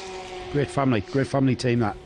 And I'm glad to see them getting back into this race with that McLaren. And now it's a point of just enjoying the drive, isn't it? Here we are at Enna in Sicily, southern Italy. Nice, beautiful sunshine, warm weather, not too warm, just perfect, really. And if I'm honest, it's a much better family day out than I used to have, which was going around some stately home in Kent with my mother and my father. You know, I'm not sure the gardens of Sevenoaks Castle are quite the same as going for a 12-hour race in the COPPA FLORIO. But, you know, we can't choose our parents, can we, you know? Man. So Charles Putnam remains in second place in the CP Racing car, and he's effectively carried on doing where he needs to do, lapping around the 140 mark, which is, I suppose, 4 seconds off the ultimate pace, but not the ultimate pace for the AM class. And he continues to be, he's about a couple of laps back from the lead. It's officially timed as 3 minutes in race time behind the lead. Tim's made me laugh with a comment there, sorry. And then a minute ahead of the third place car, which is the 88 of Earhart. Then fourth place, Jaap van Lagen, who's still trying to come back from I don't know what. I don't know why that car's fourth, why it's trying to come back when it's so fast. Tim just asked the question from London. Yeah. How would your mother have gotten in a GT4 car, Nick? She was a bit of a peddler, though, if I remember, wasn't she, Nick? Not in the slightest. Okay. And she's still with us. She's 91 and a half. She's still with us and whinging. But I do remember that I think my mother and father were lucky enough to be happily married for about 43 years, apart from the 2 days my dad tried to give my mum a driving lesson. And that sat in the amount of times I heard about how terrible they were and how he had stamped on her foot to put the brake on. It's like perhaps you needed dual controls in your Rover or whatever it was she was learning. Fine with paddle shift. It was like, honestly, it's been fine. There is no one in the world less equipped to be a racing driver than my mother, even less equipped than I am. That's a great. I'm just visualising your mother in a McLaren 570S. Well, up until the hip operation, she could have got in one. She's quite a lithe woman. She's not carrying much weight. Until her second broken hip, she could have got in one quite easily. Yeah, I might have gotten her out. Jimmy Peters Ennis is joining us. He's at a Windy Goodwood, and he's obviously... So is that a friend of his, Windy Goodwood? He's at a Windy Goodwood. He's still listening, though. He's still a big fan of the 24H series. And he says, I'm being cruel, reminding him of that Alan Taylor nightmare that he had. I just remember crawling into the car and saying, "Are you okay, Jimmy? Don't undo your belts because you'll fall on your head." We'll get you out. Scary moments. I must admit, you know how it's always fun to go in a car with a racing driver. I've been very, very lucky. I said it was Alan Taylor. Yeah, I've been with Alan McNeish, I've been with Dindo Capello, been with Darren Turner. I wouldn't get with Alan Taylor if you paid me. You know what? It was the last lap of the day as well. Literally the last time by. We were all packed up and ready to go. Had to wheel the car on the truck instead of we scraped the car onto the truck. Anyway, moving on. Matthew Jaminet leads, and a very strong lead indeed. 3 minutes and 6 seconds is the time gap. That's more than a lap, of course.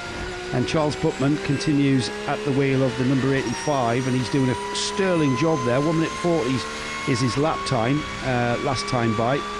I'm not sure whether that was caused by traffic. Behind them, the Elia Earhart's Car Collection Audi in third spot. Their last time by was a 1:37, so gaining a little bit of ground on the Charlie Putman car ahead. However, still only 52 seconds in it, so a little bit of time before they start to be sort of challenging and in the mirrors of the Putman Mercedes. MP Motorsport, the Mercedes AMG, Jaap van Lagen, he was the driver that started that number 19 car, and he knocked themselves out of sequence somewhat with the pit stops by having a full service that knocked him out of sequence with everyone else. So I'm not really sure whether that's representative of where that car really is. I think it probably is about a lap down off the leading GPX car, but we'll wait and see as we get towards back timing this race towards the end of this first segment. Looking at the MP situation, and it's a little bit confused by the code 60, but I'll just do it on the best laps. So the best lap we saw from Rick Voigtjes is 1:36.3, so that's absolutely on par. And the best lap we've seen from Jaap van Lagen is 1:35.8, so that's the same. What's happened, they have had a 31 lap run by their gentleman driver Henk de Jong, who had a best lap of 1:41. So if we assume for 31, he was losing 4 seconds lap on average for 31 laps, that is 2 minutes. So we know that GPX have to play their gentleman driver joker as well. Yeah. So whilst they have you can say that 2 minutes of the lead, which is running at, what is the actual lead between those two? It's actually running at about 5. So 2 or 2.5 minutes are accounted for by gentleman driver time rise. And I think a bit of it is just because Matthew Jaminet has been blooming incredible. He's been really quick every single lap. He's been decisive in traffic. I mean, obviously he's a work sports driver you'd expect him to be, but he's monstered this car in a particularly impressive way, and that he's really not just managed to make hay when the sun shines of a nice clear track, but he's also been incredibly good through traffic as well. I think it does help having those Gulf colours. People know who you are. It's really distinct, you know, isn't it? Even when it's really interesting when you're racing, you know, radio control stuff. Yeah, you've got 10, 11 cars, and you get to know, but by the colour schemes, others, who are the people you need to let through, and who you don't need to let through, and it's that's all peripheral vision in RC. So if you can see as white, no, it's not a white car. No, the white car's like, it's the guy who's green and blue. Yeah, he's quick. And so in your attempt to do your best possible time during qualifying, that's what you'll do. You'll let them through. And I think I'm genuinely thinking that the dynamic team with their 17 different Porsches, all in gold and black, are actually limiting the advantage of the faster ones to get through because no one knows who they are. And plus, you've got like the dynamic team have coloured both their GT3 car and their 991 car. So you don't know which one's which. The same. You don't know which one's which. But when you get Golf colours, there's one Golf car. Everyone by now knows it's leading. Yeah. So they're going to go, oh fine, I'll breathe off this one. It's not an issue. We're not fighting against this guy. And I'll lose half a second. He'll lose half a second, rather than losing 3 or 4 following them round. Yeah, trying to fight him back. Yeah, it's a good point actually. Very good point. Fourth place in the pits for fuel, the 88 of Elia Earhart, the Car Collection Motorsport Audi R8. It's a different Car Collection Motorsport than we normally see within the Creventic series. It hasn't got the traditional team, Johannes Kirchhoff Elmer Grimm, Max Edelhoff and and his his father. dad. Yeah. So it's not the blue and white car, but Car Collection, of course, is a really big organisation up in Germany, isn't it? They had a number That's of cars right, yes. in. Yeah, big race. I sit there only thinking they have I thought they had a couple of Audis which are in Creventic, and then you suddenly went, you're there. Yeah, Oh, okay. yes. Right, Yeah. you might be a little bit larger than I expected. Yeah, they are. They're a very renowned organisation. Into third is going Jaap van Lagen, so he's managed to get the MP Motorsport back up into the top 3, timed at 5 minutes and 10 seconds behind the GPX race with Mathieu Jaminet. So that's a lot to make up. He's a minute and 54 behind Charles Putnam after taking on some fuel recently. So, swings and roundabouts, but it's a strangely long comeback. And I'm wondering how they tactically going to play their hand about trying to get on how many laps they're going to be behind tomorrow. The TCE battle is becoming a little bit sort of disjointed, if you like, where we've got the Red Camels Jordan car. Luke Broik is still at the wheel of the 101 in 10th place overall, but they're a lap ahead of the next car. Both of these cars in TCR, leading the TCE part of the race though, and that's the current Autorama Motorsport by Wolf Power being driven by Fabian Dance. It's the Golf GTI in TCR spec. And then way back, 110 laps in comparison to 123. So they were 14 laps behind. That's down to 13. I don't know whether that's just because of maybe pit stop phases or the like, but that's the AC Motorsport car. Ricky Kumba still at the wheel, and he was driving a very conservative race the last time we saw Ricky on track. That's the Audi RS3. So TCE becoming a little bit disjointed. The other car in TCE is currently that's currently running fourth is the car that we think is retired. That's the car, the GR Motorsport 703 numbered BMW that we think has destroyed something very important, because there was a lot of oil, we think oil or fluid residue underneath, and that car came back on a flatbed. So we think that's a retirement. So we're only left with 3 TCE runners, and there's quite a gap between them, but that does make it equally exciting. It must be frustrating for the AC team, who were running at the top of the TCR class and then snapped their suspension or their shock absorber, because they're now running back at the same pace again. Yeah. So they're sitting there going with a real massive if only, aren't they? Yeah, absolutely.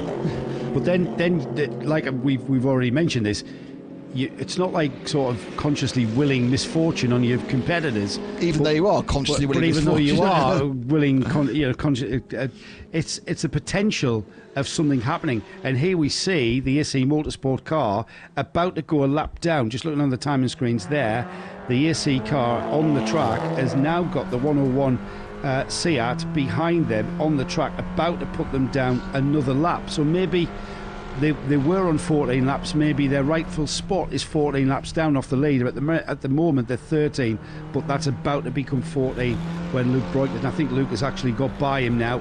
So Luke Broik is getting by Ricky Kumba and putting him that lap down. So that's first and third in TCE and indeed TCR that we see there, with that not a change for place, but certainly strategically that's a strong position to put themselves in.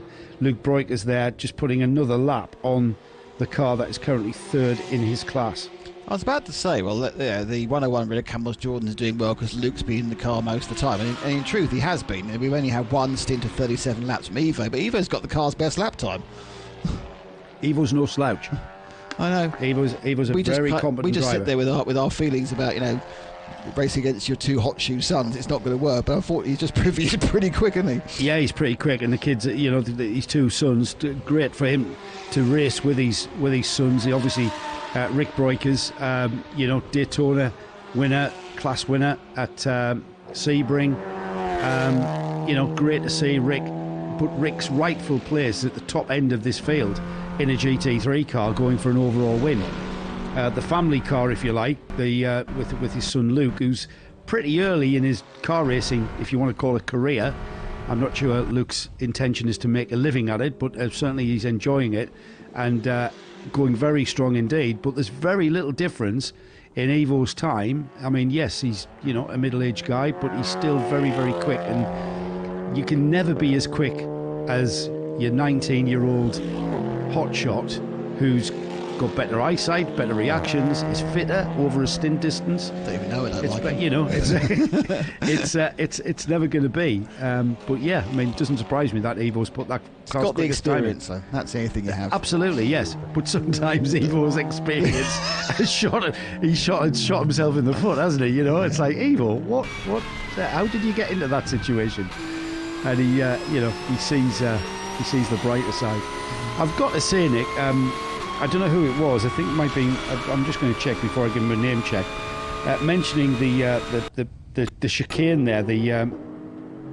It's Bob Chalmers, wasn't it? Bob Chalmers. Was it Rob Chalmers? The basic tightening, yes. He's on about the Pinetta. The Pinetta, as it's called now. I'm going to find out. I'm going to find out what Pinetta means. Do you know? No, I don't speak Italian. But if you are watching on the stream as well as listening, you see the in-cars going through the Pinetta chicane. It is just close your eyes and thread the needle from that driver's perspective. It looks a bit more roomy out of the car and from the sideline watching on the grass bank. But in the car, it's absolutely just like it's threading the needle through there and not losing any speed whatsoever. Keeping your foot hard in and just picking your line through there, and hopefully the car will find the level curbs. Hired a van and then gone through one of those unexpected width restrictors, and you're just thinking, I have no idea this van will fit through these restrictions getting into this small road, and it's like you're breathing in the sides of the car at the same time. That's what you do through the Pinetta chicane. Tim's been quicker on the translator than I have. Pinetta means pine wood. Ah. Yeah. Have we got any pine wood down there? There's a lot of pines, yeah. Is it? I see a lot of deciduous trees. Not sure about pines. There's probably at least one. There's got to be. So Pinewood, into the Pinewood chicane. There you go. The Pinetta is hardly a chicane. I'd probably put that into to sort of I think it actually thin the field down. Makes things more difficult. I think perhaps they're trying to have people not going side by side. Almost they want to actually, as you say, get them single file before they go through the very, very fast right of Caverne, then up the straight. So they'll say, right, let's kind of separate you out, because actually, if it wasn't there, you'd have more chance of opportunities for overtaking, because you get a massive tow the whole way up that straight. So is it Pinetta or Panetta? Because Panetta is a seller of bread. It's Pinetta. Yes. I mean, in fairness, I came in here with my very, very proudly printed off track map, and John, within about 14 seconds, pointed out that every single thing was spelt wrongly or wrong.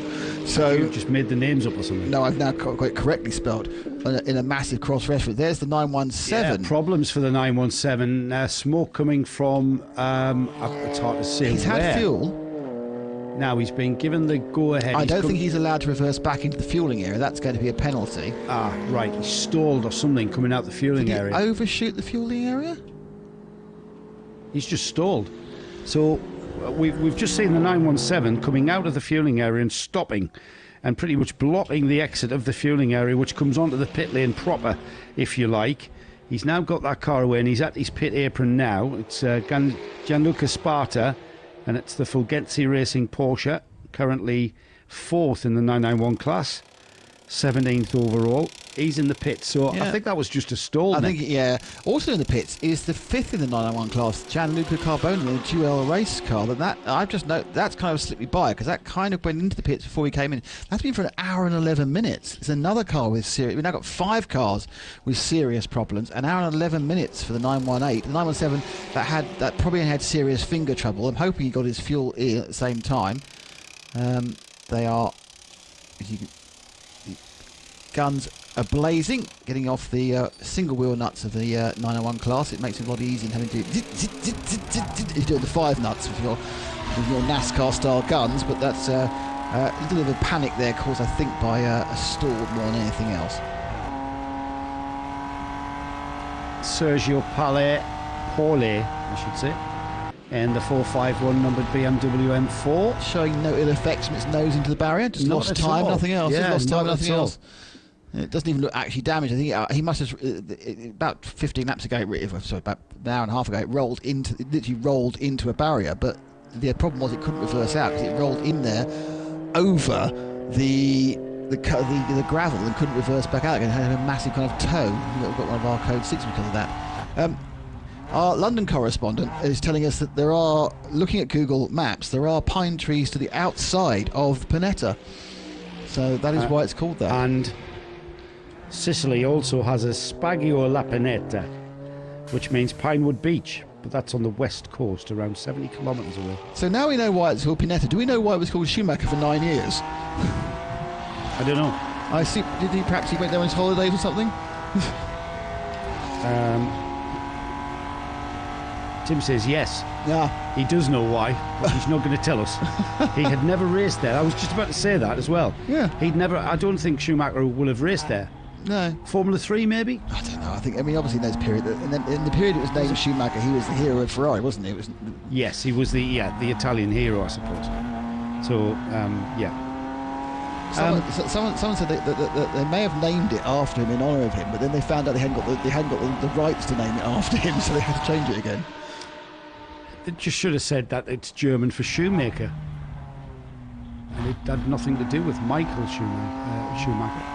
The 451, by the way, is our GT4 leader, GT4 class leader. And that's got to be a fun car to drive around a track like this. I mean, you know, we mentioned the pine trees and the like. It is like driving around a tunnel of trees, isn't it? Lined either side. Very little runoff here at Enna.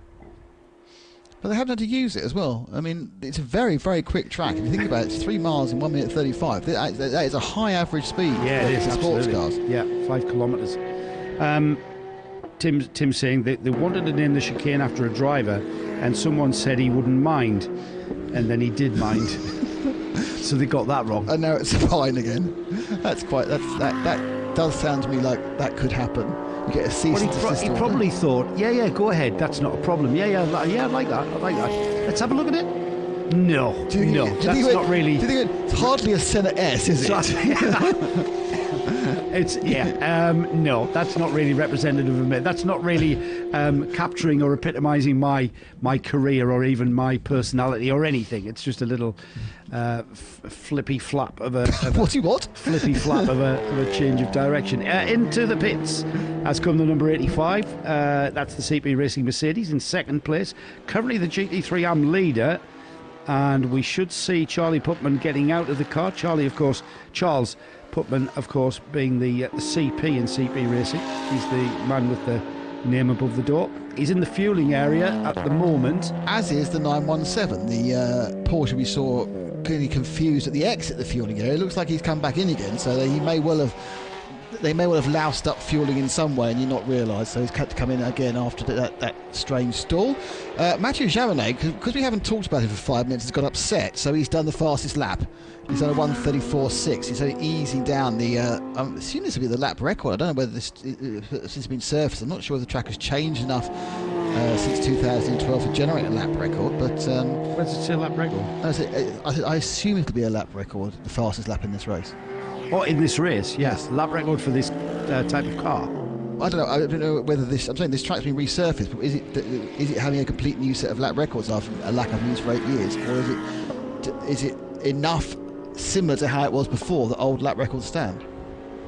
Well, we probably don't have a GT3 lap record established like you're saying, Nick. So good point actually. Yeah, 1:34.6.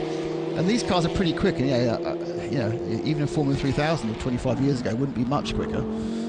I know that. Isn't that scary? Isn't that scary? We're going to perhaps look that up tonight. I think that's what our research was this week. Yeah. We'll go through all the various. Yeah, what was the lap time of the? Effectively, visually it's looked the same since the mid 90s when it actually changed. That first called the chicane, well, it's not called anymore because he didn't like it, so the Pinetta was changed. That it's looked the same visually from the track map. Yes. That doesn't necessarily always mean it's the same track, because they can move things by a metre here and a metre there, and they can restart it. Changing curbs can affect things. Yeah. But, so interesting what the ultimate lap record is. I would guess that it's held by a Formula 3000 car. Yeah. But I think we mentioned they had a GT race here at one point. So it'd be fun to look up anyway. Yeah, we'll check that out. Right now, though, the CP Racing Mercedes has come out of the fueling area and into its pit garage. Well, not into its pit garage, onto its pit apron, where Charles Putman now at the side of the car, helping the next driver in. I'm not sure whose turn it is. It may be Joe Foster's turn. We've not seen Joe in that car. Charles there's just stepping over the tyres, and another car that's had a problem with the Penettisham chicane 9. Is that the 907? I'll just check its lap time there. 907 has just gone through, and it looked like it is indeed the 907 Dynamic Motorsport car that looked like he had a spin. He's now in front of the leader, Mathieu Jaminet, flashing his lights to explain, get out of my way. Simon Lequenta at the wheel of the 907, just in front of the leader, will be aware. He'll see the flashing lights in his rear view mirrors, and just continuing round the lake towards the next chicane in the order, and it looks like the leader has cleared him into the Prosperina chicane, into the left-right of Rivera, and then off towards Curvon via the Penetta chicane. The leader has cleared him though, so no problems for Jaminet as he makes short work of getting round that 907 car. And I'm surmising he's had a bit of a spin because he came into our view past the pits at a very reduced speed with dust and gravel coming from spewing from the either side of the car. So time cost him a little bit of time. That 1:52 was the lap time, so that explains that. Yes, indeed, that was a spin. Jaminet though continues. Jaap van Lagen now up into second by dint of the CP Racing car and the, well no, he got past the Audi of the car collection car, but Hendrick still at the wheel of the number 88 now. Van Lagen is just about to come by the pits any moment now, and he does indeed. There's his lap time, 1:36.8, so lapping very, very quickly indeed, and a little bit quicker than the leader, but then again the leader did have to clear some traffic. So Van Lagen, who is a little bit out of sequence with the cars around him with regards to pit stops, we will see the MP Motorsport car owing us a pit stop, so he's into second place, but then I'm not sure, you may be able to have a look at that data and tell us. He's 5 minutes 8 seconds behind. It's quite, the timing we've got here is quite nice because it doesn't just count laps, it'll tell you how. So 3 laps ago when he finished lap 141, that was 5 minutes after Mathieu Jaminet finished lap 141. Now obviously Matthew's now gone to do 42, 43, 44, so oddly it brings a huge delay about pit stops. People get laps ahead because they don't count their pit stop lap for yeah, for that's right. laps. That's right. Yeah, but that 5 minutes is pretty much I think where it's at, and that's 3 laps. So they now need to know, I'm sure that their aim now is to make up enough space to pull that down to 2 laps and change. I'm just wondering how far into his stint is Van Lagen? When are we going to see Van Lagen? Van Lagen, I will tell you. Do give me 2 seconds. Van Lagen in this one has done 30 laps. Mathieu Jaminet has done 31 laps. And the last full stint I can find was 37. I don't think that may have had a little bit of code 60. So we're looking at 36, 37. We think is a full run. They're within a couple of laps of each other overall. So Jaminet will be stopping at a similar time. I think perhaps a couple of laps earlier than Van Lagen. Jaminet will have a chance to do another one. He'll have a chance to get in again and do a double, whereas it'll be the end of the run because Jaap van Lagen's already on a stint of 1 hour and 35 minutes. So in the 7 laps he's got to do, it'll be 1 hour and 50. So when Jaminet comes in, he can do a second run. They might decide at this point to put a little bit of Frefatian in the car and run his time down, and then see where they are again about who they put in to try and get the laps back. But they're looking like they're going to end up with a 2-lap lead, barring disasters, minimum, possibly 3, and if things go really well, 4. He's a very interesting, some very interesting information talking about lap times, what we were discussing earlier, as we saw that fastest lap being placed by Jaminet in the GPX car, 1:34.612. Guy Edwards and Emilio Di Vallotto won the last COPPA FLORIO in 1981 in a Lola T600, and their fastest lap was a 1:38.450. And that would have been 81. Would have been a lot less. Let me tell you how much. In 1981, actually 81 did have a lot. It didn't have the not Schumacher chicane. Didn't have the Pinetta chicane. So it did have the rest. Pinetta, But had the rest. Did it have the Prosperina? Prosperina was in, but slightly differently profiled, but similar. And yeah, so it was the same. So that basically, it was one That's slow down less. Isn't it? Yeah. So effectively, that was a much faster track. A Lola T600. Yeah. It's a prototype sports car. That's like I was going to say like an LMP2 Orica in comparison, but it's kind of not in its day. It would be more like the Toyota. So those of you doing the research, those of us doing research for us, which we much appreciate. It's Yes, really only time since 1995 we're particularly interested in. Though our London correspondent does tell me that since 2003 there has been a reprofiling of the Prosperina chicane. So that's 2003, but basically the layout was pretty similar from 95 onwards. So looking at that old 1981 configuration, the Prosperina chicane looks like it's been kind of slowed down a little bit since then. There's been a little bit more change to it, but I think, yeah, I mean, this is the designs we're looking at are good for racing circuits.info, but they're not 100% as we found earlier. But so basically we're looking for the fastest times you can find for a race at Enna from 95 onwards, and preferably from 2003-4 onwards. 2005 actually was the final reprofile in 2005. So. Yeah, so it's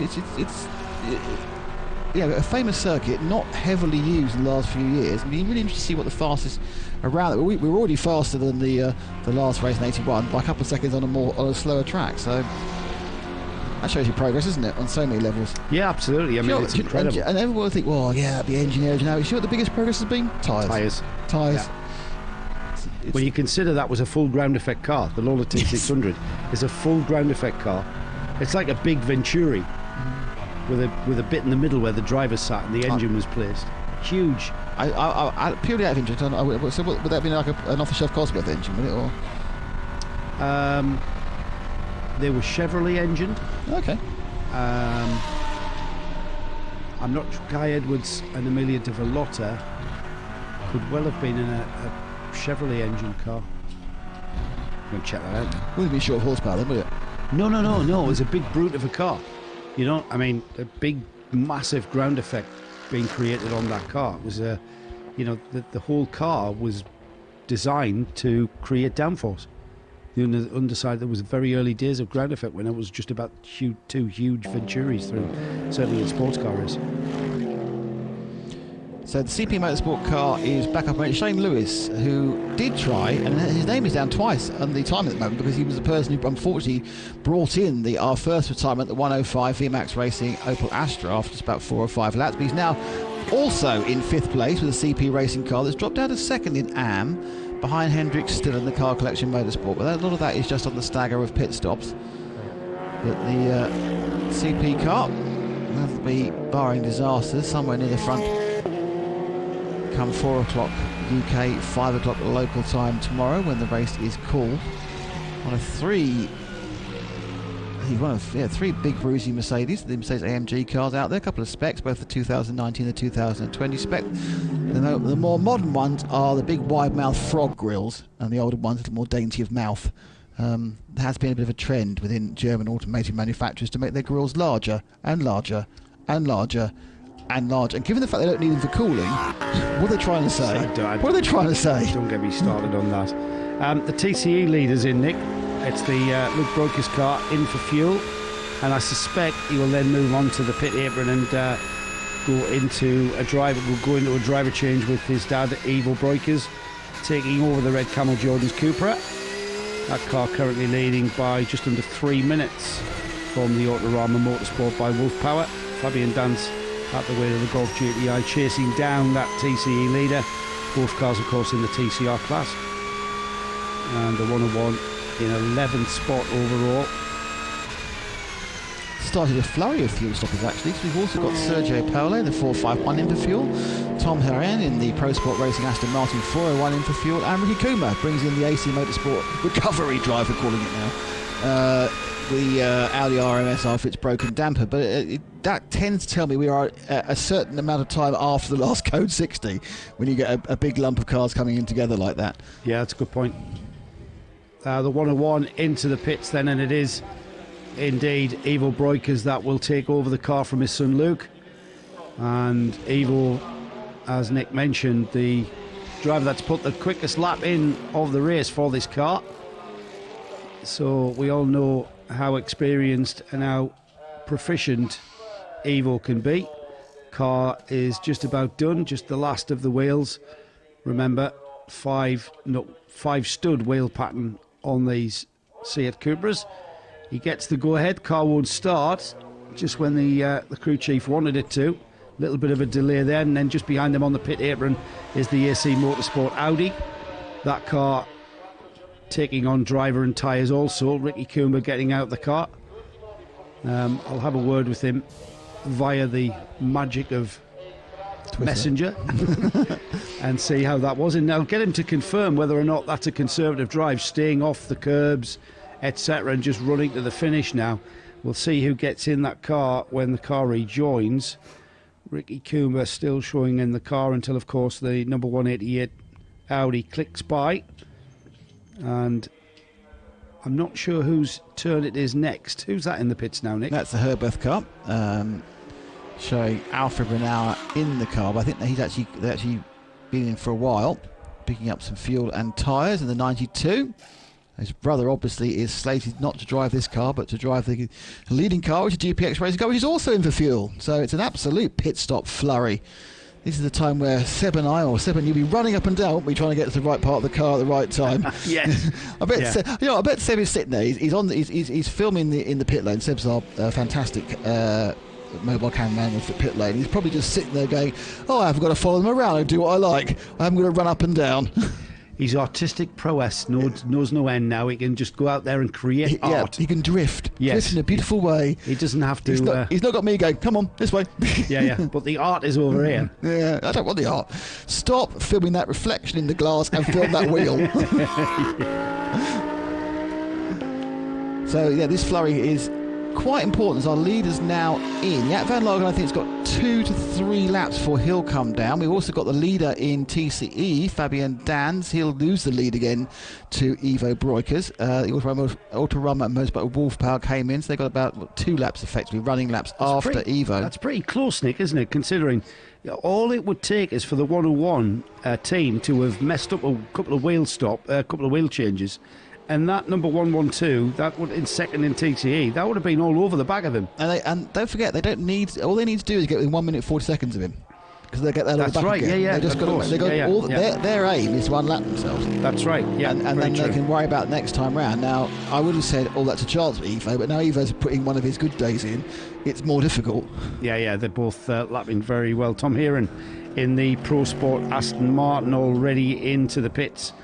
Out of fueling into the pits for a driver change. I surmise that will be Rodrigue Guillon to take it to the finish. I think there's enough time now for a single stint of fuel. No, maybe that's a bit too much. 1 hour 16 minutes to go is a bit too much. Big spin on the pit lane. That's the 7 of the 5th placed Roberto Pampanini. Just got it all wrong on the exit of the chicane Zagaria, second part, and was facing the second car we've seen. Lamborghini did that as well, didn't they? A little bit more velocity to Roberto's spin. This is the car that he shares with Matteo Malocelli and has been pushing the whole time.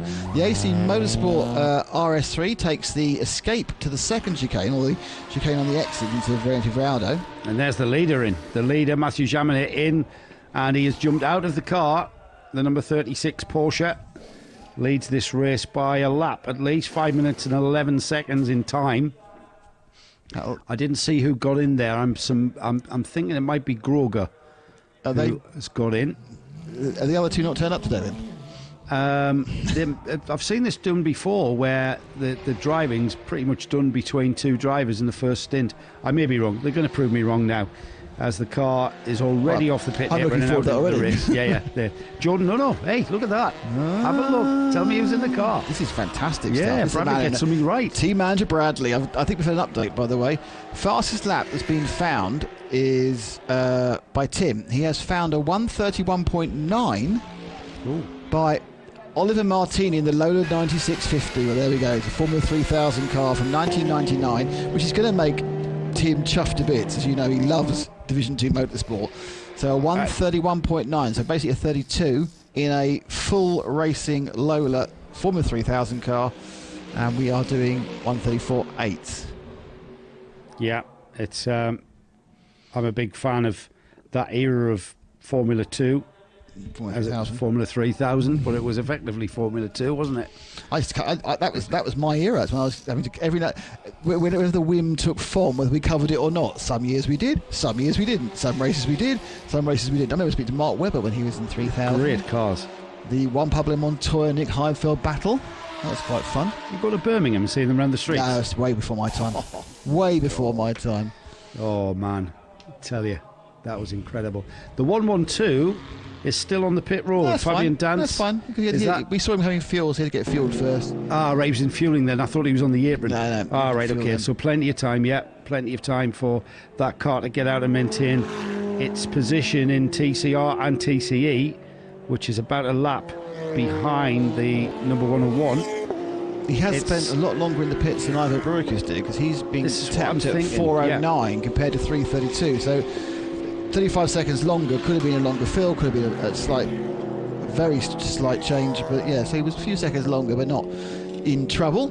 Miklas Born is at the wheel of the Autorama Motorsport by Wolf Power Volkswagen now, car 112, a team that certainly knows how to win these long distance races and indeed win championships. Stephen Licorice has taken the dual race Porsche 991 2-Cup out of the pits. Why is that significant? Because he spent something in the region of an hour and 34 minutes in there prior to that. So he is. That was a stop that was way too long, but that means we're now just back to 4 cars who have retired. But I think 3 cars have retired, and 1 car is desperately trying to get going again in the Wolf car. But yeah, so that's good, getting our car rolling around. Luke Browns brings the Lasmarias by Keep Verschure McLaren in for a simple fuel stop. Currently last of the long runners after their hour and a half of issues. Still plenty of race, Nick. We're about 12 minutes away from the 7 hour to go mark. That includes 6 hours tomorrow. We, of course, go for a break overnight. The cars will be put into Parc Fermé and we will resume tomorrow. And 12 minutes away from the top of the hour means our official rundown time. But it's still, you know what, I still think, you know, even though that 918 Porsche 5th in the 991 class, it's still worth repairing the car and getting it out there. There's still such a long race ahead that, you know, we're going to have retirements. We've seen the proximity of the barriers here. We've seen how tricky these chicanes are. Anything can happen and probably will. So in all circumstances, get the car repaired, get it fixed, get it back out there, go round and round, and let the race come to you. It comes to you, absolutely. You end up on the podium. Second place is in the pit. So the net distance prior to his stop was 2 minutes and 3 seconds. It'll go back up to the 5 minutes again as Jaap van Lagen takes on a big slurp of fuel in the Mercedes. Jordan Groger is already up and running in the GPX, who as Joe has said, appeared to be running a 2-man effort in there. Perhaps they've only got Matthew for like today and they can't afford him for tomorrow, so... Yeah, cheaper on a Saturday than he is a Sunday. Yeah, he's double time Sunday, isn't it? Yeah, double time, yeah. And day off in lieu. Yeah, so tomorrow they've got to they've got a cycle around Robert Renauer and Frederick Fatian, yeah. They're McLaren into the pits once again. Luke Brahms at the wheel of the Las Moras by Equipe Verschure McLaren. That car's had its problems. And that car is, again, we talk about recovery drives, it's currently 3rd in GT4, so it's already on the podium. So it means that car just has to get to the finish and it's currently in 18th spot, way down, but it is ahead of the Stephen Licorice car, who we mentioned. So both those cars down the field now on a bit of a recovery drive, as is the 917. That's in 17th spot. Gianfranco Bronzini in the Fulgenzi Racing Porsche 991 Cup in 4th spot. Just have a look at that. Stephen Licorice, we mentioned, in the 918, they're on 84 laps to get that spot in the 991 class, to increase to go up the field in the 991 spot. 103 laps, so that is 18 laps down. So yeah, looking at this, not that much time really. Let's go for nothing. Only a minute and 40. But interesting, looking at we've had 23 starters. 15 have run clean so far. So 8 have had. Those 50 have only had they had a problem. It's 30 seconds, 45 seconds, that sort of thing. Mm-hmm. The other 8, they've all had big issues starting and the AC Motorsports, obviously the first those are the big issue, which is that broken shock absorber. Everyone else has managed to run clean so far in the first, just shy of 5 hours. It's 4 hours and 50 minutes. So just a little bit more attrition you'd expect. I think we've been quite blessed with ever more reliable cars, but it can always catch you out. And yeah, absolutely. Well, I think quite a much tougher circuit than when you see it in planned. You go, it's just going round, go right and go through a chicane. That's what's difficult about that. I think everyone's finding it a little bit more of a challenge. The second place Mercedes into the pits. Jaap van Lagen brings the car in, and a driver change taking place there, as well as tyres. We've already had the fueling done, of course, and Van Lagen will step out. What's your bet on the next driver in the cycle in that car then? I think they might put Henk back in it. Yeah. They might take all 2 hours of Henk's driving. I've got 50 chances because they've got 3 drivers, but they might take all 2 hours of Henk's driving today and see what happens. See, mathematically, it is better to put your slower driver in the first half of the race than the second half of the race.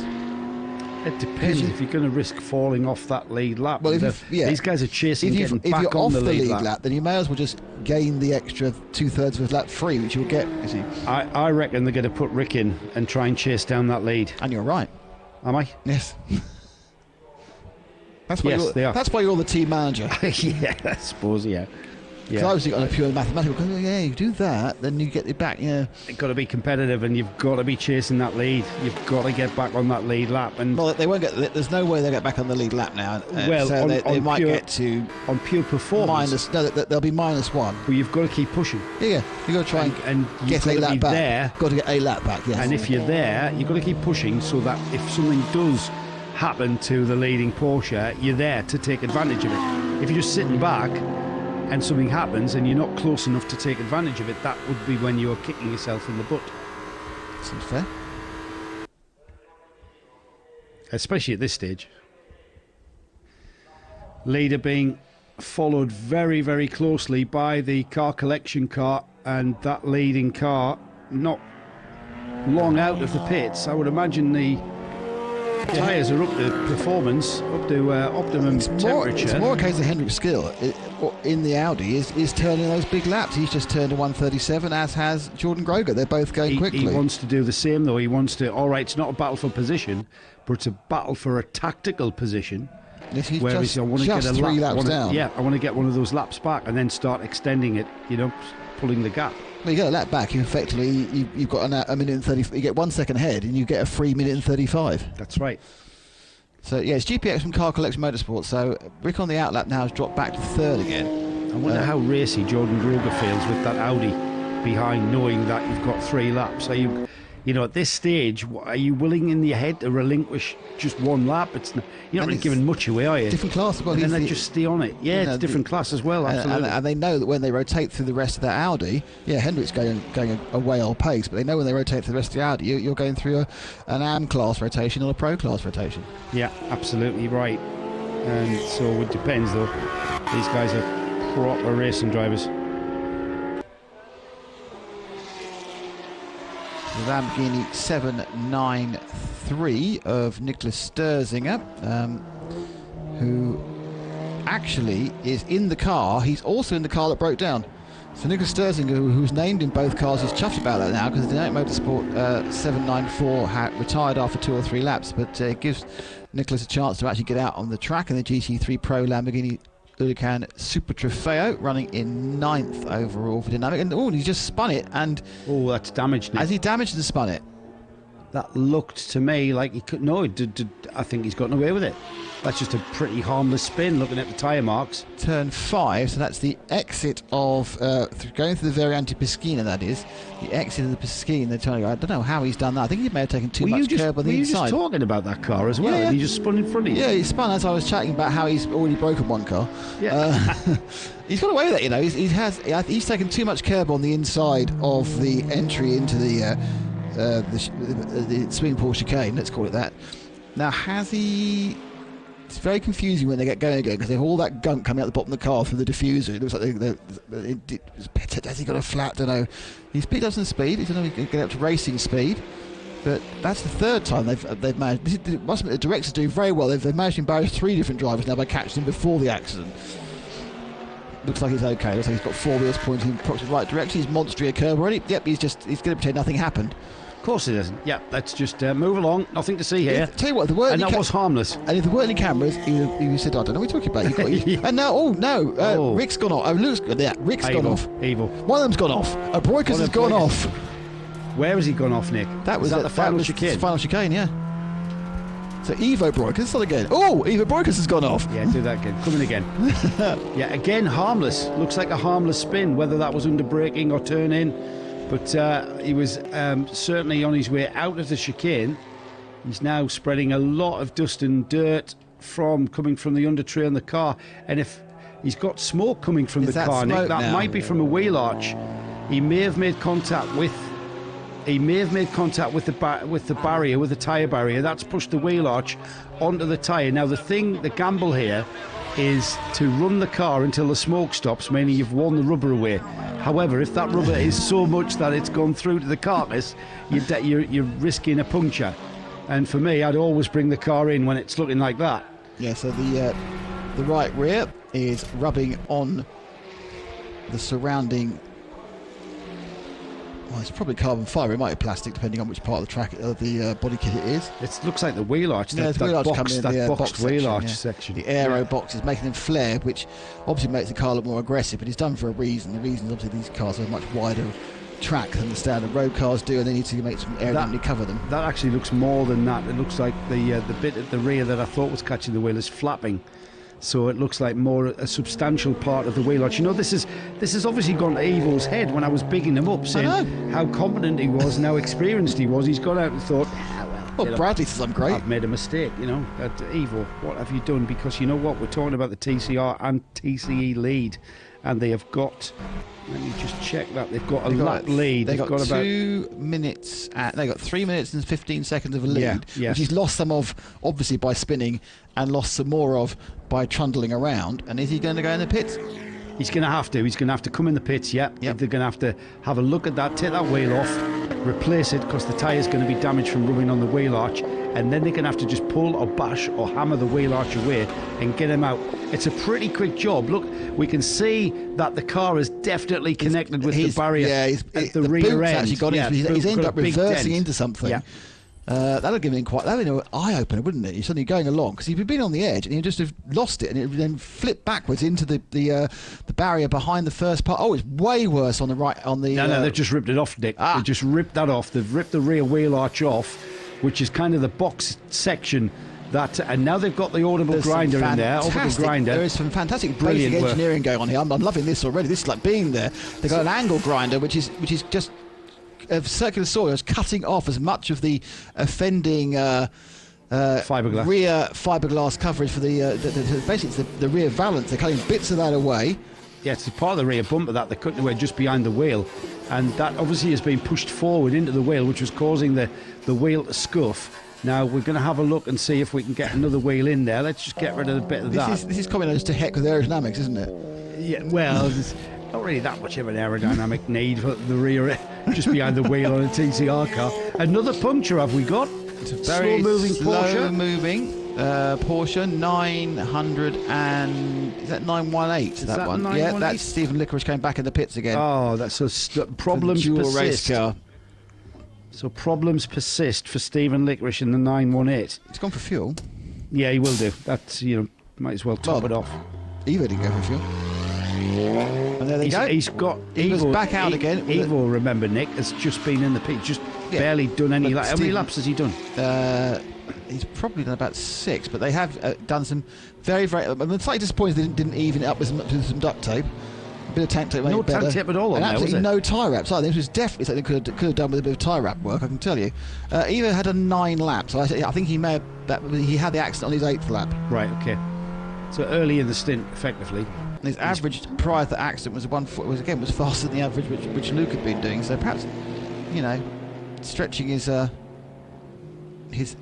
speed at some points. But that's just going to show you everything's going well. Because I'm guarantee you going in that corner, I thought everything was fine, and he just went over the adhesion limit, and suddenly it's all facing the wrong way. He's had a bang, and he's had to go and cut a bit of wheel arch off.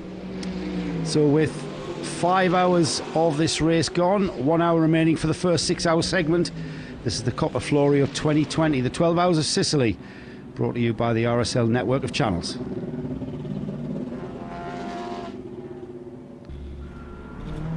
So let's just see what that has brought about with the leading TCE car of Ivo Breukers having some damage, having to be repaired there after coming together with the barrier at the final chicane.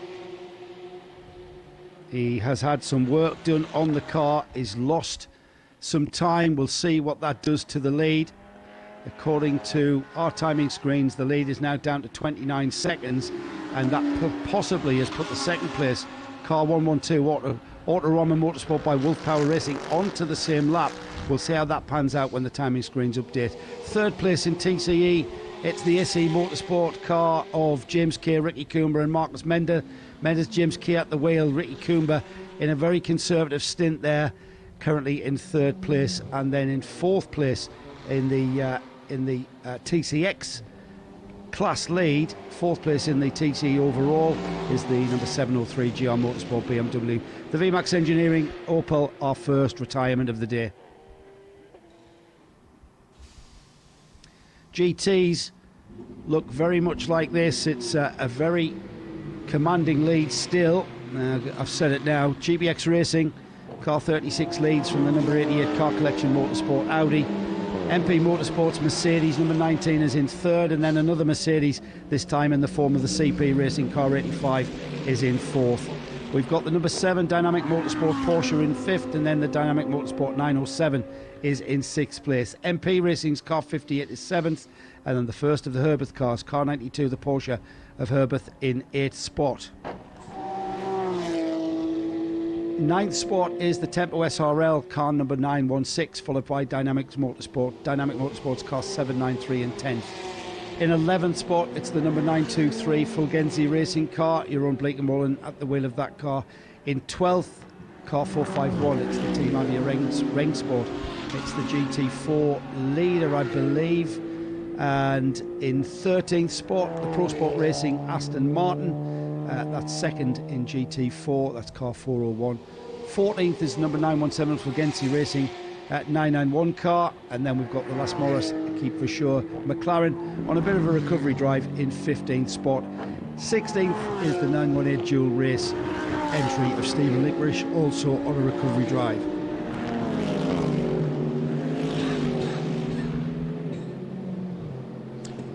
So just while we're watching that running through the timings, it's interesting that Hendrik Still from the Car Collection Motorsport, currently in second, the 88 car, he has put in the fastest lap of that car's race so far, 1:36.1. More importantly, Jordan Groger's had a couple of off laps. He had a 1:43 and he's back up with a 1:39. Remember, a competitive lap's a 36.37, so he's had two not so great laps. I'm assuming it's traffic and not any sort of accident.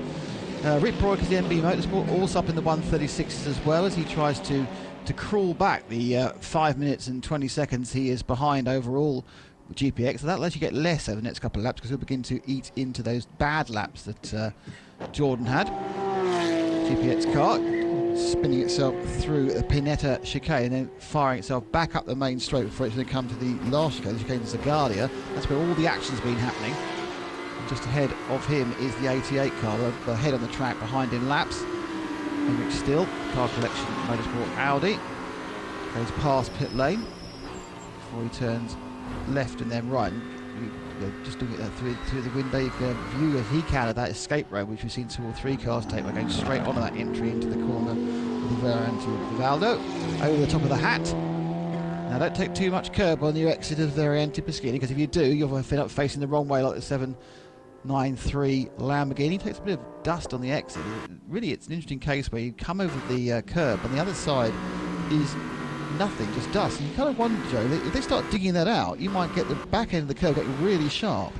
And it's not so much the going off the track, it's the coming back on. That's where the sharper edge of the inside of the curb can affect the inner wall of the tyre, and that's where we pick up punches. And if you've done your track walk, you should always walk the track when you first get to a place. Hopefully when the cars are not going around, you get the opportunity to. I've walked around tracks in the dark. You know, you kind of test places with your feet. Can I go over here? Can I freewheel there? Can I pick up time here? You've got to do that. This is part of your concert running a winter series, is it? Probably, yeah. Probably. I'm just getting there late. Why is Joe into the winter series? It's cheaper. Oh, okay. Yeah, but you're right, Nick. You're right. You've got to keep an eye on things like that. And we saw. You know what? We saw the RS3 Audi of AC Motorsport. Ricky Kumba, a very conservative stint there. They are third in TCR, third in TCE. And they've already encountered a problem with their broken shock absorber. They do not want that to happen again. And they know that they can feel that if they can just keep on going round at a pace, 70%, they're already on the podium, but the race is going to come to them. We've already seen problems for the leading TCR car. Evo Breukers back into a barrier, and that can happen. So, you know, be conservative.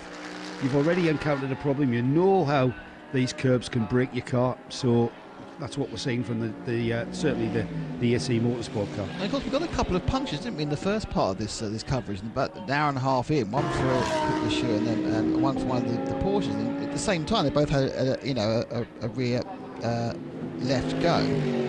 But oddly, and I thought, oh, here we go. There's going to be one every 20 minutes. We've not seen another one since then. No, we haven't, have we? So that I'm sure that ended up being that terrible thing called coincidence, and not, and not a conspiracy at all, just when anything to happen. But it's I'm surprised. I'm surprised by the mechanical attrition. I'm very surprised by the lack of actual of attrition due to what's the word for it? Driver error. I think what's helped with driver error, Nick, and it'll have been at the forefront of drivers' minds, is the smaller field. Can you imagine 40, 50 cars around here?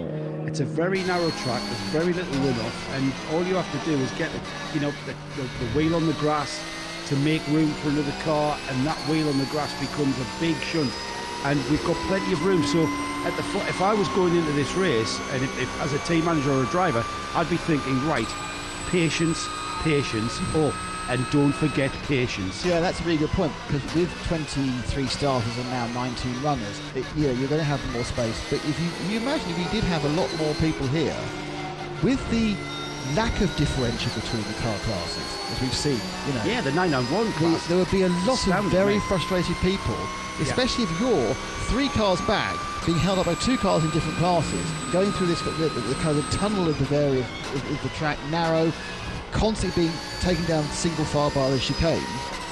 I would hope that this is not a one-off. We may well come back. I mean, it's done. Given the pandemic, it's had a fantastic. I would like to think so. I'd like to go here. Yeah, me too. I'd like to feel the history of this place. Here, I'm not actually talking about anyone apart from you and I. Yeah, but seriously, because they've had an excellent entry given the pandemic. Yeah, absolutely. And you would think, well, when we get back to near normal next year, why not put it back here again? Yeah. I know there's a lot goes on behind the scenes that we're not party to, but I would love to see it, because I do think the track is challenging. It's challenging in its own very unique way, and it always was. Even, we've talked about the Formula 3000 days, we talked about the sports car races that we've seen around here. This place, Ennepegusa, was firstly very challenging because it was so quick, just this slipstreamer around the lake.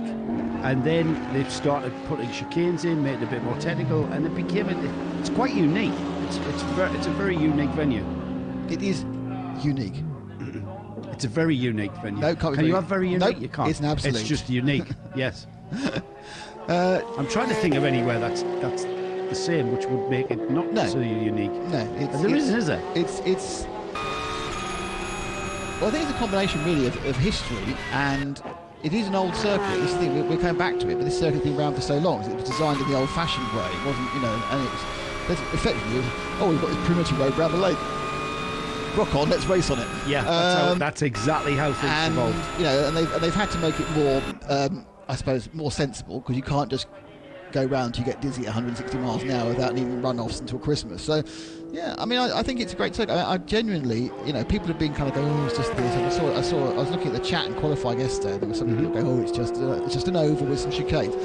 No, it's far more difficult than that. And I think there is an element here where you choose the amount of risk you want to take. You choose how much curve you want to go for. Because the ultimate line is very quick. Probably, even Matthew Jonet could find another second by being even quicker. But it's also risky to car as much as it is to drive. The psychology of this track is made difficult. The psychology of this track is all about the lack of runoff. And it's easy to say, oh, it's just an oval with chicanes. But when your backside isn't, 4 inches from the ground, going into a chicane with very little runoff on the outside. And the 923 has just made a louse up in the final chicane to join a club of many. He's in a big club there. But he made less of a mistake of it than Evo, in fairness. That was a 923. It's Pablo Otero. He's had a bit of an exciting day anyway, already in the Fulgenzi racing car. Got the last chicane entry a bit wrong, but not super wrong. But do you not think, though, I wonder, and you do, when you look at the track design, and as I have done, I printed a track. You look at it, and it looks like an egg with bumps, yeah. And they say if you look at, I don't know, Circuit of the Americas, it's in and out, and you go, oh, I've got to respect the Circuit of the Americas. Look at all these, I can do that. And you mentally think this is like, oh, it's just an egg with some bumps. It's a piece of, no problem at all. No one mentioned taking the series to Thruxton. Yeah. And you look at Thruxton and you think, very good point. Oh, that's a doddle. Is it? Is it through church, almost flat out? But you can't. But you wonder whether even racing drivers go, yeah, I can do this. Because we all know there are corners on tracks which are just lethally difficult. Turn 2, 3 at Road Atlanta, which we were all doing last week. Yes. Nightmare. Yeah. Blind corners. Things with the corkscrew, unbelievably difficult. And then there's corners. Oh, I can see that. I'll just go round. I'll brake. I'll go round. And you wonder whether perhaps some of the drivers have mentally thought this is easy, and then when they found it's not, they've either gone, okay, I respect this now, or they've begun to push too hard, thinking it's them that's the problem, not the track. I think the way that I always used to hate chicanes. I always think, like for instance, I think the hairpin at Mallory Park is horrific. It just spoils the flow of the track. You've got this beautiful flow, and then you get to the hairpin and it's like ding, ding, ding, ding down the box first, and then off you go. And it's very wobbly, the motorcycle, I can tell you. Well, I have no idea on a motorcycle. Big problems in the pits with the underbody fire. That's the earlier top-running 58 car of MP Racing. It is. The Mercedes AMG EVA, the brand new one, the 2020.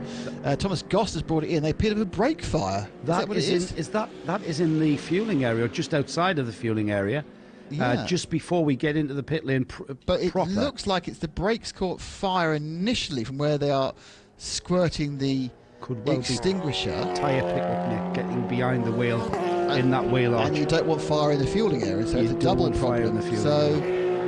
Certainly, you couldn't call the fire people having an underreaction to this, could you? As they put their third fire extinguisher bucket they're pushing out on. And we've seen this before, where the build-up of tyre debris, tyre pickup, gets so hot and catches fire.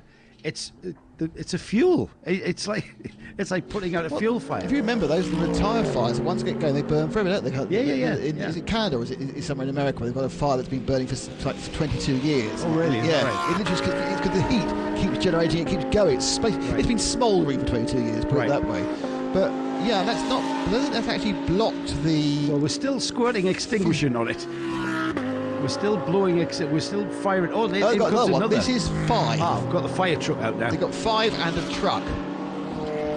Well, he brought, great thinking there from Thomas Gosner, who pulled the car to a halt. I'm not sure how aware he was because we didn't see that car in time. But whether or not those flames were licking up, because he's pulled the car right beside the fire tender.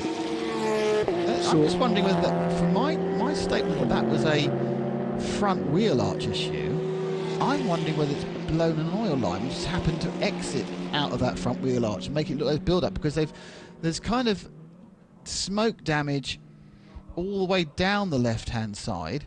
They've paid attention to the rear left, which seems a little bit unnecessary.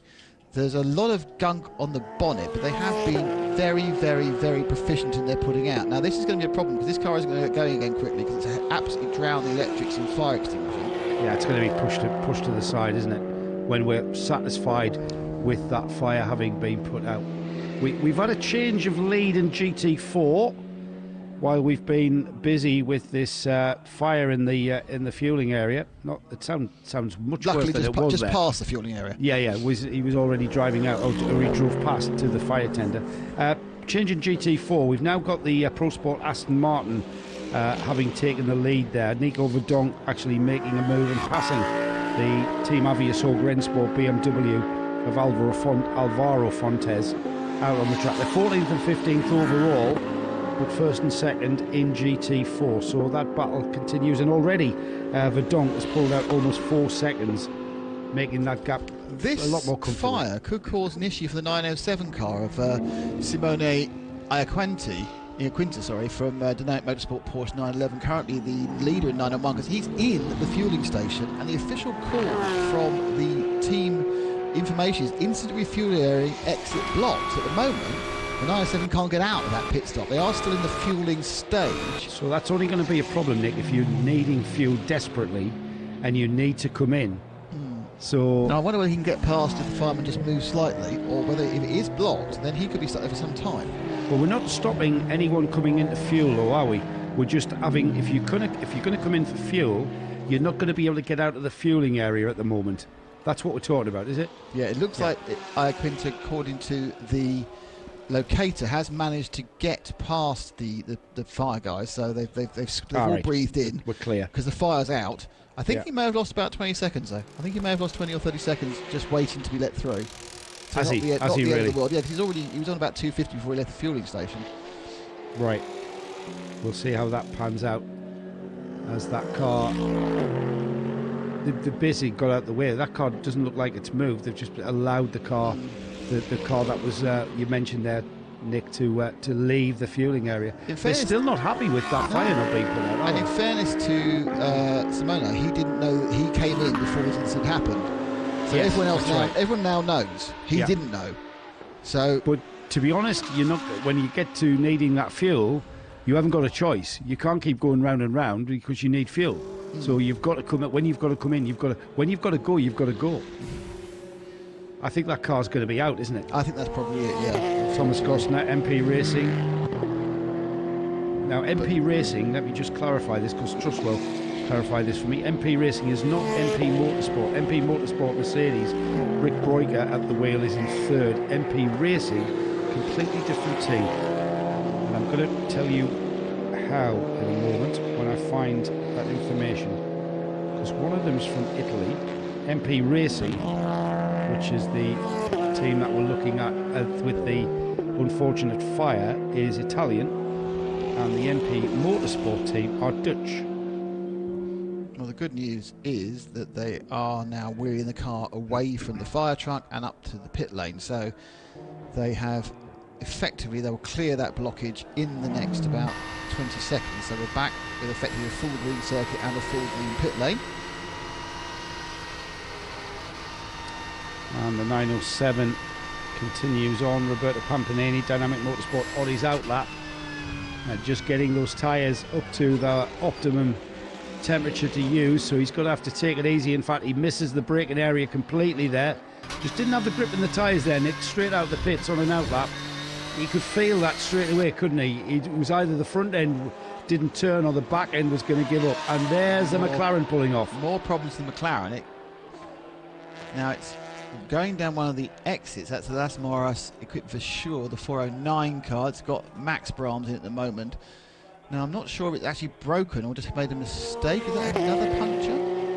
as the second place man, Henrik Still, brings the Car Collection Motorsport Audi in from a very, very strong second. Excellent stint by Henrik in the last 45 minutes or so. Now they hit the Sure McLaren. I'm not sure whether it tripped over itself and was trying to recover, or it was actually nursing a little bit of damage suspension or tyre-wise. We'll find out soon enough when we go back and see the car later around the circuit. 9:07 out lap. Roberto Pampanini completes that out lap and has come out still leading overall in the 991 class. So third of the classes after GT Pro and GT Am.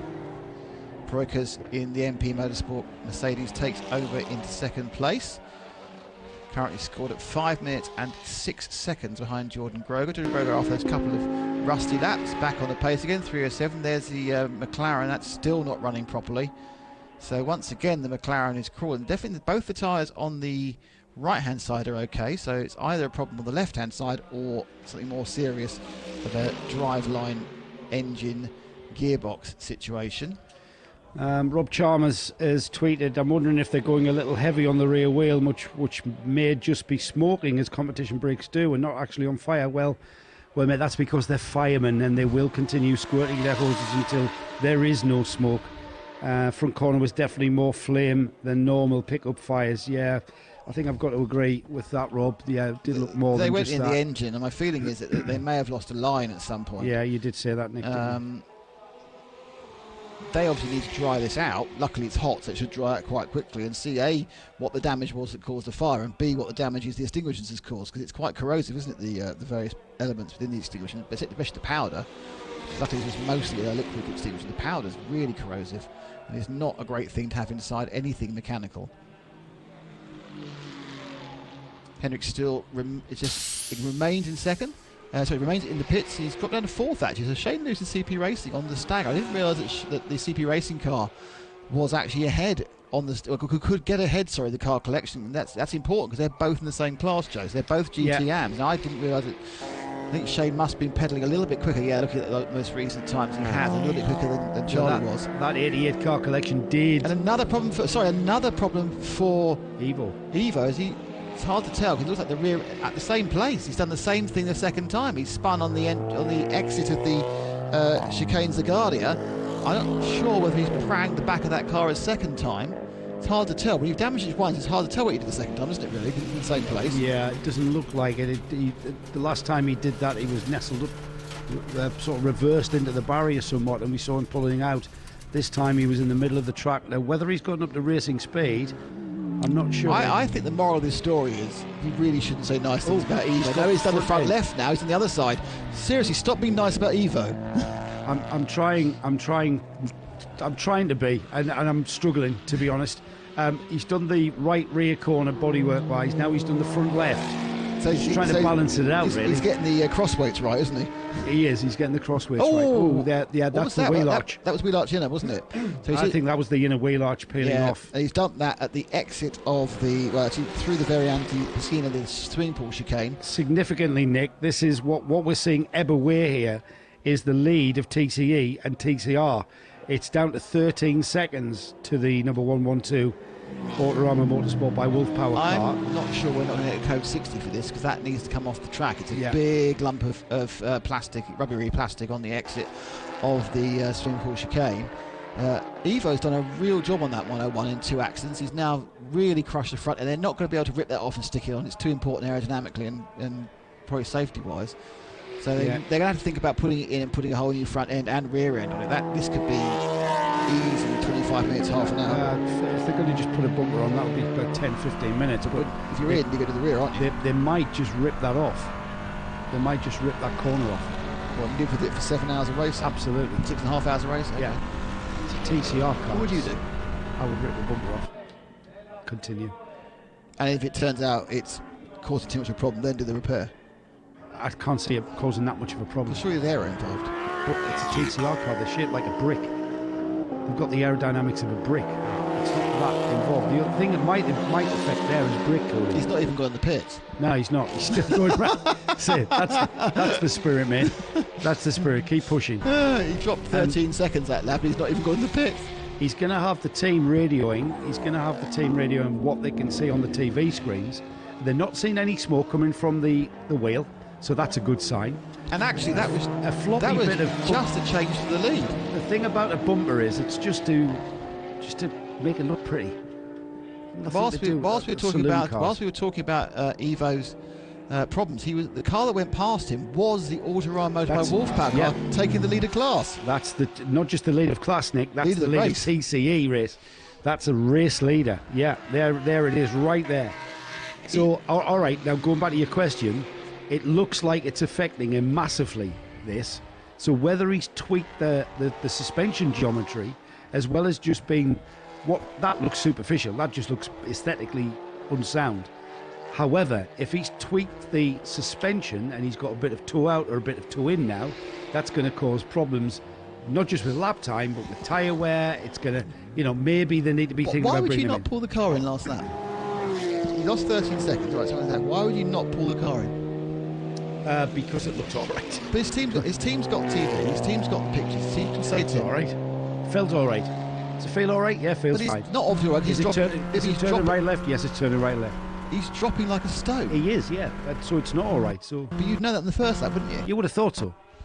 You're very much on his side, aren't you? No, but I just think I know that. Well, that's what we do here, Nick. We sort of create a little bit of a debate, and sat in that driver's seat and sat on the pit wall. You're just trying to quickly establish things and quickly really feel.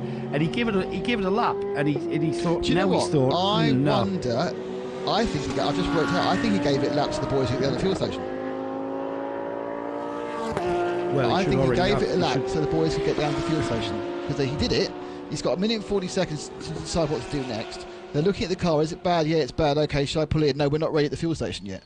And there's another lap, so they actually can get to the fuel station. Well, they have someone at the fuel station for the duration. But they need 2 people, don't they? You have 1 person. Well, 2 people then. I think the second person wanders down. I don't think they do. I think that would be. Okay, that's a question to ask. I don't think they do. Well, I was trying to let them off myself. I know someone who's worked for that team, so they may be able to tell us. And I know they're listening, so they will tell us. Yeah. Come on, Trussers. What does that team do in particular? Do they have 2 people stationed for the whole race, for the duration, at the fuel station, or do they run up and down from the pit garage? There's one person I think has to be. I thought the only difference was you had to be the fire crew. You do have to be in fire suit, yeah. I think people do tend to have people stationed down. I don't think all the teams had enough people to do that. Well, we're in strange times, and whether we've got a full quarter of team personnel down there is another thing. So we'll wait and see. But that is costing the lead of the TCE. And it's going into the garage, unsurprisingly. They're going to do what you said. They're going to do what you said and change the whole bumper, Nick. But also, have they got other damage that we couldn't tell? Do they have to string it? And he was going so slow. Do they have to string it? Yeah. Do they have to put some components back on the steering arm? Could have tweaked the bottom wishbone or something. The strut might have bent a strut. He was going really slow though, wasn't he? Yeah, that isn't the greatest half hour in Evo's racing history, to be honest. But we've all done it. We've all gone off and then gone off again. It happens. Yeah, reach across and grab a cup of coffee though, Nick, and then in the sort of the advantage that it costs no pounds, no pence. No, that's right. In some ways, it may be equally embarrassing. We've gone code 60. We are on code 60. There's a yellow flag at turn 10, probably for debris, but turn 10's not there. So the yellow flag is, I think, somewhere around Prosperina. Now that could be for debris, but it could also be for another accident. So we go code 60 with 31 minutes and 45 seconds now left of the first part of the race. Jordan Groger leads. Rick Broikers is second, Shane Lewis is third, so it's Porsche from Mercedes, GPX Racing from MP Motorsport from CP Racing. Car Collection Motorsport, the Audi that's going so fast, Henrik still now has Michael Doppelmay on board. We'll see what speed Michael can do. Can't at the moment because he's on code 60. So, not sure what the yellow flag at T10's caused the code 60. I'm sure they will pick up that bit of wheel arch liner, which I think is about turn 6. I've got an interesting theory here from Rob Chalmers. I think Evo wants the new shape COPPA Ah, yes. Slowly wreck the other one and get new bits. Yeah, so it's the 7 car. We've lost the 7 car. Dynamic Motorsport, Maro, Kanamiya, Porsche 911. 917. It's 917. Oh, you're right. Sorry, I do apologise. I could see the 7 and the 91 were in the sun. Yeah. So all you Maro Kanamiya fans, relax. It's not an issue. He's fine. The 917, which is Sandra van der Sloot, she's back in the car again after having an accident in that car earlier, and there's now another accident at turn 12. I'm not saying it says question mark to her state. But it's a 917 Fulgenzi racing car that's been in the wars once already. And we are always taking the opportunity to replace those tyres that have been moved back ever so slightly at that final chicane. Oh, it's not the final chicane, it's the Pinata chicane. Pinata chicane, yep. Then there's quite a lot of marshals out cleaning up the mess left by, a lot of it, by Evo Breukers, in fairness. Someone's about to pick up his inner wheel arch. And they're sweeping a lot of the dust away. So it's been caused, this problem, by the Fulgenzi Racing Porsche 911 Cup car. Sandra van der Sloot at the wheel at the time, but she looked parked, so we don't know if it's a technical issue or the result of coming together either on her own or with somebody else. Now here's a tactical move. Shane Lewis has gone straight into fueling in the number 85. He's gone straight in there and taking advantage of the Code 60. We've seen this all very, very often from the CP team, where they've taken advantage of Code 60s and continue to top up the car, stretch the window. We're only 30 minutes from the end. Yeah, you get half a tank. This is fuel you're carrying into tomorrow. That's right. So whether or not Shane actually needed fuel for the last half hour, let's have a look on the analysis. How many laps has Shane done? Shane was nearly due fuel anyway. Shane had done 34 laps, so Shane was actually needing fuel. In has come everybody. The leader has come in, and Fred Fatian has got in the car. So Fred Fatian is going to take the car to the end. I can tell by his what's the word for it? His physical shape. His demeanour. So Fred Fatian is in the car. So they think, right, we can run a little bit of time on Code 60, get some of Fred's 2 hours out under Code 60. Out has got Jordan Groger, in has got Fred, half a tank of fuel. That wasn't necessary. Jordan had run 26 laps. It was necessary for Shane Lewis to come in. So this half tank of fuel is probably not what they wanted, but they will have enough to get to the end. They can decide whether they actually want to go round once, Joe, and then just get another half tank of fuel under Code 6 to take a full tank till tomorrow. They'll assess that based on where they are lap-wise in relation to the second place man. Will that mean they won't be a lap ahead of the Audi, or is it already a case where they won't be anyway? Yeah, that's very, very interesting tactics. Breukers is in the MP Motorsport car as well. He's in the fueling area. Shane Lewis already out, so only fuel for the CP car. And now he's back out. Michael Doppelmayr in the car collection car number 88. He stayed out. He hasn't come into the pits at all. Henrik still just come in. Henrik still only been in about 3 or 4 laps ago. That's a good point, yes. Now, when he comes past, he is going to be, I think, on the same lap as Shane Lewis. If that's the case, then Shane Lewis should come in and get another half tank of fuel, and he'll move into second place, but he'll still be on the same lap. If you see what I'm saying, Joe. So yeah, I think so. Yeah. So he rather than being ahead on the lap, he'll be behind on the lap. But when we reset, he'll just be 2 meters either way. That's right. Yeah. Yes, and he's stretching that window into tomorrow. 917 being pulled onto the flatbed truck. Still haven't seen the front of this car to find out if that's an issue caused by driver error or mechanical problems. Fred Fatian has taken the car out indeed, and the Red Camel Jordan car has done what you said it would do. They have ripped it off. They've ripped off the front. They've not done anything. They've done anything particularly aesthetic to it. So they've gone for the quick turnaround rather than the long turnaround. And Fred Fatian only has to do 1 hour, Nick. It's an hour in pro, is it? Yeah, right. It's an hour for a 12-hour race. He's going to get 30 minutes now. So you're obviously thinking the 24-hour race. Oh, I see. That's my brain. Rick Breukers in second place for MP Motorsport 8. It's a complete change. Probably Henrik still will get into this to give him the rest. He needed a few more minutes to make an hour, I think. I love how Fredrik Fatian is a total strategist. Mm. He's he's the man behind GPX. He knows his ability. He puts some real superstars in the car, gives himself the strongest opportunity. He still plays his part. He does his 1 hour, and he's happy with that. And he's happy to be in the competition. And he does, I love that attitude. Yeah, he's brilliant, and he gets his racing fixed from historics, where Yeah, absolutely. And it's very same with Real Gota. They're the same, cut from the same cloth. Yeah, very much. They race all sorts of things all the time. They have a bit of a rivalry, don't they, about who gets the classic F1 cars. They have a bit of a fight over who's going to get when they come up for sale. Right. But then they race together, and they are effectively, gentleman drivers, gentleman team managers. They in days of yore. Well, they have strategists and team managers appointed. They're not making those decisions. Well, but what they've said is, give me 1 hour minimum. Do whatever the regulations say, that's what I'm going to do. Or he could say to the strategist, I want to drive 3 hours in this race, but he doesn't, because he knows that would disadvantage them when they're running at the sharp end. Now that might be different. He might give himself 2 or 3 hours if they'd had a problem and they were down the field. I remember when they had the Renault RS01, and they've had some problems, and then they literally they put the gentleman drivers out, and they do virtually the driving. I can't remember which race it was. They'd had a horrible time. They'd lost like 4 hours, and for the last 4 hours they just rotated Roald and Fred, and I think they had to have one stint by one of the other guys, but literally the guys got like 3 or 4 of the last 5 hours because it had gone. At that point, well, what you need is some practice. As we see the heavily damaged and remodeled, sort of naked. It's if you want to know the inner workings of the front end of a Seat Cupra, well, tune in the YouTube feed if you're listening on our, or go onto the Radio Show Limited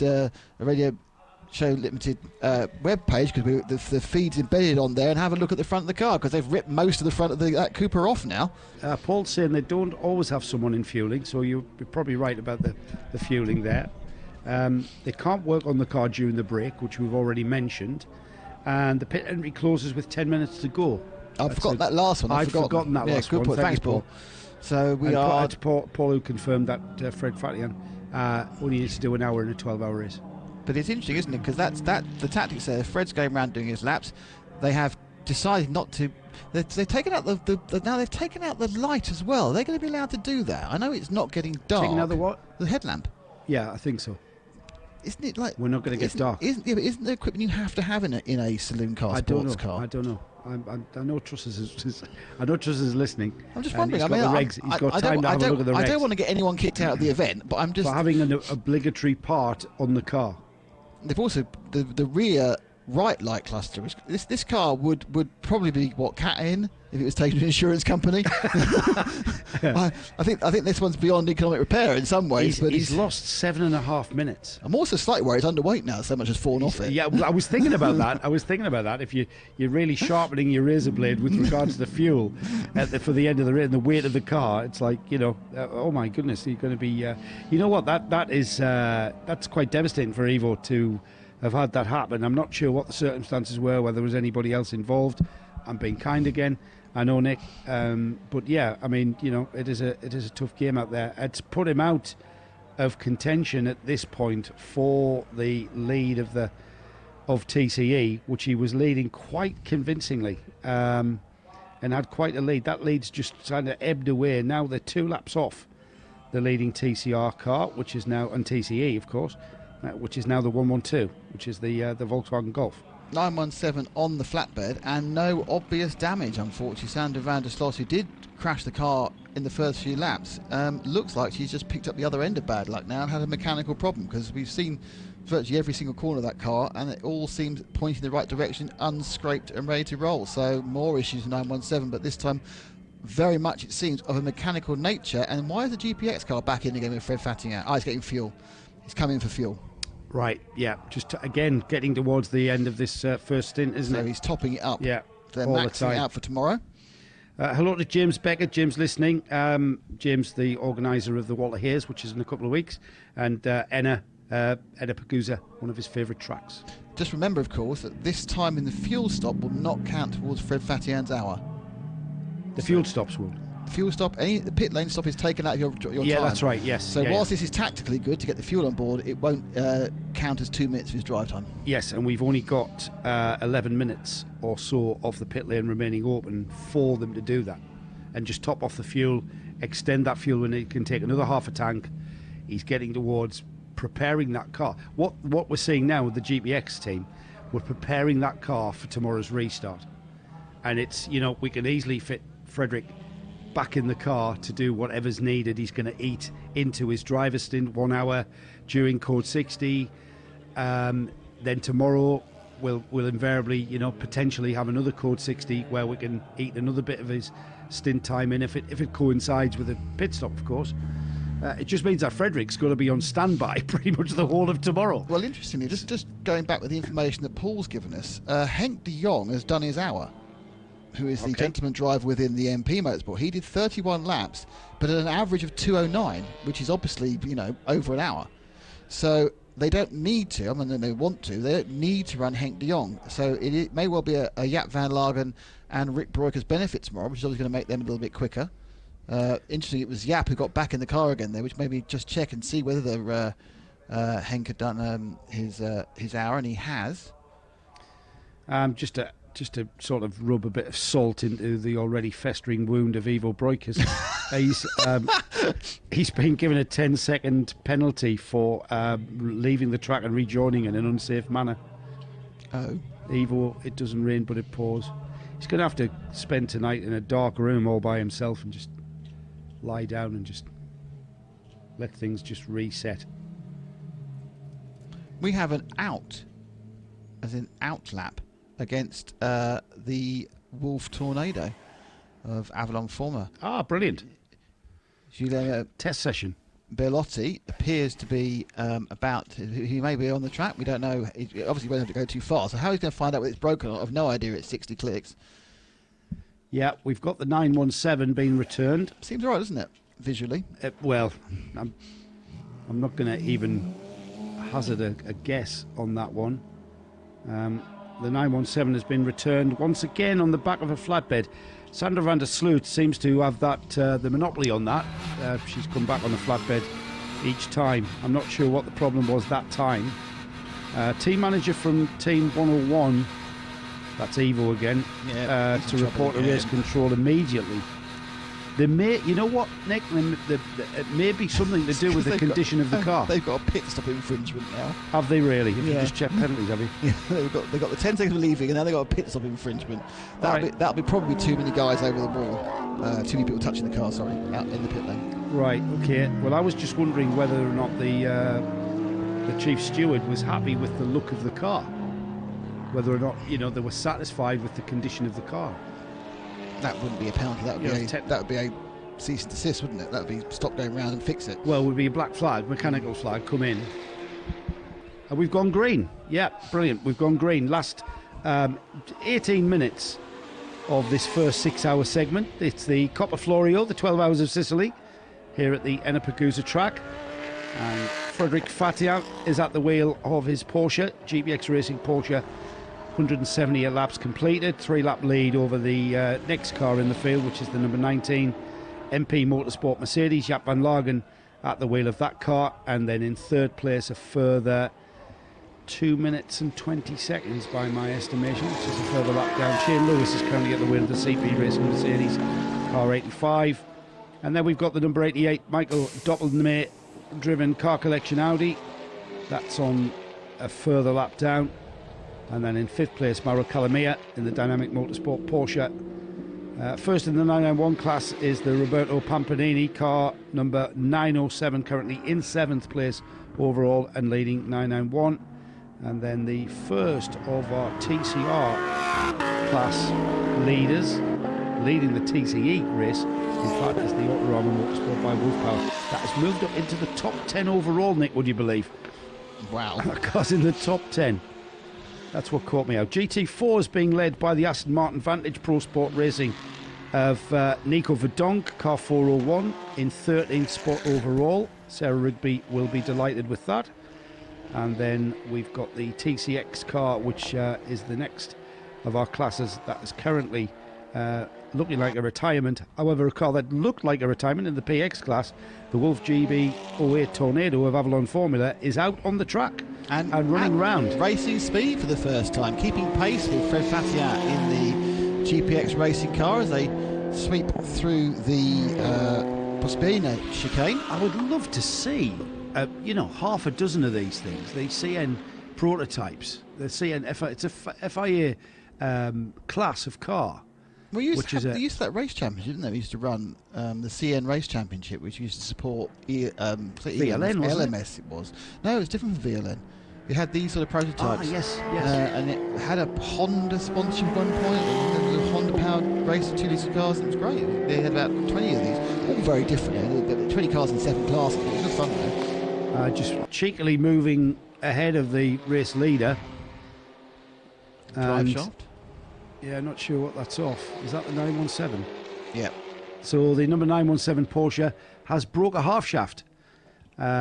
We can see what's happening in the garage through the garage door, and there's a brand new half shaft waiting for the car to go up on its jack. So poor Sandra van der Sloot has had a torrid day. Yes. Had a problem, came back on a flatbed truck in her first stint, second stint out, and she has a drive shaft failure. That is really not lucky. They've certainly fixed that Wolf, haven't they? It's tearing down the track now. And, I'm actually quite excited to see what sort of lap times. How do you pronounce it? Is it Guillermo? Guillermo, yeah, Guillermo, of course. Guillermo Bellotti. No, what's the movie director? Guillermo Vantoro, is it? Is it? Yeah, the horror guy. Yeah. That's the same name, isn't it? I know. I'm just having kind of word blindness. I'm just having all my other faculties I'm losing. To read. I mean, I've never been the greatest with names of international nature, but now I've lost the ability to read names of international. Guillermo Bellotti. Yeah, brilliant. Yeah, got it now. Loving it. Anyway, I'm really to see what sort of speed times Guillermo does. Yeah, lap times. Yeah. We'll keep an eye on that. We're about 4 minutes away from the pit lane closing. Which means there'll be 10 minutes of this 6-hour segment remaining. This is where we were projecting to from the very start of this race, Nick, and the skill was to stay on the lead lap. No one has done that. In fact, we've got lap gaps of 1 lap or more pretty much throughout the field down to 7th place. We've got to look at 7th and 8th place before we see 7th and 8th? Yeah, 6th and 7th. Before we see 2 cars on the same lap. So things beginning to space out somewhat, and we'll see this reconvene tomorrow. We go into parc fermé conditions.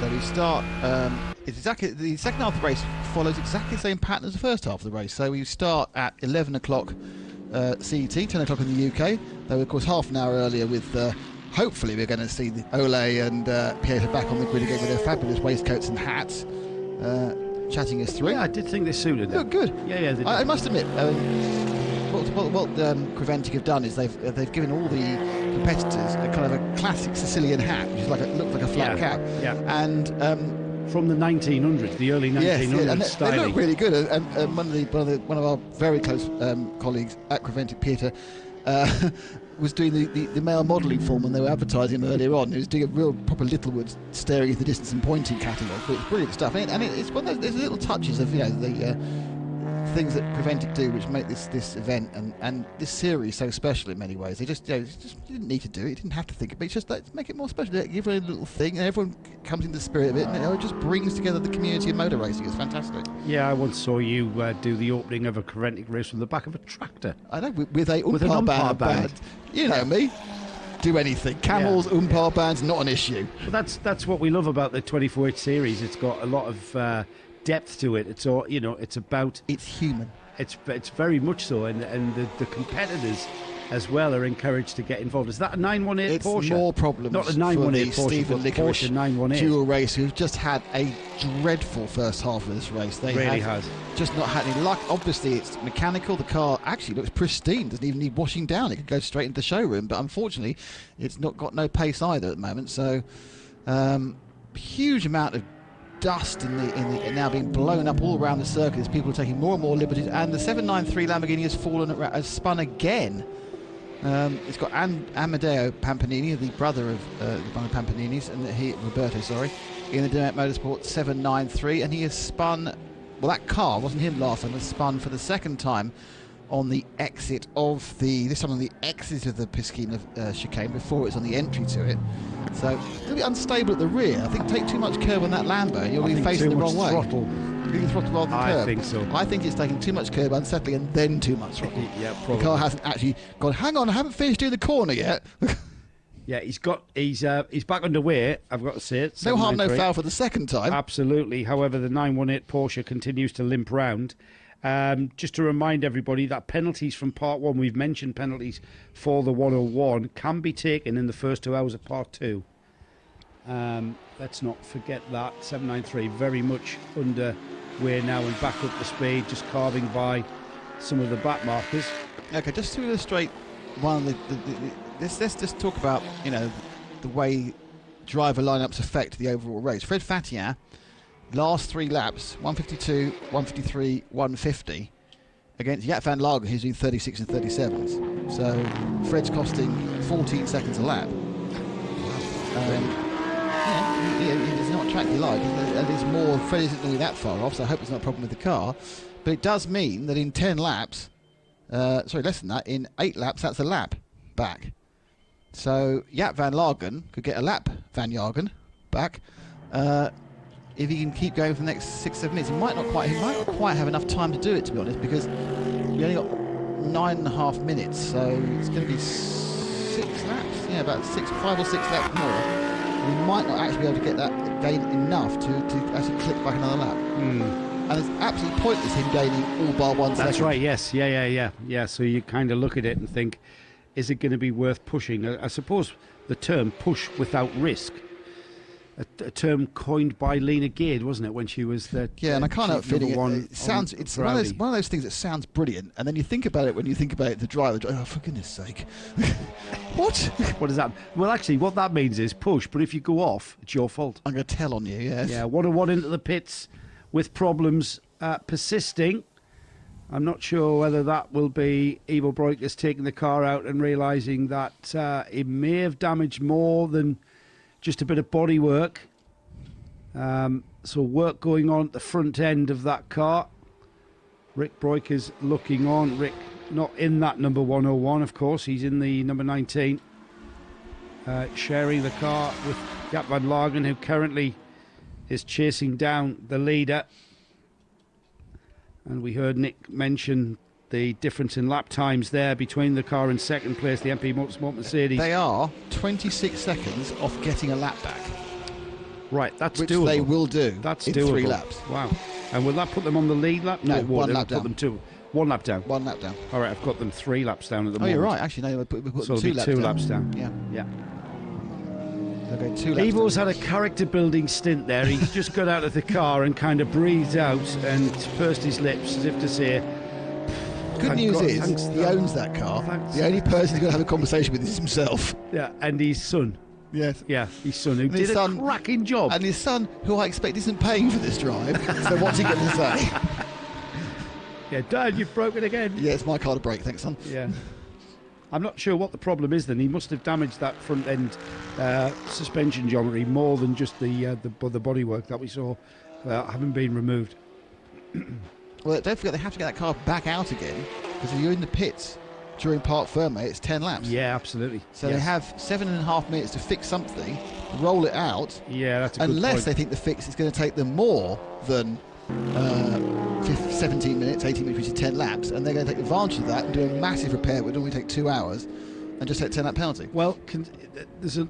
I do wish I was in that pit lane. I could just walk in that garage and see exactly what was wrong with the car. Because Oh, I'm I going know to what you mean. speculate I know here. what you mean. I'm going to completely speculate here. So, you know, there's nothing looking bad on that car. All right, we can't see the suspension geometry. So we didn't see how badly he hit that barrier, how hard he hit that barrier.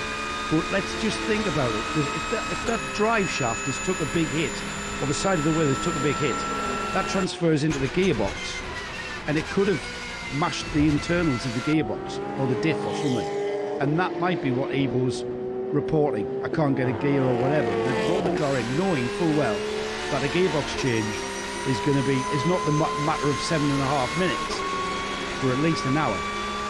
So that might be the decision. That is pure speculation. No, I mean, Not even assumption. At this point, that car's got an hour's worth of repairs. They have to take a 15-minute penalty, 18-minute penalty, sorry, if they stop during Parc Fermé to get a 10-minute penalty. So they're thinking, well, is that a free 40-minute repair? And we can get the thing back pristine again. Because once it's in the garage, they can work on it for 7 hours if they want to. Yeah. It's quite an early stop in Sicily. It's only 5 o'clock, so they've got a couple of hours for tea. Right. Trussers has spotted this. 101 came in 48 seconds before the pit lane was closed. They have to stop working on the car when the checkered flag waves.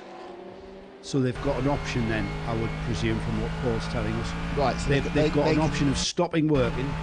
They can tell or take a 10-lap penalty. Because there's obviously a steward scrutineer in every pit lane in Canada. And they go, right, hands off. Hands off, right. Stop work, resume work when the flag goes, lights go out tomorrow. Unless they think it's going to take more than 20 minutes. Or take a 10-lap penalty. Yeah. Oh, and Paul's just said, or take a 10-lap penalty. Yeah, that makes sense. That gives them a chance to assess what's going on. That didn't look like a work of 10 minutes, though. I don't know. I mean, if you're going to put it back to rights, then yeah, you're right. Yeah, Van Lagen's got that lap back, or one of the laps back. So that is showing as 2 laps when he crosses the line, down to 1 lap. So I think he will end up being a lap down. He now gets a free 1 minute and 30 to come all the way back round to back of Fred Fatien again. So this has actually worked really, really in his favour. Another problem for another Porsche. It's in line 07, another dynamic Porsche. I think that's just not so bad, as I think he just spun it. Into the path of the GT4 leader. That was an iRacing rejoin. It was that bad. That was a terrible rejoin for Roberto Pampanini, who spun on that final chicane that's causing all sorts of issues. The Zagario, and he spun the thing round, felt quite smug with himself, and trundled on the pit lane about 7 miles an hour, completely in front of the Aston Martin. It had to come to a dead stop. To me, that is a penalty. Unsafe rejoin. That has to be a penalty. That's the sort of thing that you hear every day in amateur virtual racing. No disrespect to anyone else in that Pro Sport Car 401, but Nico Verdonk, very experienced driver there, and he was completely heads up. He could see what was happening. He could see across the chicane, and he just knew that Porsche was going to rejoin in front of him. So he was already checking up, wasn't he, before he? Because at that point he'd have been smashed on the throttle pedal across the apex. But honestly, that's just really poor, amateurish. Because the point about it is, it's not what I expect from Roberto Pampanini. If you do that, it's not you're putting your car in it as much as anyone else. Because if you get hit, both cars get damaged. Yeah, that's right. It doesn't take much to just look to your right. Is you're on the exit of a chicane which is narrowing you down to a single lane. You're going to move across and take some of that lane away. It's like, come on, honestly. I'm not sure which way the sun's shining or whether there's glare on the windscreen or something. But we might see something occur on our penalty screen because that was very, very iffy. Just looking down the order, still running in TCR is the AC Motorsport car, and just what I said there, Nick, about that conservative approach from this team. They've had problems with a broken shock absorber. They've decided to stay off the curbs. That's going to disadvantage them with regards to lap time, but it's worth it in the long run because already that is going to come back to them. Only going to be, I think when we finish this, there may only be 4 behind Ivo Breukers and the Red Camels Jordan when they won in second place. They're 6 at the moment, but they're going to get 2 more, aren't they? And that time's coming back to them all of the time. So our leader in TCR, who are Autorama Wolf Power with Niklas Born, they are sitting pretty at the moment. They're going to start tomorrow, I think, with a 9-lap lead. But, as we've seen, it can all go wrong so quickly. Yeah, you've got to be sensible though. You've got to be sensible, and I think, I point to the AC Motorsport crew, James Kay. I mean, James Kay. What can you say about James Kay? He's, a superstar driver. His experience is through the roof. There's pretty much every situation he's been in on track. Former British touring car driver. He's done lots of these races. He knows how to win these races tactically, not just from a driver's standpoint. He knows that there was a lot of laps to be completed, and they just can't risk that car being optimised by running over the curbs. So they're gonna just let the race come to them, and that's kind of what's happening. Yeah, I think it's it's so important to play the long game anyway, but with these half-time breaks, it gets ever more complex. This is the first time we've seen a 6-6. We've never seen a 6-6 before. We've had 9 threes, we've had 8 fours. That's 4 hours in the first part, 8 hours in the second part. We've never had an equal split in a 12-hour race. The leader will be on to his final lap of this 6-hour segment with less than a minute remaining. Then he will be getting the flag to bring the thing to a halt. 793 has another problem. That Lamborghini, I think, must have an issue. Again, with the 793 with Amadeo Pampanini. Not quite sure what the problem is. Now pulled off the side of the track, looking in a little bit of gravel. Do you think he's got a brake problem? I really don't know. He spun it coming out of the corner, though. Again, it's that last corner coming out. Yeah, it's a yellow flag. They will get this lap, I would think, underway, probably without needing to go to code 60. They'll scuffle up that Lamborghini, and it may end up needing a 10-lap penalty. It may be able to just get going again, just having lost the distance. Yeah, we'll see if he can rejoin. It's whether he stalled or not, Nick. Hot race engines tend not to want to restart. Very buried as well. Dusty gravel they've got, but right. You know, it's obviously a rear-wheel drive car. He's mostly buried at the front end. Whether he can scuff himself out of it, isn't it, really?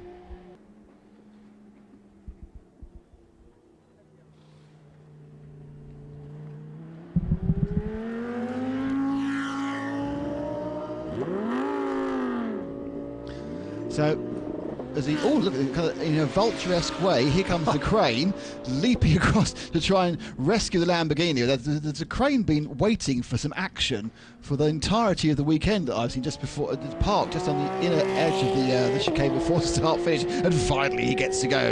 Everyone knows bed doors and brooms hit vultures, but... There's the interim checkered flag. Oh, he's been given... It's the last lap again? No, that was the checkered flag. That last lap board was from...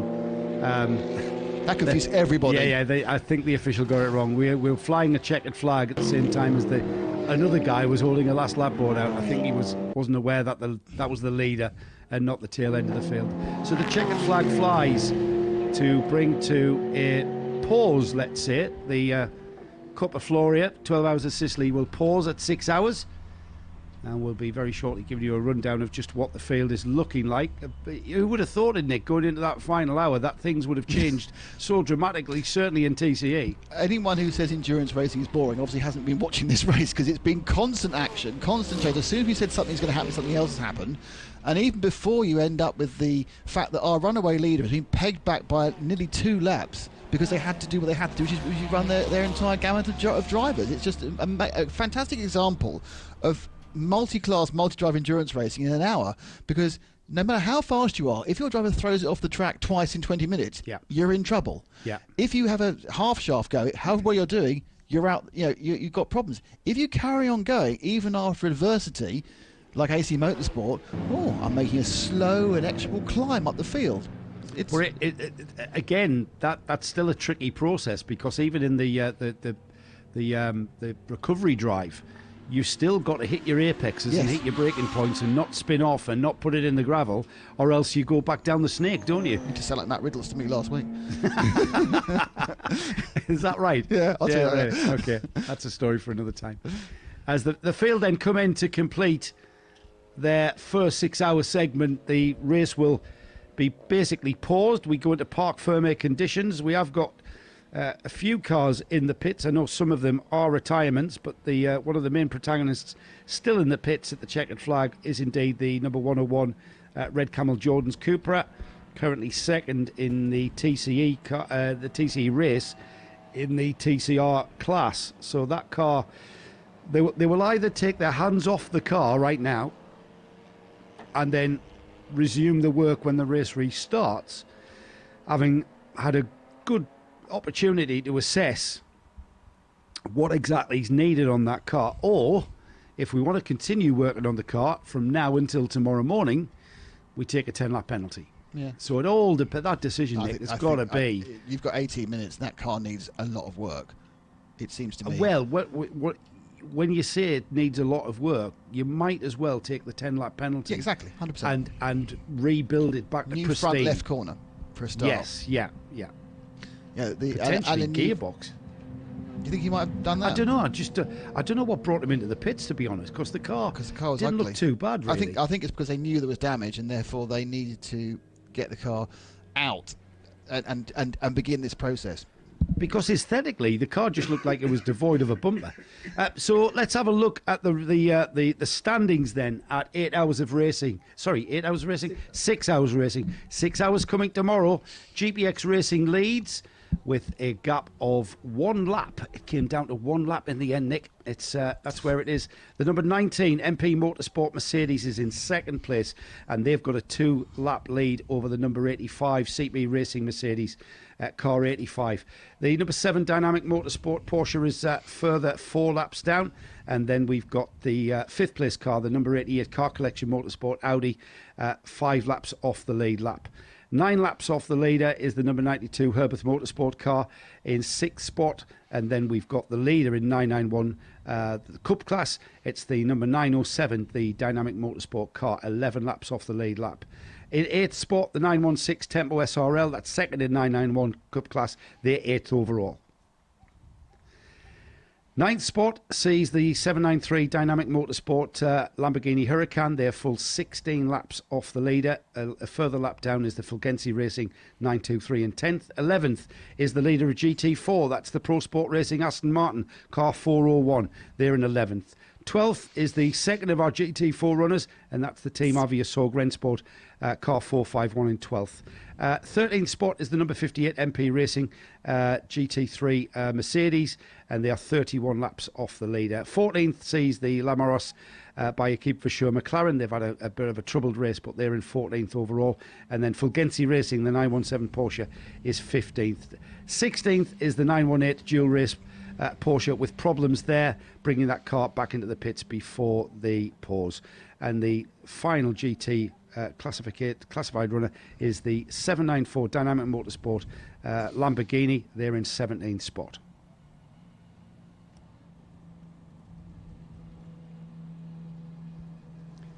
TCE, well, into the final hour, it looked pretty stagnant, but it certainly didn't finish that way. After 6 hours of racing, it turned on its head pretty much.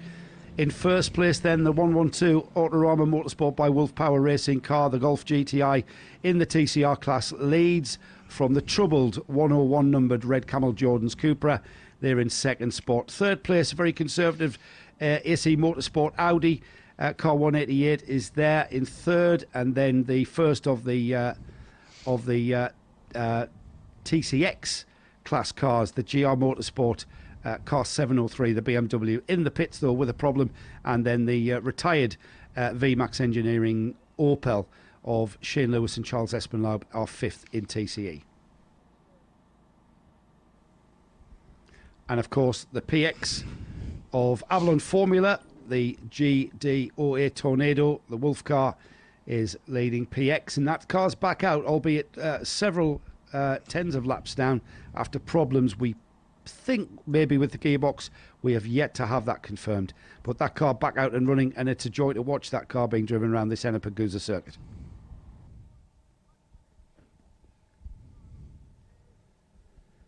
So as the 793 Lamborghini is recovered from the gravel trap, we come back after tonight's break. We come back tomorrow, and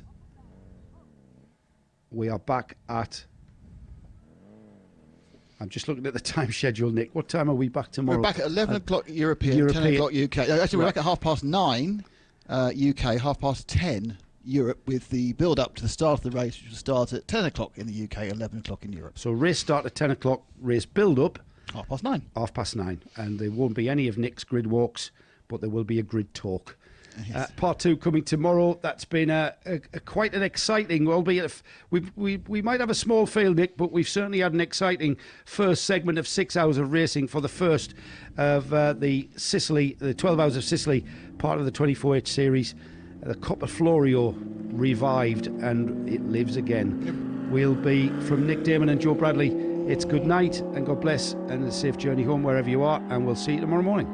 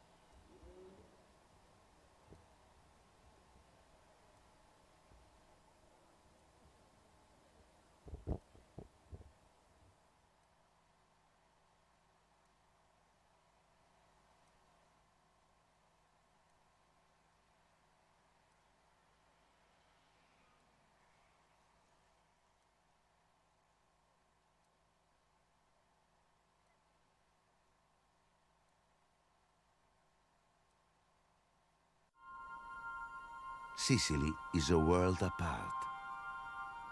A place like no other.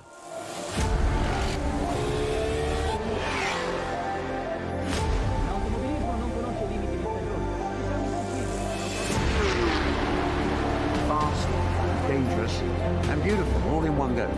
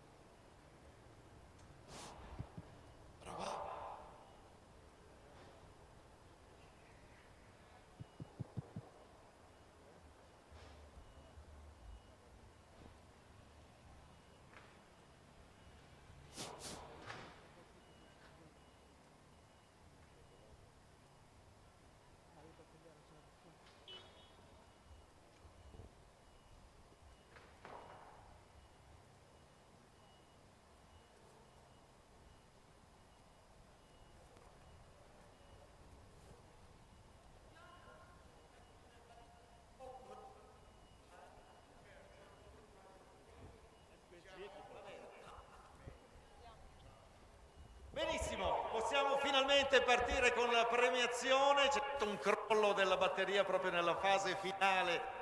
Questa splendida giornata che è stata resa possibile anche grazie alla famiglia Di Martino, che ci ha dato una mano a far respirare nuovamente di agonismo e di sport questo meraviglioso impianto. Allora voglio ringraziare e chiamarlo sul podio Davide Di Martino, che sarà colui che affiancherà il terzo classificato. È un podio un po' particolare per via del Covid. Chi invece affiancherà il secondo pilota, fortunatissimo, perché sarà la bella Rossella Di Martino. Grazie anche a Rossella per essere qui con noi.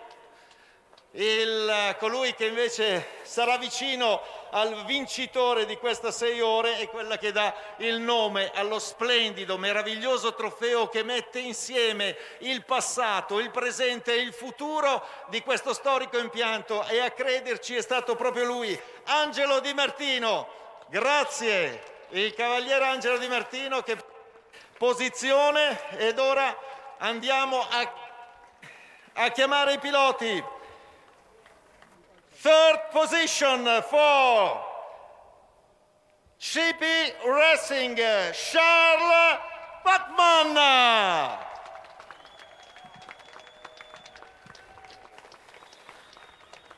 In the second position, the MP Motorsport, Art de Jong.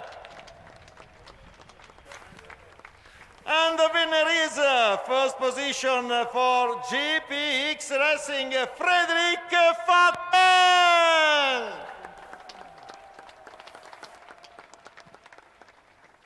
Inno nazionale.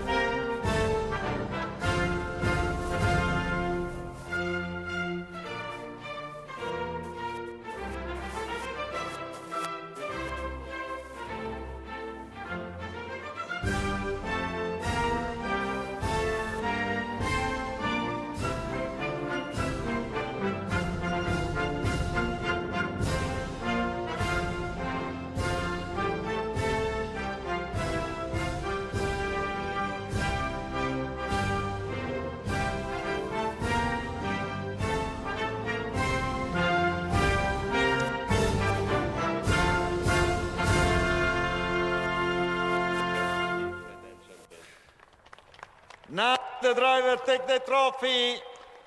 Third position, terza posizione per Charles Bachmann, CP Racing. Take the trophy. Così prendono il trofeo per via del Covid. The second position, Hank de Jong, MP Motorsport. And the first position, the winner is Frederick Fatien, GPX Racing.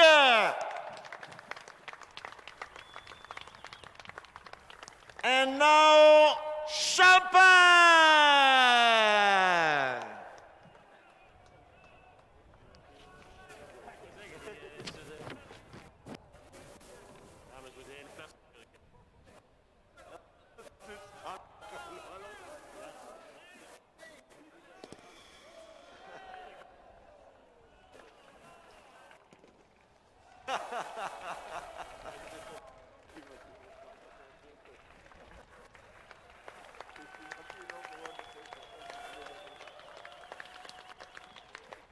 Ed ora la foto più importante, sicuramente lo scatto più bello, il presidente autonomo Pergusa Mario Sgro, la Creventic, eccole qui i due responsabili della Creventic, loro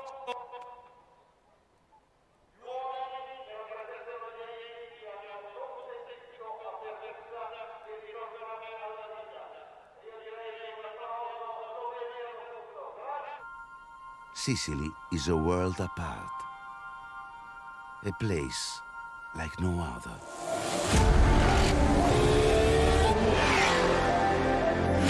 L'automobilismo non conosce limiti di stagione.